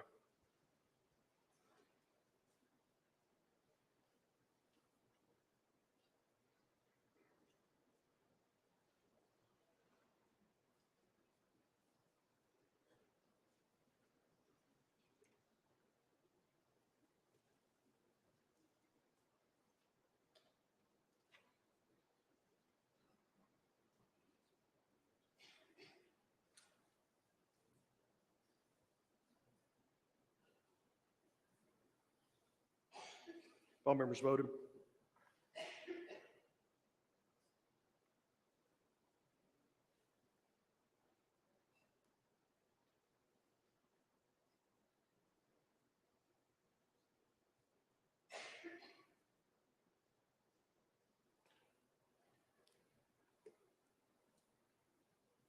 Clerk will take the roll. In 39 members voting aye, suspension of the rules falls short of the 51 vote threshold. Gentleman from Pulaski, the floor is still yours. Thank you, Mr. Speaker. I have no doubt in my mind that this bill is going to pass today.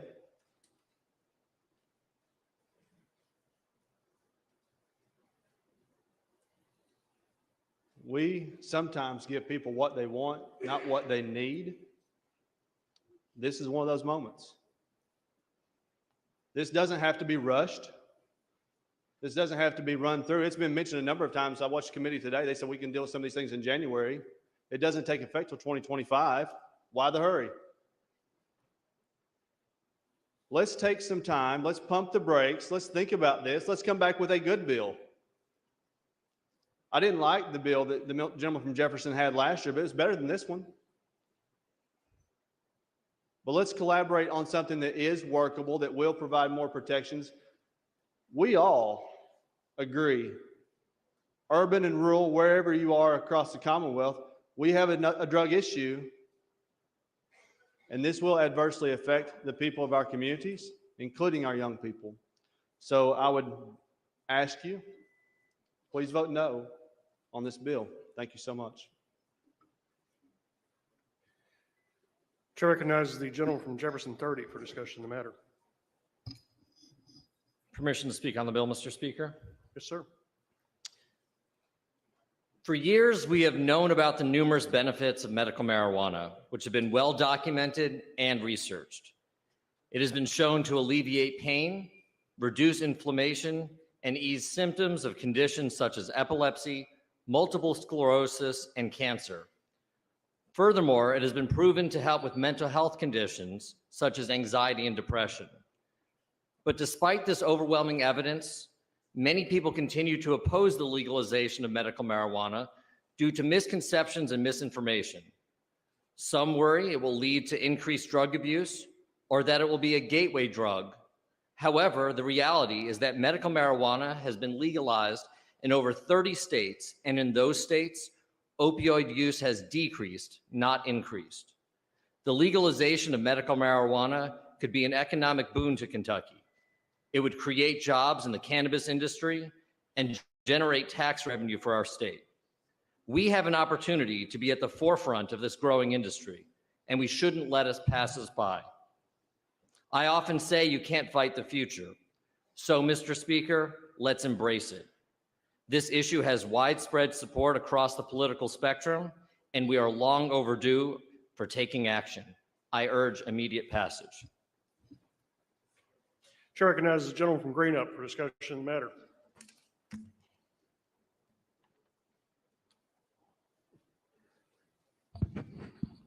Thank you, Mr. Speaker. I'd like to speak on the bill. Yes, sir. Most people know that I've been a community pharmacist for 50 years.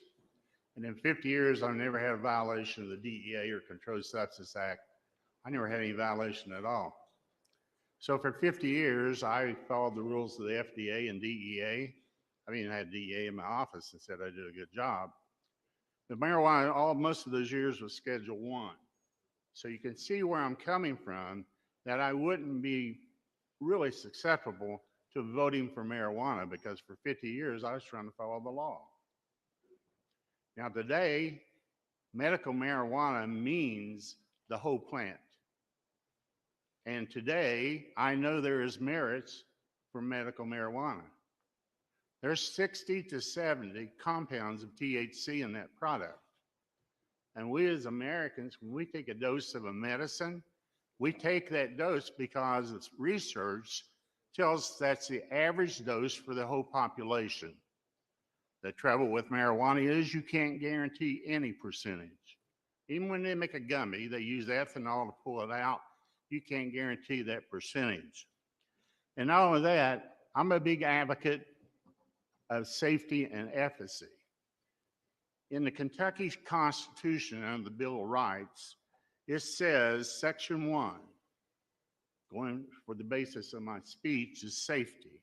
It says the rights of life, liberty, and worship, and the pursuit of safety and happiness and free speech. So that Constitution we took a vow to means something to me. And I read that and I said, I got to be in the pursuit of safety, not only for myself, but the constituents that I represent, and for everybody in the state of Kentucky. You know, when I used to teach microbiology, and we first discovered Streptococcus pyogenes, it's one that gives you the sore throat. We found out it produced an enzyme that would dissolve a blood clot. And for many years, when somebody would have a clot in their brain, they would give them that, it's cheap enough, and it would dissolve that clot. Now, the first people said a bacteria doesn't have any merits. But like I'm telling you, medical marijuana does have merits. But the problem is, the reality is, we don't have sufficient scientific evidence that marijuana has all that evidence to support all these claims. We talk about Parkinson's, but most people don't even know which part of the brain is deteriorating in Parkinson's, and that Parkinson's disease always goes forward in areas reversed. But there's not enough there's insufficient scientific evidence that marijuana is even an effective pain relieving agent, or that it is, the magic word again, safe and effective as a medication. Now, that is why in 2020, I filed in this honorable body, and they passed overwhelmingly, House Concurrent Resolution 5. And that called for the additional research into the potential medicinal properties of marijuana, and it advocated for the FDA to ensure timely research. Now, the lady from Kenton 64, and I co-sponsored the Bill 590, set up a research center at UK. We are amazed at how fast it grew and how they're getting money into it and what they're coming out with. And Dr. Marsh and I served on the Opioid Trust Fund together, and it's amazing what UK is coming up with. So amazing that 2 days ago, a personal friend of mine is president of the Senate in Utah, said, if Kentucky can do it, we can do it. And they followed our example in Utah and started a research center. So thank you, lady from Kenton. Good idea. And Oklahoma passed bills wanting to know what potency of THC is. So our UK Research Center is very valuable and should be asked a lot of these questions that we have here today. But in that resolution, this honorable body acknowledged that though a majority of states had enacted a so-called medical marijuana, the decisions of those states have been political decisions that lacked a careful scientific evaluation of the benefits and the risk of marijuana's use. But this honorable body resolved that we would take the higher ground of developing evidence-based policies regarding medical marijuana, safety, the magic word again, and efficacy. And now we got other states following us. Now, today, each of us is being asked to decide whether or not to forsake that pledge, if you'll be able to afford it. Personally, I want to say it again. Marijuana has merits. It has merits. I'm not against medical marijuana. I'm for safety and efficacy.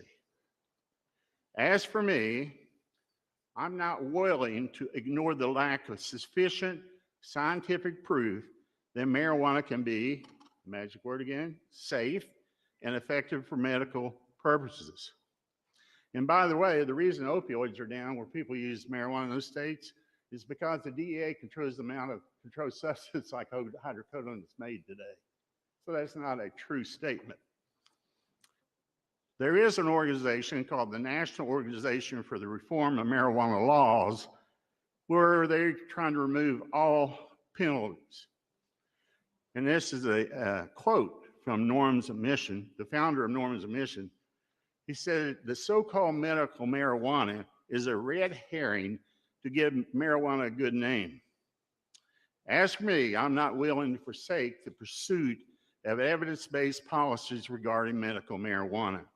Safety again.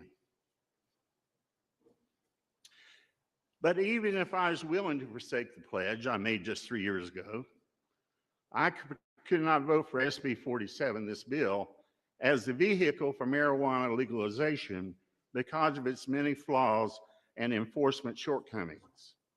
One, in the committee sub in the Senate, they removed pharmacy altogether. Not because that's my vocation, not because I practiced 50 years, but let me read you something. Senate Bill 47 fails to include the pharmacists altogether. If proponents of this legislation want to treat cannabis as medicine, then they need to ensure patients receive the same standard of care, which means safety again, that they would expect when initiating taking traditional medications. You mothers, when you give your child amoxicillin, how you know that dose is right, okay? By excluding the role of the pharmacist, the medication expert, SB 47 circumvents safety measures, the magic word again, that are in place in today's healthcare system and will lead to unintended consequences. You know, that was one of the first two words I ever learned when I came here. I sat over there beside Mr. King, and they kept always saying we had unintended consequences on every bill we passed. But there is unintended consequences if we don't put the pharmacists back in this program, and soon. Among the most alarming flaws of SB 47, and I found about 52 items. I have read the bill probably 7 times. There's 124 pages. I worked all last week on it while we were off. Among the most alarming flaws of it is the legalization of marijuana for children and the requirement that it use be allowed on the campuses of the Commonwealth's elementary and secondary schools. Now, here's the bill, and if you want to follow with me with the one you have, I only got about 5 or 6 examples because I have 52 I could use. Page 18, line 20 through 24. Says this includes preparing raw plant material or brewing tea. Now, medical marijuana, as I told you before, is the whole plant. So on the street, what do they smoke? Raw plant? Yes or no? Yes. Okay. So that's on page 18. It is the whole plant. Page 15. No minimum age, lines 22 through 26. It says a registered qualified patient who is under 18 years of age shall not be permitted to possess, purchase. So there they're saying there is no minimum age going that way, down. So an infant could get it, the way that's written. Page 25, at the top of the page, it states his or her status as a cardholder, unless failing to do so would violate federal law or regulations and cause the school to lose a monetary or licensing related benefit under federal law or regulations. Sound familiar? So, and then lines 6 through 12 requires the use at primary and secondary schools. Religious schools are required by that line 3, if they get federal money, to uphold this law, and private schools. Let me go on. Page 26.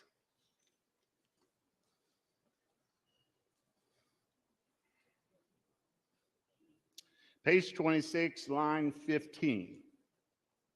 You want to look it up? Under B, it says diagnose the patient or a confirmed diagnosis provided by another healthcare provider with a medical condition for which the medicinal cannabis practitioner believes that the patient may receive therapeutic or palliative benefit. No safety,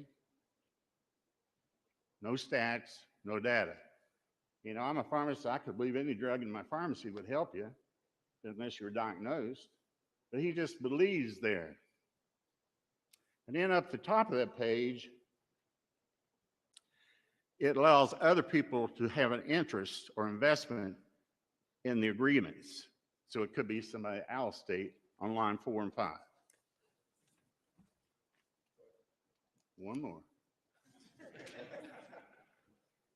And of course, it was brought up about vapor. Vapor is on page 54, lines 6 through 9. Okay, so I won't read that one to you. I got one more page. If my fingers work. Okay. Now on page 38, we're talking about the cabinet, what they can do. 3 times it says the cabinet may deny. Don't say shall deny, may deny on enforcement.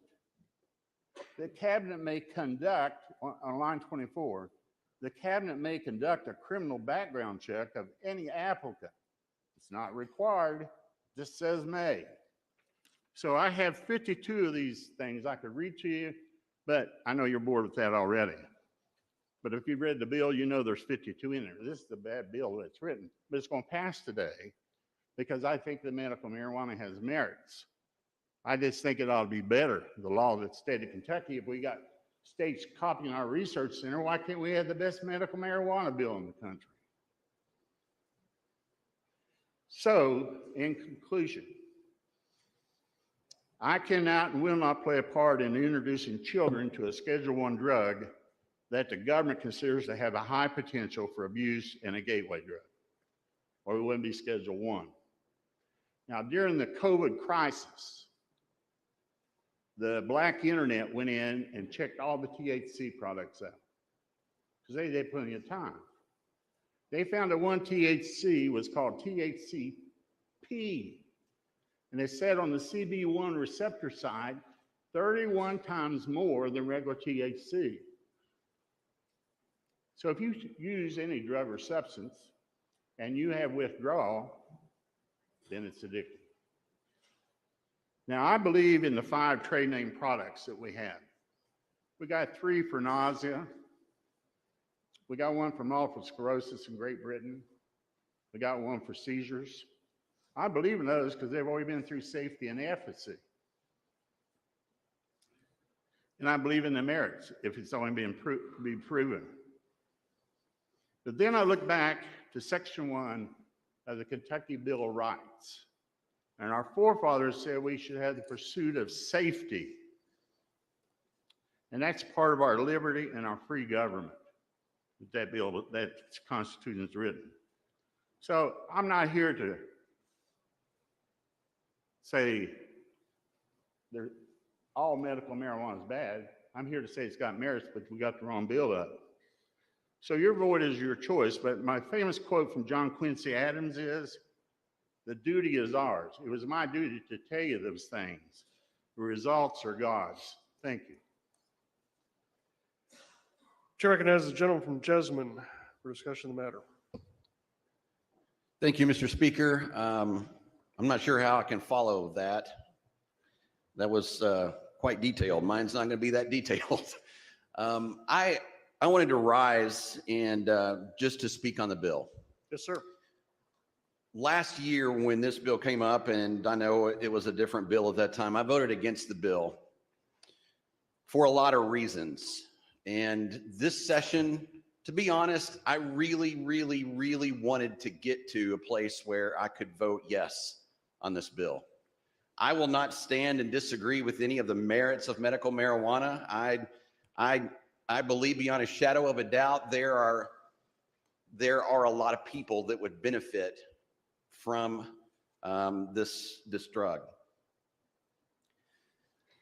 I'm of the same opinion that probably all the people in this room would be. If we took a poll and we said, are you in favor of medical marijuana, like a lot of the polls and the public polls have been doing, and so we get to cite, well, 80% of the people support it. Well, if you ask me a poll in that sense and said, are you in support of medical marijuana? I would say yes, because I can see the merits. And I think the people here that will vote no on this bill, there's no one here that's going to say, I don't want to help sick people. I don't think it's going to help sick people. At least I wouldn't. I was very much hoping that the amendment would have been called and passed, because with that amendment, Mr. Speaker, I would be able to vote yes on this bill today.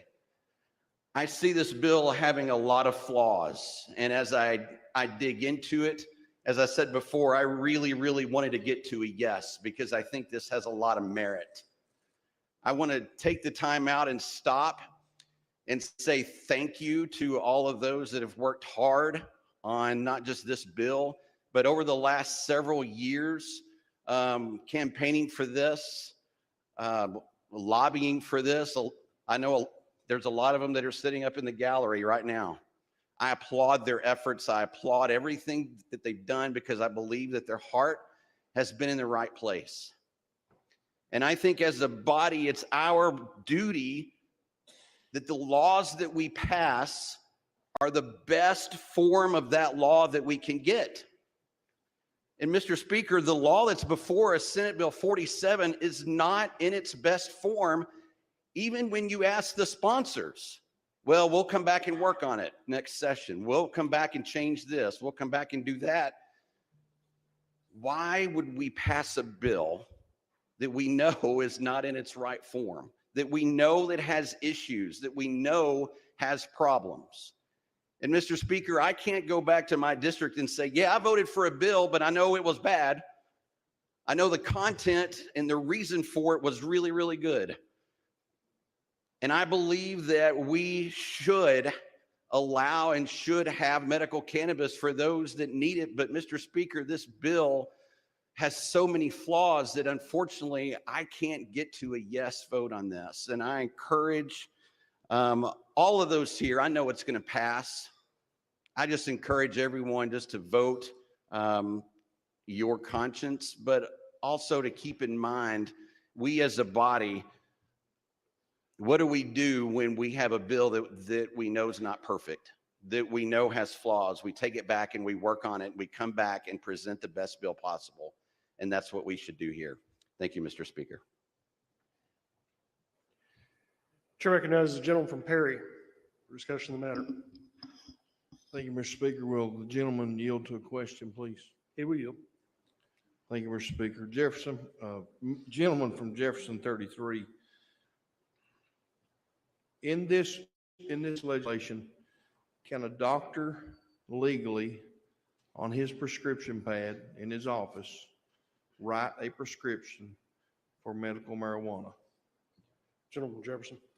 A physician in Kentucky, and if we pass this in the 37 states that already have, can make a recommendation. So yes, it has to come from the physician, but I don't want to be cute. To answer the question directly, a physician in any state, even the 37, cannot prescribe medical marijuana. Gentleman from Perry. Thank you, Mr. Speaker. And the correct answer is no, he cannot prescribe in Kentucky on a prescription pad, because if he did, he would lose his DEA privileges to prescribe other medications. Will he yield to another question, please? He will yield. Gentlemen, is there vaping? Gentleman from Jefferson. So vaping is illegal for anyone under person 20 to vape. But under 21, there's no vaping and there's no smoking, no matter what the age. Gentleman from Perry. Thank you, Mr. Speaker. Thank you, gentleman from Jefferson. So one of the first things you said was it's a no smoke bill. I don't know what the difference is between smoking and vaping, but I know you breathe stuff in and you blow smoke out. So I would think that this is a smoking bill, even though it's considered vaping in correct terminology, I guess. Can I speak on the bill, Mr. Speaker? Yes, sir. So all of you know that I spent 22 years with the Kentucky State Police. The last 9.5 years I spent as a narcotics detective for the High Intensity Drug Trafficking Area Task Force, which was a federally funded drug task force in the United States. I was part of that task force, mostly worked in East Kentucky and worked up into Detroit, Michigan, Dayton, Ohio, and different parts of Eastern United States. During that time, we had a lot of pills back in then, prescription medications, Oxycontin. Oxycontin was a prescription pill that decimated a lot of East Kentucky and other rural areas. But when they took that pill, it was a time release pill. And if they took it right, it released medication to cancer patients. It released medication over a time period. But what they figured out was that they would take and they'd scrape the coating off of that Oxycontin pill, and they would melt it down in water, and then they would either shoot it or snort it. and they bypassed what they were supposed to do. In this bill, when you have raw material that's going to be dispensed from a dispensary, the potential and likelihood of people smoking the raw material is almost guaranteed.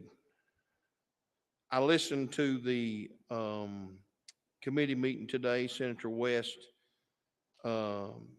made a comment that he wanted to get the best pharmaceutical grade marijuana that they could be. I don't know what the definition of pharmaceutical grade marijuana is, because pharmacists, even though they're taken out of this bill, and they should be in the bill just for policing, I guess, the administering of marijuana, but a pharmacist can't legally prescribe or dispense medical marijuana, because again, they are licensed under the DEA and they would lose their licensure if they did. There's also questions of how do you pay for medical marijuana? Who sets the price for medical marijuana? Who decides how much it is an ounce? Who decides how much that a person can take home? On all prescription medications or Schedule IIs, there's a 3-day supply limit that most of us voted for a few years ago. That's not on this bill. It's a 30-day limit. We passed a legislation yesterday that we said protected kids from being mutilated and cut on when they were young. But yet we're putting medical marijuana in the form of being vaped when they have the potential of getting that, the children have a potential of getting that in the vape form and using it. All across Kentucky, check with the schools. I had a young man that had an issue at our church in a church van with a vape, because that is available, and it's going to be more available now with this medical marijuana. Ask most law enforcement officers, not in Kentucky. You can ask our guys here in Kentucky, what do you think about medical marijuana? And if they were not bound by political forces that don't want the real answer out there, they would, most of them, tell you they're not for medical marijuana, because at the core basis, and listen, I worked in the drug world for 10 years. I know that marijuana and alcohol are the leading gateway drugs. You can say what you want to. I've seen teenagers' bedrooms with marijuana leaves written all over the sides of them and all that stuff. I know it's a gateway drug. Our kids begin taking that and just playing around with it at a young age.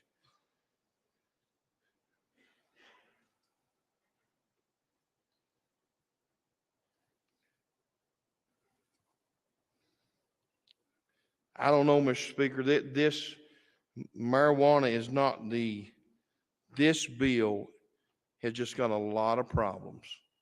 The policing of the dispensaries is going to be placed on the Cabinet for Health and Family Services. So when a dispensary is not doing what they're supposed to do, a social worker or somebody with the Cabinet for Health and Family Services is going to go to this dispensary and say, hey, we've been getting complaints on you that you've been giving too much out or you've been selling too much. And the Cabinet for Health and Family Services, rather than ABC, state police, are going to go investigate this. And then when they find there's something wrong, then they'll call the police, and the police has to come and file criminal charges. There's a lot of problems with this bill. A lot of problems. Gentleman from Pulaski, his amendment would have fixed a lot of these problems. And we've been told, oh, we'll fix that next year.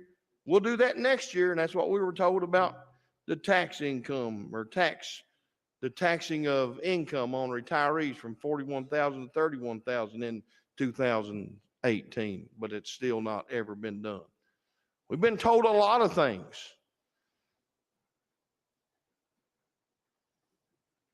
Marijuana cannot be controlled. The THC level cannot be controlled. Every plant's different.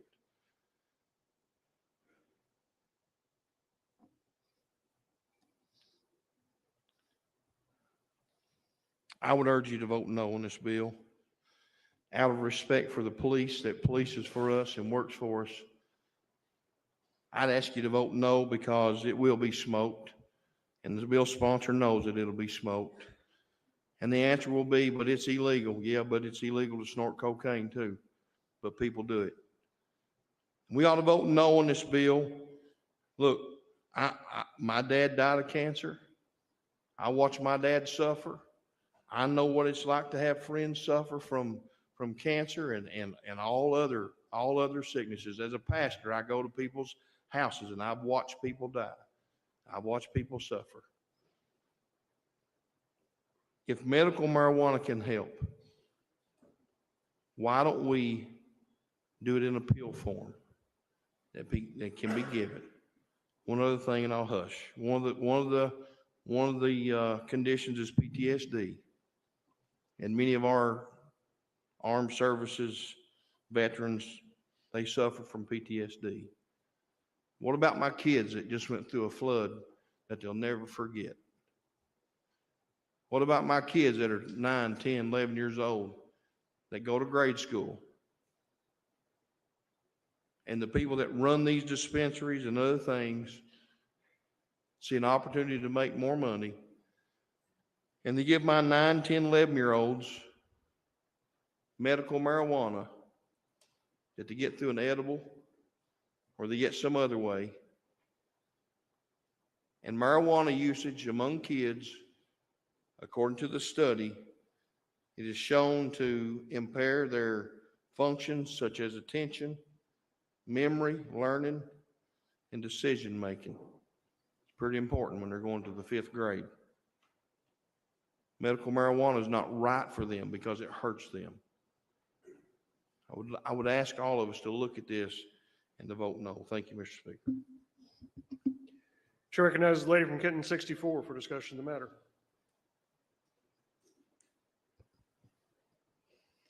Thank you, Mr. Speaker. I'd like to speak on the bill. Yes, ma'am. Thank you, Mr. Speaker. My name has been invoked a few times here on the floor, so thank you, everyone, for the confidence in the research center that this honorable body passed unanimously last year. House Bill 604 established the Kentucky Center for Cannabis Research, and that center is actually yielding positive results and will likely have developed indications, formulations, and dosable protocols before the implementation of this bill. Researchers and medical professionals should be those individuals tasked with developing medicines, not legislators.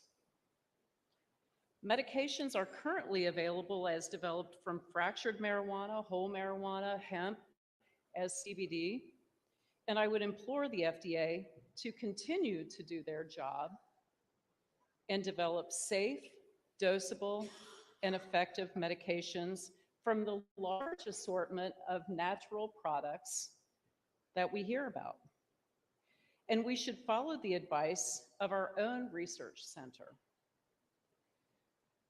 Just as a reminder, in Kentucky, we don't tax medications, and so this is not a revenue generator. What we're doing is creating a giant taxpayer-funded government bureaucracy around one drug. To all who are concerned about big pharma, big tobacco, and other corporate investors, rest assured and make no mistake, they are heavily invested. Farmers are excluded, vaping is allowed, and there are no safeguards for kids in this bill. I'm just uncomfortable voting for something and passing a bill that requires an implementation date of January 2025. We have an opportunity to pay attention to the research process that we have underway and to get this right. I just want to make sure that everyone understands what we're passing into law today. My mother died of cancer. My father-in-law died of cancer. My brother-in-law died of cancer. I have 2 sisters with cancer. And we all are in favor of helping Kentuckians. We all want patients to get the care that they need. And this issue polls extremely well. But it depends on how you ask the question. So the devil is in the details. And I would implore everyone to take a pause, let the research center do their work, and vote no today. Thank you, Mr. Speaker. Chair recognizes the gentleman from Jefferson 46.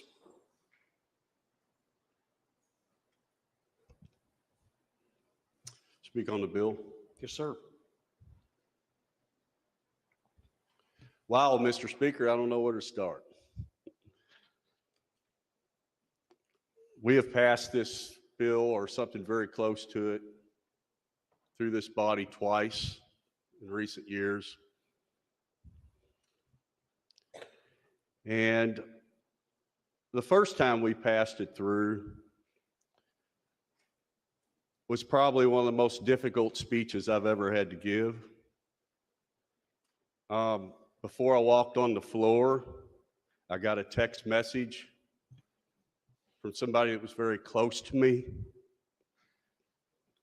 And he was my mentor as a amputee. And the reason why that was so emotional is because he introduced me to disabled golf, amputee golf.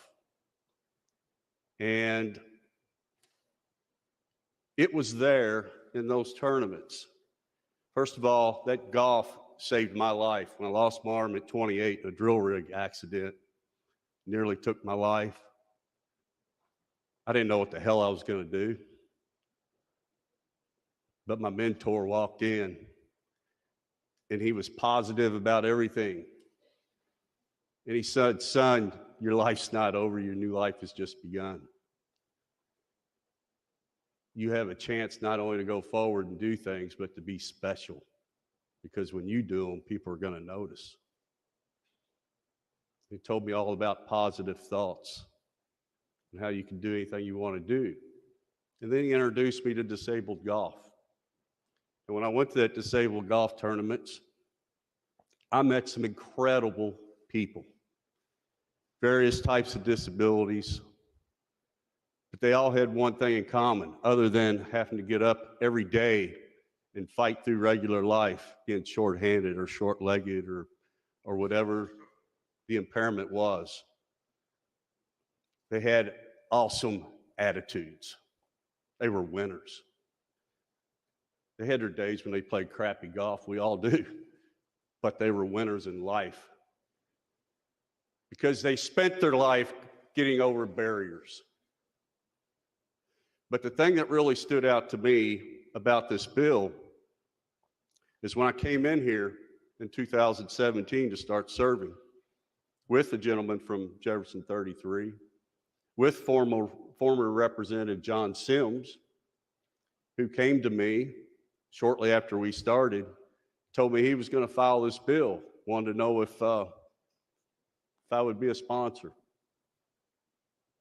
And I said, "John, I don't know much about it, but I know this. I've seen a lot of people get a lot of help out of this thing." Because in the 1990s, when we were playing in those golf tournaments, we had something else in common, a lot of us, especially the amputees, brachial-plexus. It's like a nerve injury. We all had these little pill bottles in our golf bags that helped us be able to compete. Our real medicine was golf. That was our medicine, and each other. Because when we got together and we reminisced about everything we have to deal with in life. And you learn from each other. It was like a fraternity, a family. But then as time started going on, few of the members started disappearing. FDA approved pills prescribed to my friends that were killed. It was the worst American medical mistake in my lifetime I've ever seen. And we're still fighting it in every community across this country. And I'm talking about opioid addiction. I'm talking about Oxycontin, oxycodone, hydrocodone, whatever you want to call it. Luckily for me, I had those pills in my bag, and I didn't have the phantom pain, the nerve pain that a lot of my competitors and friends had. I do have it. I did have it. But I didn't have to take those pills. They were there. And we heard some incredibly horrible stories about people that, man, they were normal people. But why did they go do some of the things that they did? Can't understand it. But then about 7, 8, 9 years later, earlier 2000s, mid 2000s, we lost people, but we started seeing some of those people come back. Well, the reason they came back was they were on medical cannabis programs in their states. It was another option for them to deal with what they were dealing with. I don't know the details of the bills in those states and the programs, but sometimes you have to take a step back and use some common sense. I mean, if we're going to go to hell in a handbasket in this state if we pass this bill, don't you think we'd already seen this in 37 other states?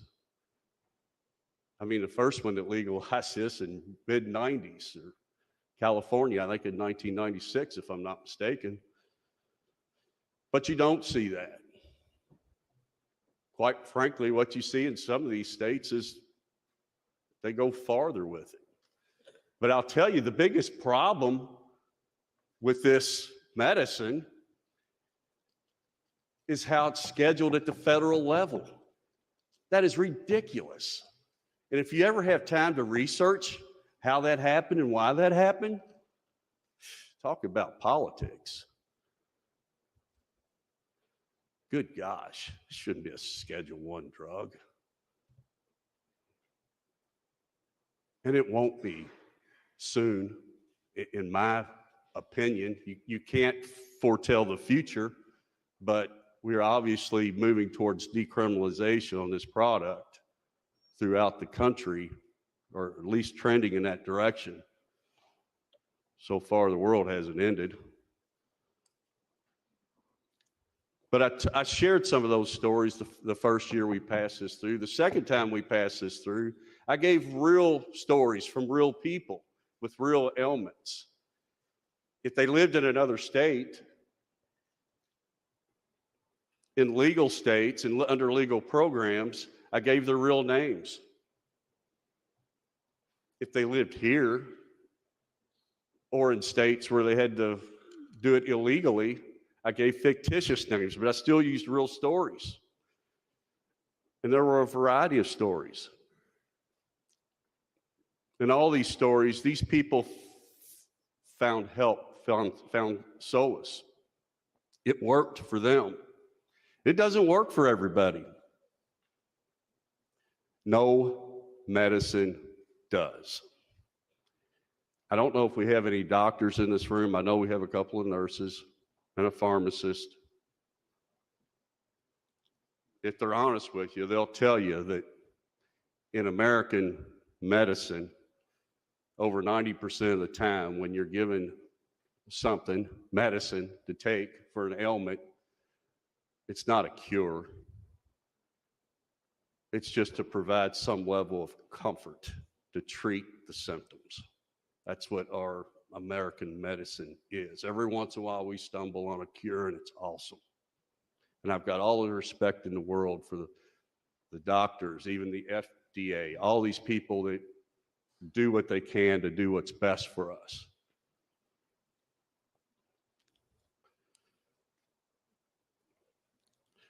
But if you're against this, you can always figure out reasons to point out potential problems that can occur when the product is abused.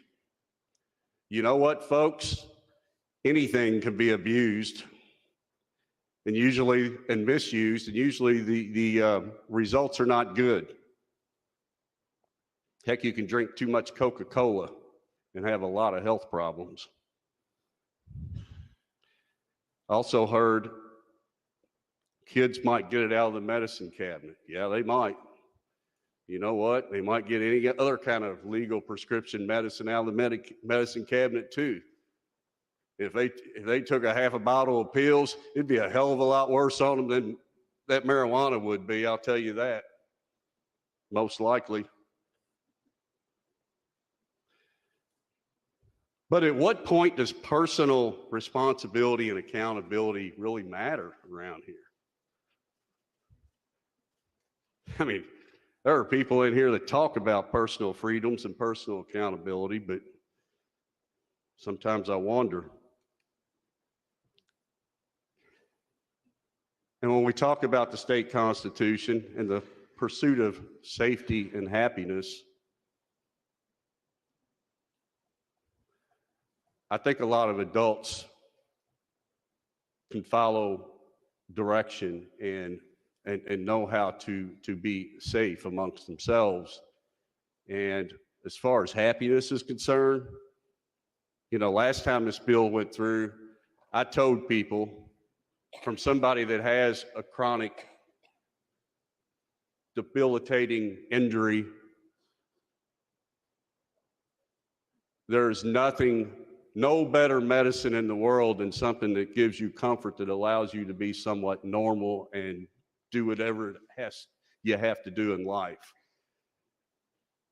Because that creates happiness, and happiness is the best medicine.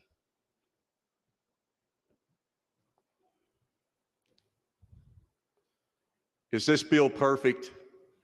Is any bill perfect? 90% of the bills we pass in this body every session are amending other bills. Because education over time allows us to improve whatever it is that we pass. But it's a constant, continuous action. And we've been working on this several years. And I promise you, this is the most tightly regulated cannabis bill in the United States. So I ask today, I plead today, please pass this bill and provide happiness for so many that suffer. Thank you, Mr. Speaker. Chair recognizes the gentleman from Menifee for discussion of the matter. Permission to speak on the bill, sir. Yes, sir. Thank you, Mr. Speaker.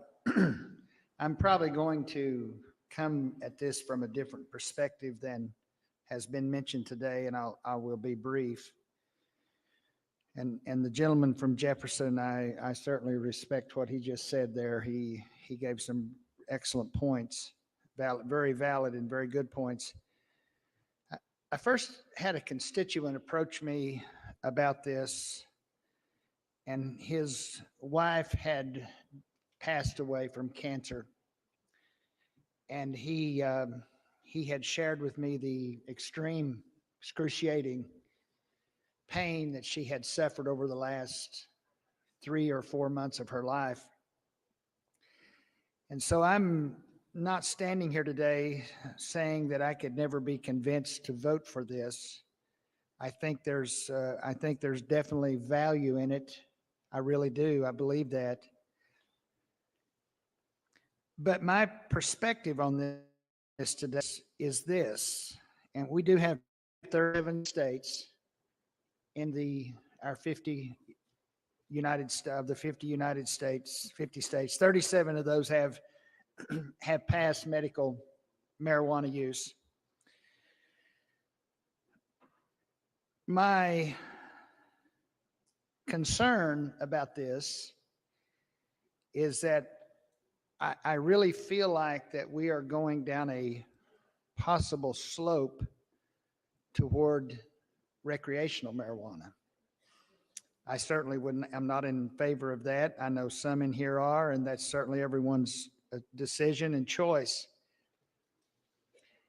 And I don't just say that without trying to come up with some statistical facts for that. Of the 37 states that have passed medical marijuana, and the first one was in 1996, state of California.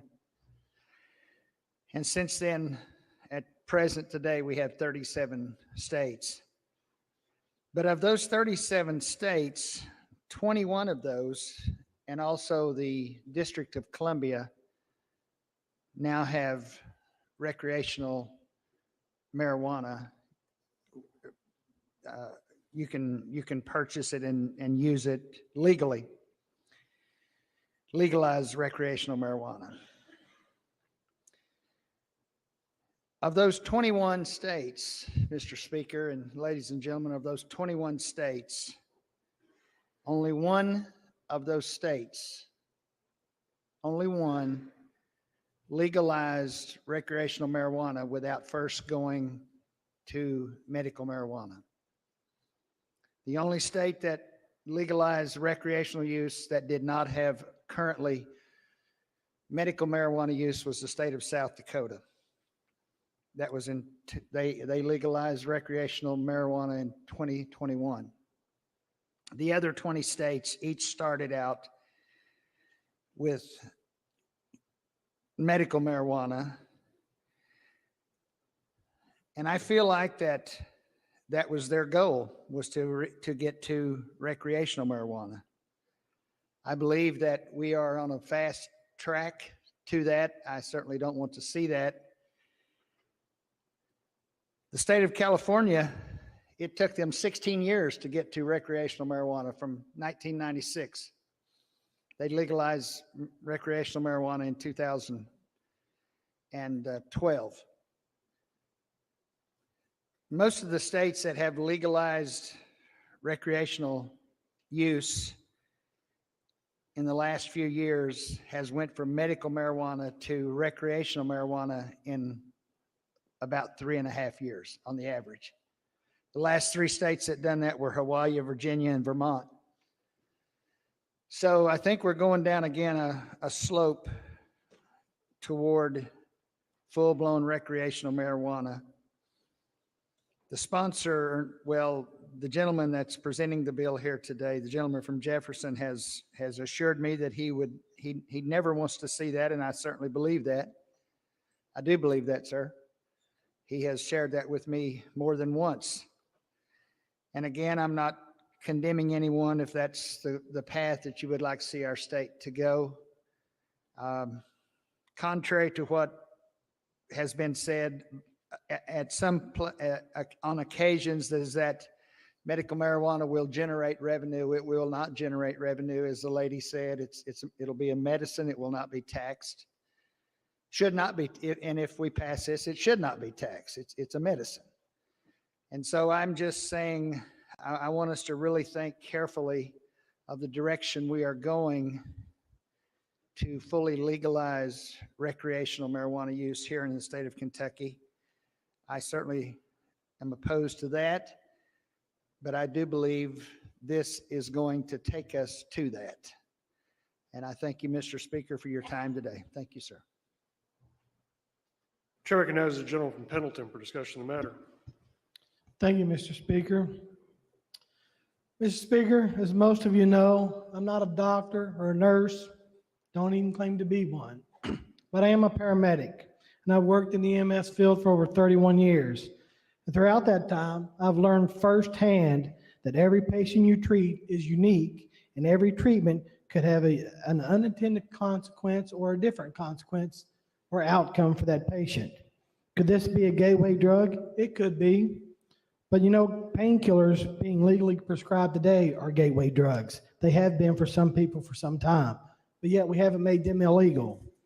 I've never in my experience taken someone to the hospital who's OD'd on marijuana, but I have taken a lot of people to the hospital that have OD'd on legally prescribed painkillers.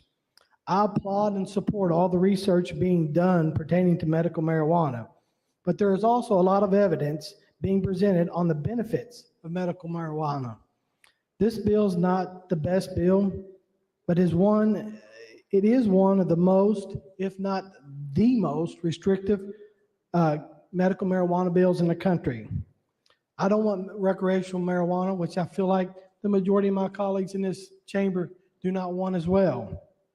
But I do think it's time that we give people with medical conditions that can get relief by using this substance the opportunity to do it legally. We've talked about all kinds of things on both sides of this issue today, and both sides make very valid points and have very valid concerns. This could lead us down so many different rabbit holes, but we can't lose sight of why we are trying to pass this bill. We're trying to pass this bill to give people the opportunity to receive relief, get relief from something that they know will help them better than something that could get them addicted. So with that being said, Mr. Speaker, I just wanted to lend my opinion and my perspective on this and apply some of my experience in my career that I've witnessed with this drug. And with that being said, I would encourage this body to pass this bill. Question before the body is passage of Senate Bill 47. Is there any further discussion? To recognize the gentleman from Todd for discussion of the matter. Speak on the bill, Mr. Speaker. Yes, sir. I've discussed this matter with the gentleman, the sponsor, and I appreciate his work on the bill. He's worked on it for years. We worked on it together at one point in time. And although money is not the most important thing, it is not. I do take it as part of what I'm responsible for is to make sure we look at the money and taxpayers' money and make sure it's well spent. People in support of the bill, people against this particular bill do take accounting of the cost. Although there's intent in the bill to let this program pay for itself by letting CHFS ramp up the program and for it to create, oversee, administer, enforce compliance, and then enforcement through law enforcement or those type police measures, there are no fees that are set in this bill. CHFS is intended to create fees, regulatory. Hopefully, those fees at some point in time will equal whatever the administrative cost is of going through all those functions of creating through enforcement. But as we sit here today and as I have spoken with the sponsor about the bill, of course, there is no fiscal note for us to look at.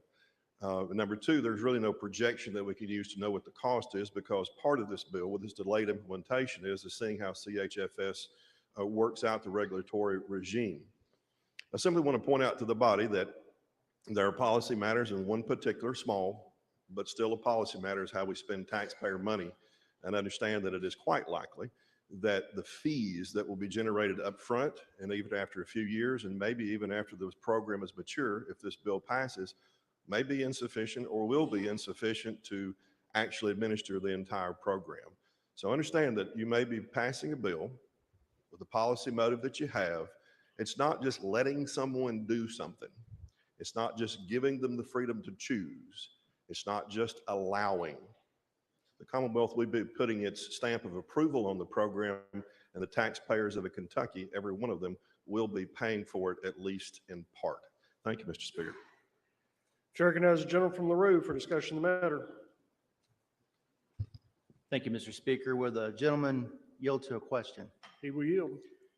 Gentlemen, I had a question from one of my farmers. He was watching today's committee and he had a question. Here's the question. With this remaining an illegal federal substance and a farmer were able to participate in cultivating and growing this crop, would this bill impact any farmer's ability to participate in federally authorized programs like crop insurance or commodity crop protection for their existing current crops? Gentleman Jefferson 33. Thank you, Mr. Speaker.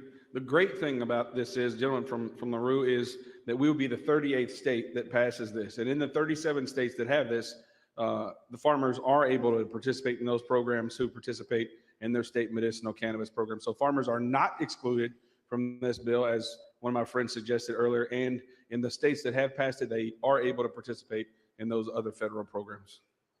Gentleman from LaRue. Thank you, Mr. Speaker. Question for the body is passage of Senate Bill 47. Clerk will sound the chimes. Those in favor vote aye. Those opposed nay. Roll call is open for your vote.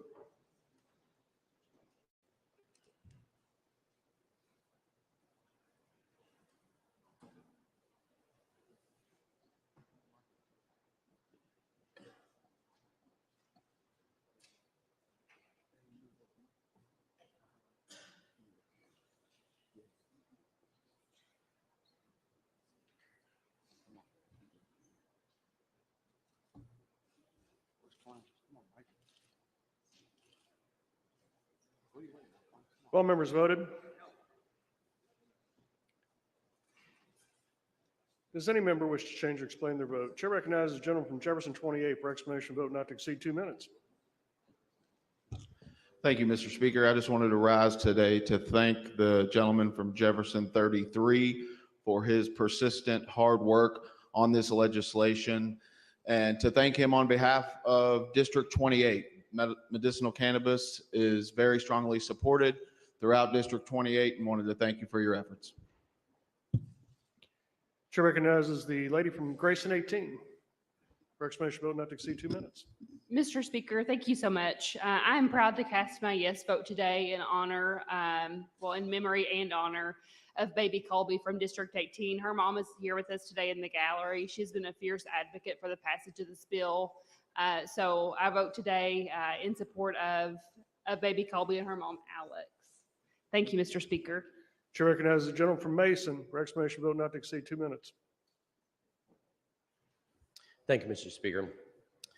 I just want to say how excited I am to cast my yes vote in loving memory of Shambra Bradford. This legislation has come a little too late for her, but today I rise in memory of her and her family and what they went through.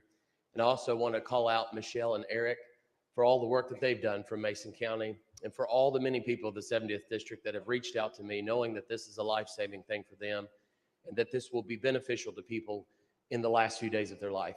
Thank you, Mr. Speaker. Chair recognizes the lady from Campbell 67 for explanation of vote not to exceed 2 minutes. Thank you, Mr. Speaker. I too would like to thank the sponsor of this bill and everyone who's worked on this. This has been a really, truly bipartisan effort for many, many years. And specifically, I'd like to say thank you that this bill this year does contain the PTSD qualification. That is something that our veterans have been asking for so many years. And we all agreed to an amendment last year. So I'm just really happy that that is there. This is a good bill, a good bipartisan bill, and a happy day in the Commonwealth. Thank you. Chair recognizes the lady from Jefferson 37 for explanation of vote not to exceed 2 minutes. Thank you, Mr. Speaker. I just want to explain my yes vote and express a little bit of concern about it, but I'm excited for my constituents. It's what I've heard on the campaign trail, and I'm excited to vote yes on their behalf. And I do vow for those who have concerns, excuse me, concerns that I share, that I will be holding accountable those who have mentioned the work to tweak it and make it the very best for our constituents in our state. So thank you for those who have worked so hard to make this a tight but effective bill. Chair recognizes the gentleman from Jefferson 36 for explanation of vote not to exceed 2 minutes. Thank you, Mr. Speaker. I did vote yes today, but I did so with the understanding from the sponsor that we will fix this bill in January. There are some deficiencies in it. I've had a number of family members have a very unpleasant death as a result of cancer, and I voted yes for them. But I'm very concerned about the potential downsides of some of the defects in this bill. So I will be holding the sponsor to his promise to fix the defects in January. Thank you, Mr. Speaker. Chair recognizes the lady from Fayette 88 for explanation of vote not to exceed 2 minutes. Thank you, Mr. Speaker. I gladly put up a yes vote today. It's the third time I've had the privilege to vote for a medical cannabis bill, and I do so with joy and love in my heart for the moms that have been begging us to do this for their sick babies for so long, for the many, many patients in Kentucky that are going to have their suffering eased by this, especially our veterans. This is a great day, and I am proud to be a part of this body today. Thank you. All members voted. Chair recognizes the lady from Jefferson 44 for explanation of vote not to exceed 2 minutes. To explain my vote, Yes, ma'am. I voted yes today for my constituents who have reached out to me so many times regarding the need for this bill. And so I thank the gentleman from Jefferson for bringing this forward, and I am looking forward to see what changes will be made to the bill. Thank you. All members voted.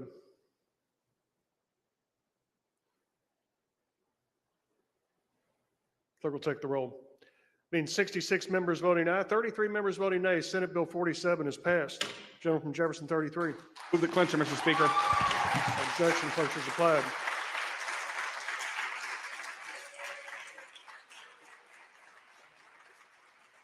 Chair recognizes the gentleman from Bullet 49, Chair of the Enrollment Committee for Enrollment Committee report. Thank you, Mr. Speaker. The Enrollment Committee has met and found the following bills to be in order and ready for your signature. Senate Bills 52, 79, 81, 93, 160, 206, and 247. Thank you, Mr. Chairman. Chair is about to sign Senate Bill 52.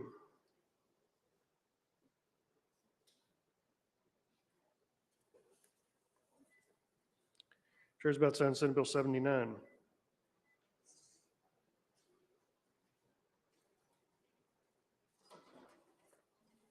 Chair is about to sign Senate Bill 81.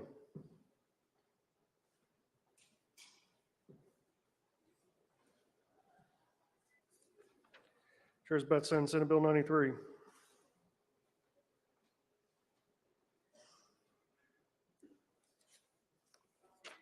Chair is about to sign Senate Bill 160.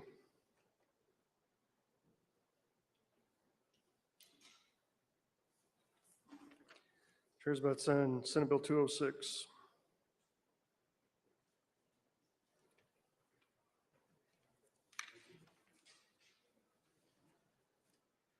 Chair is about to sign Senate Bill 247.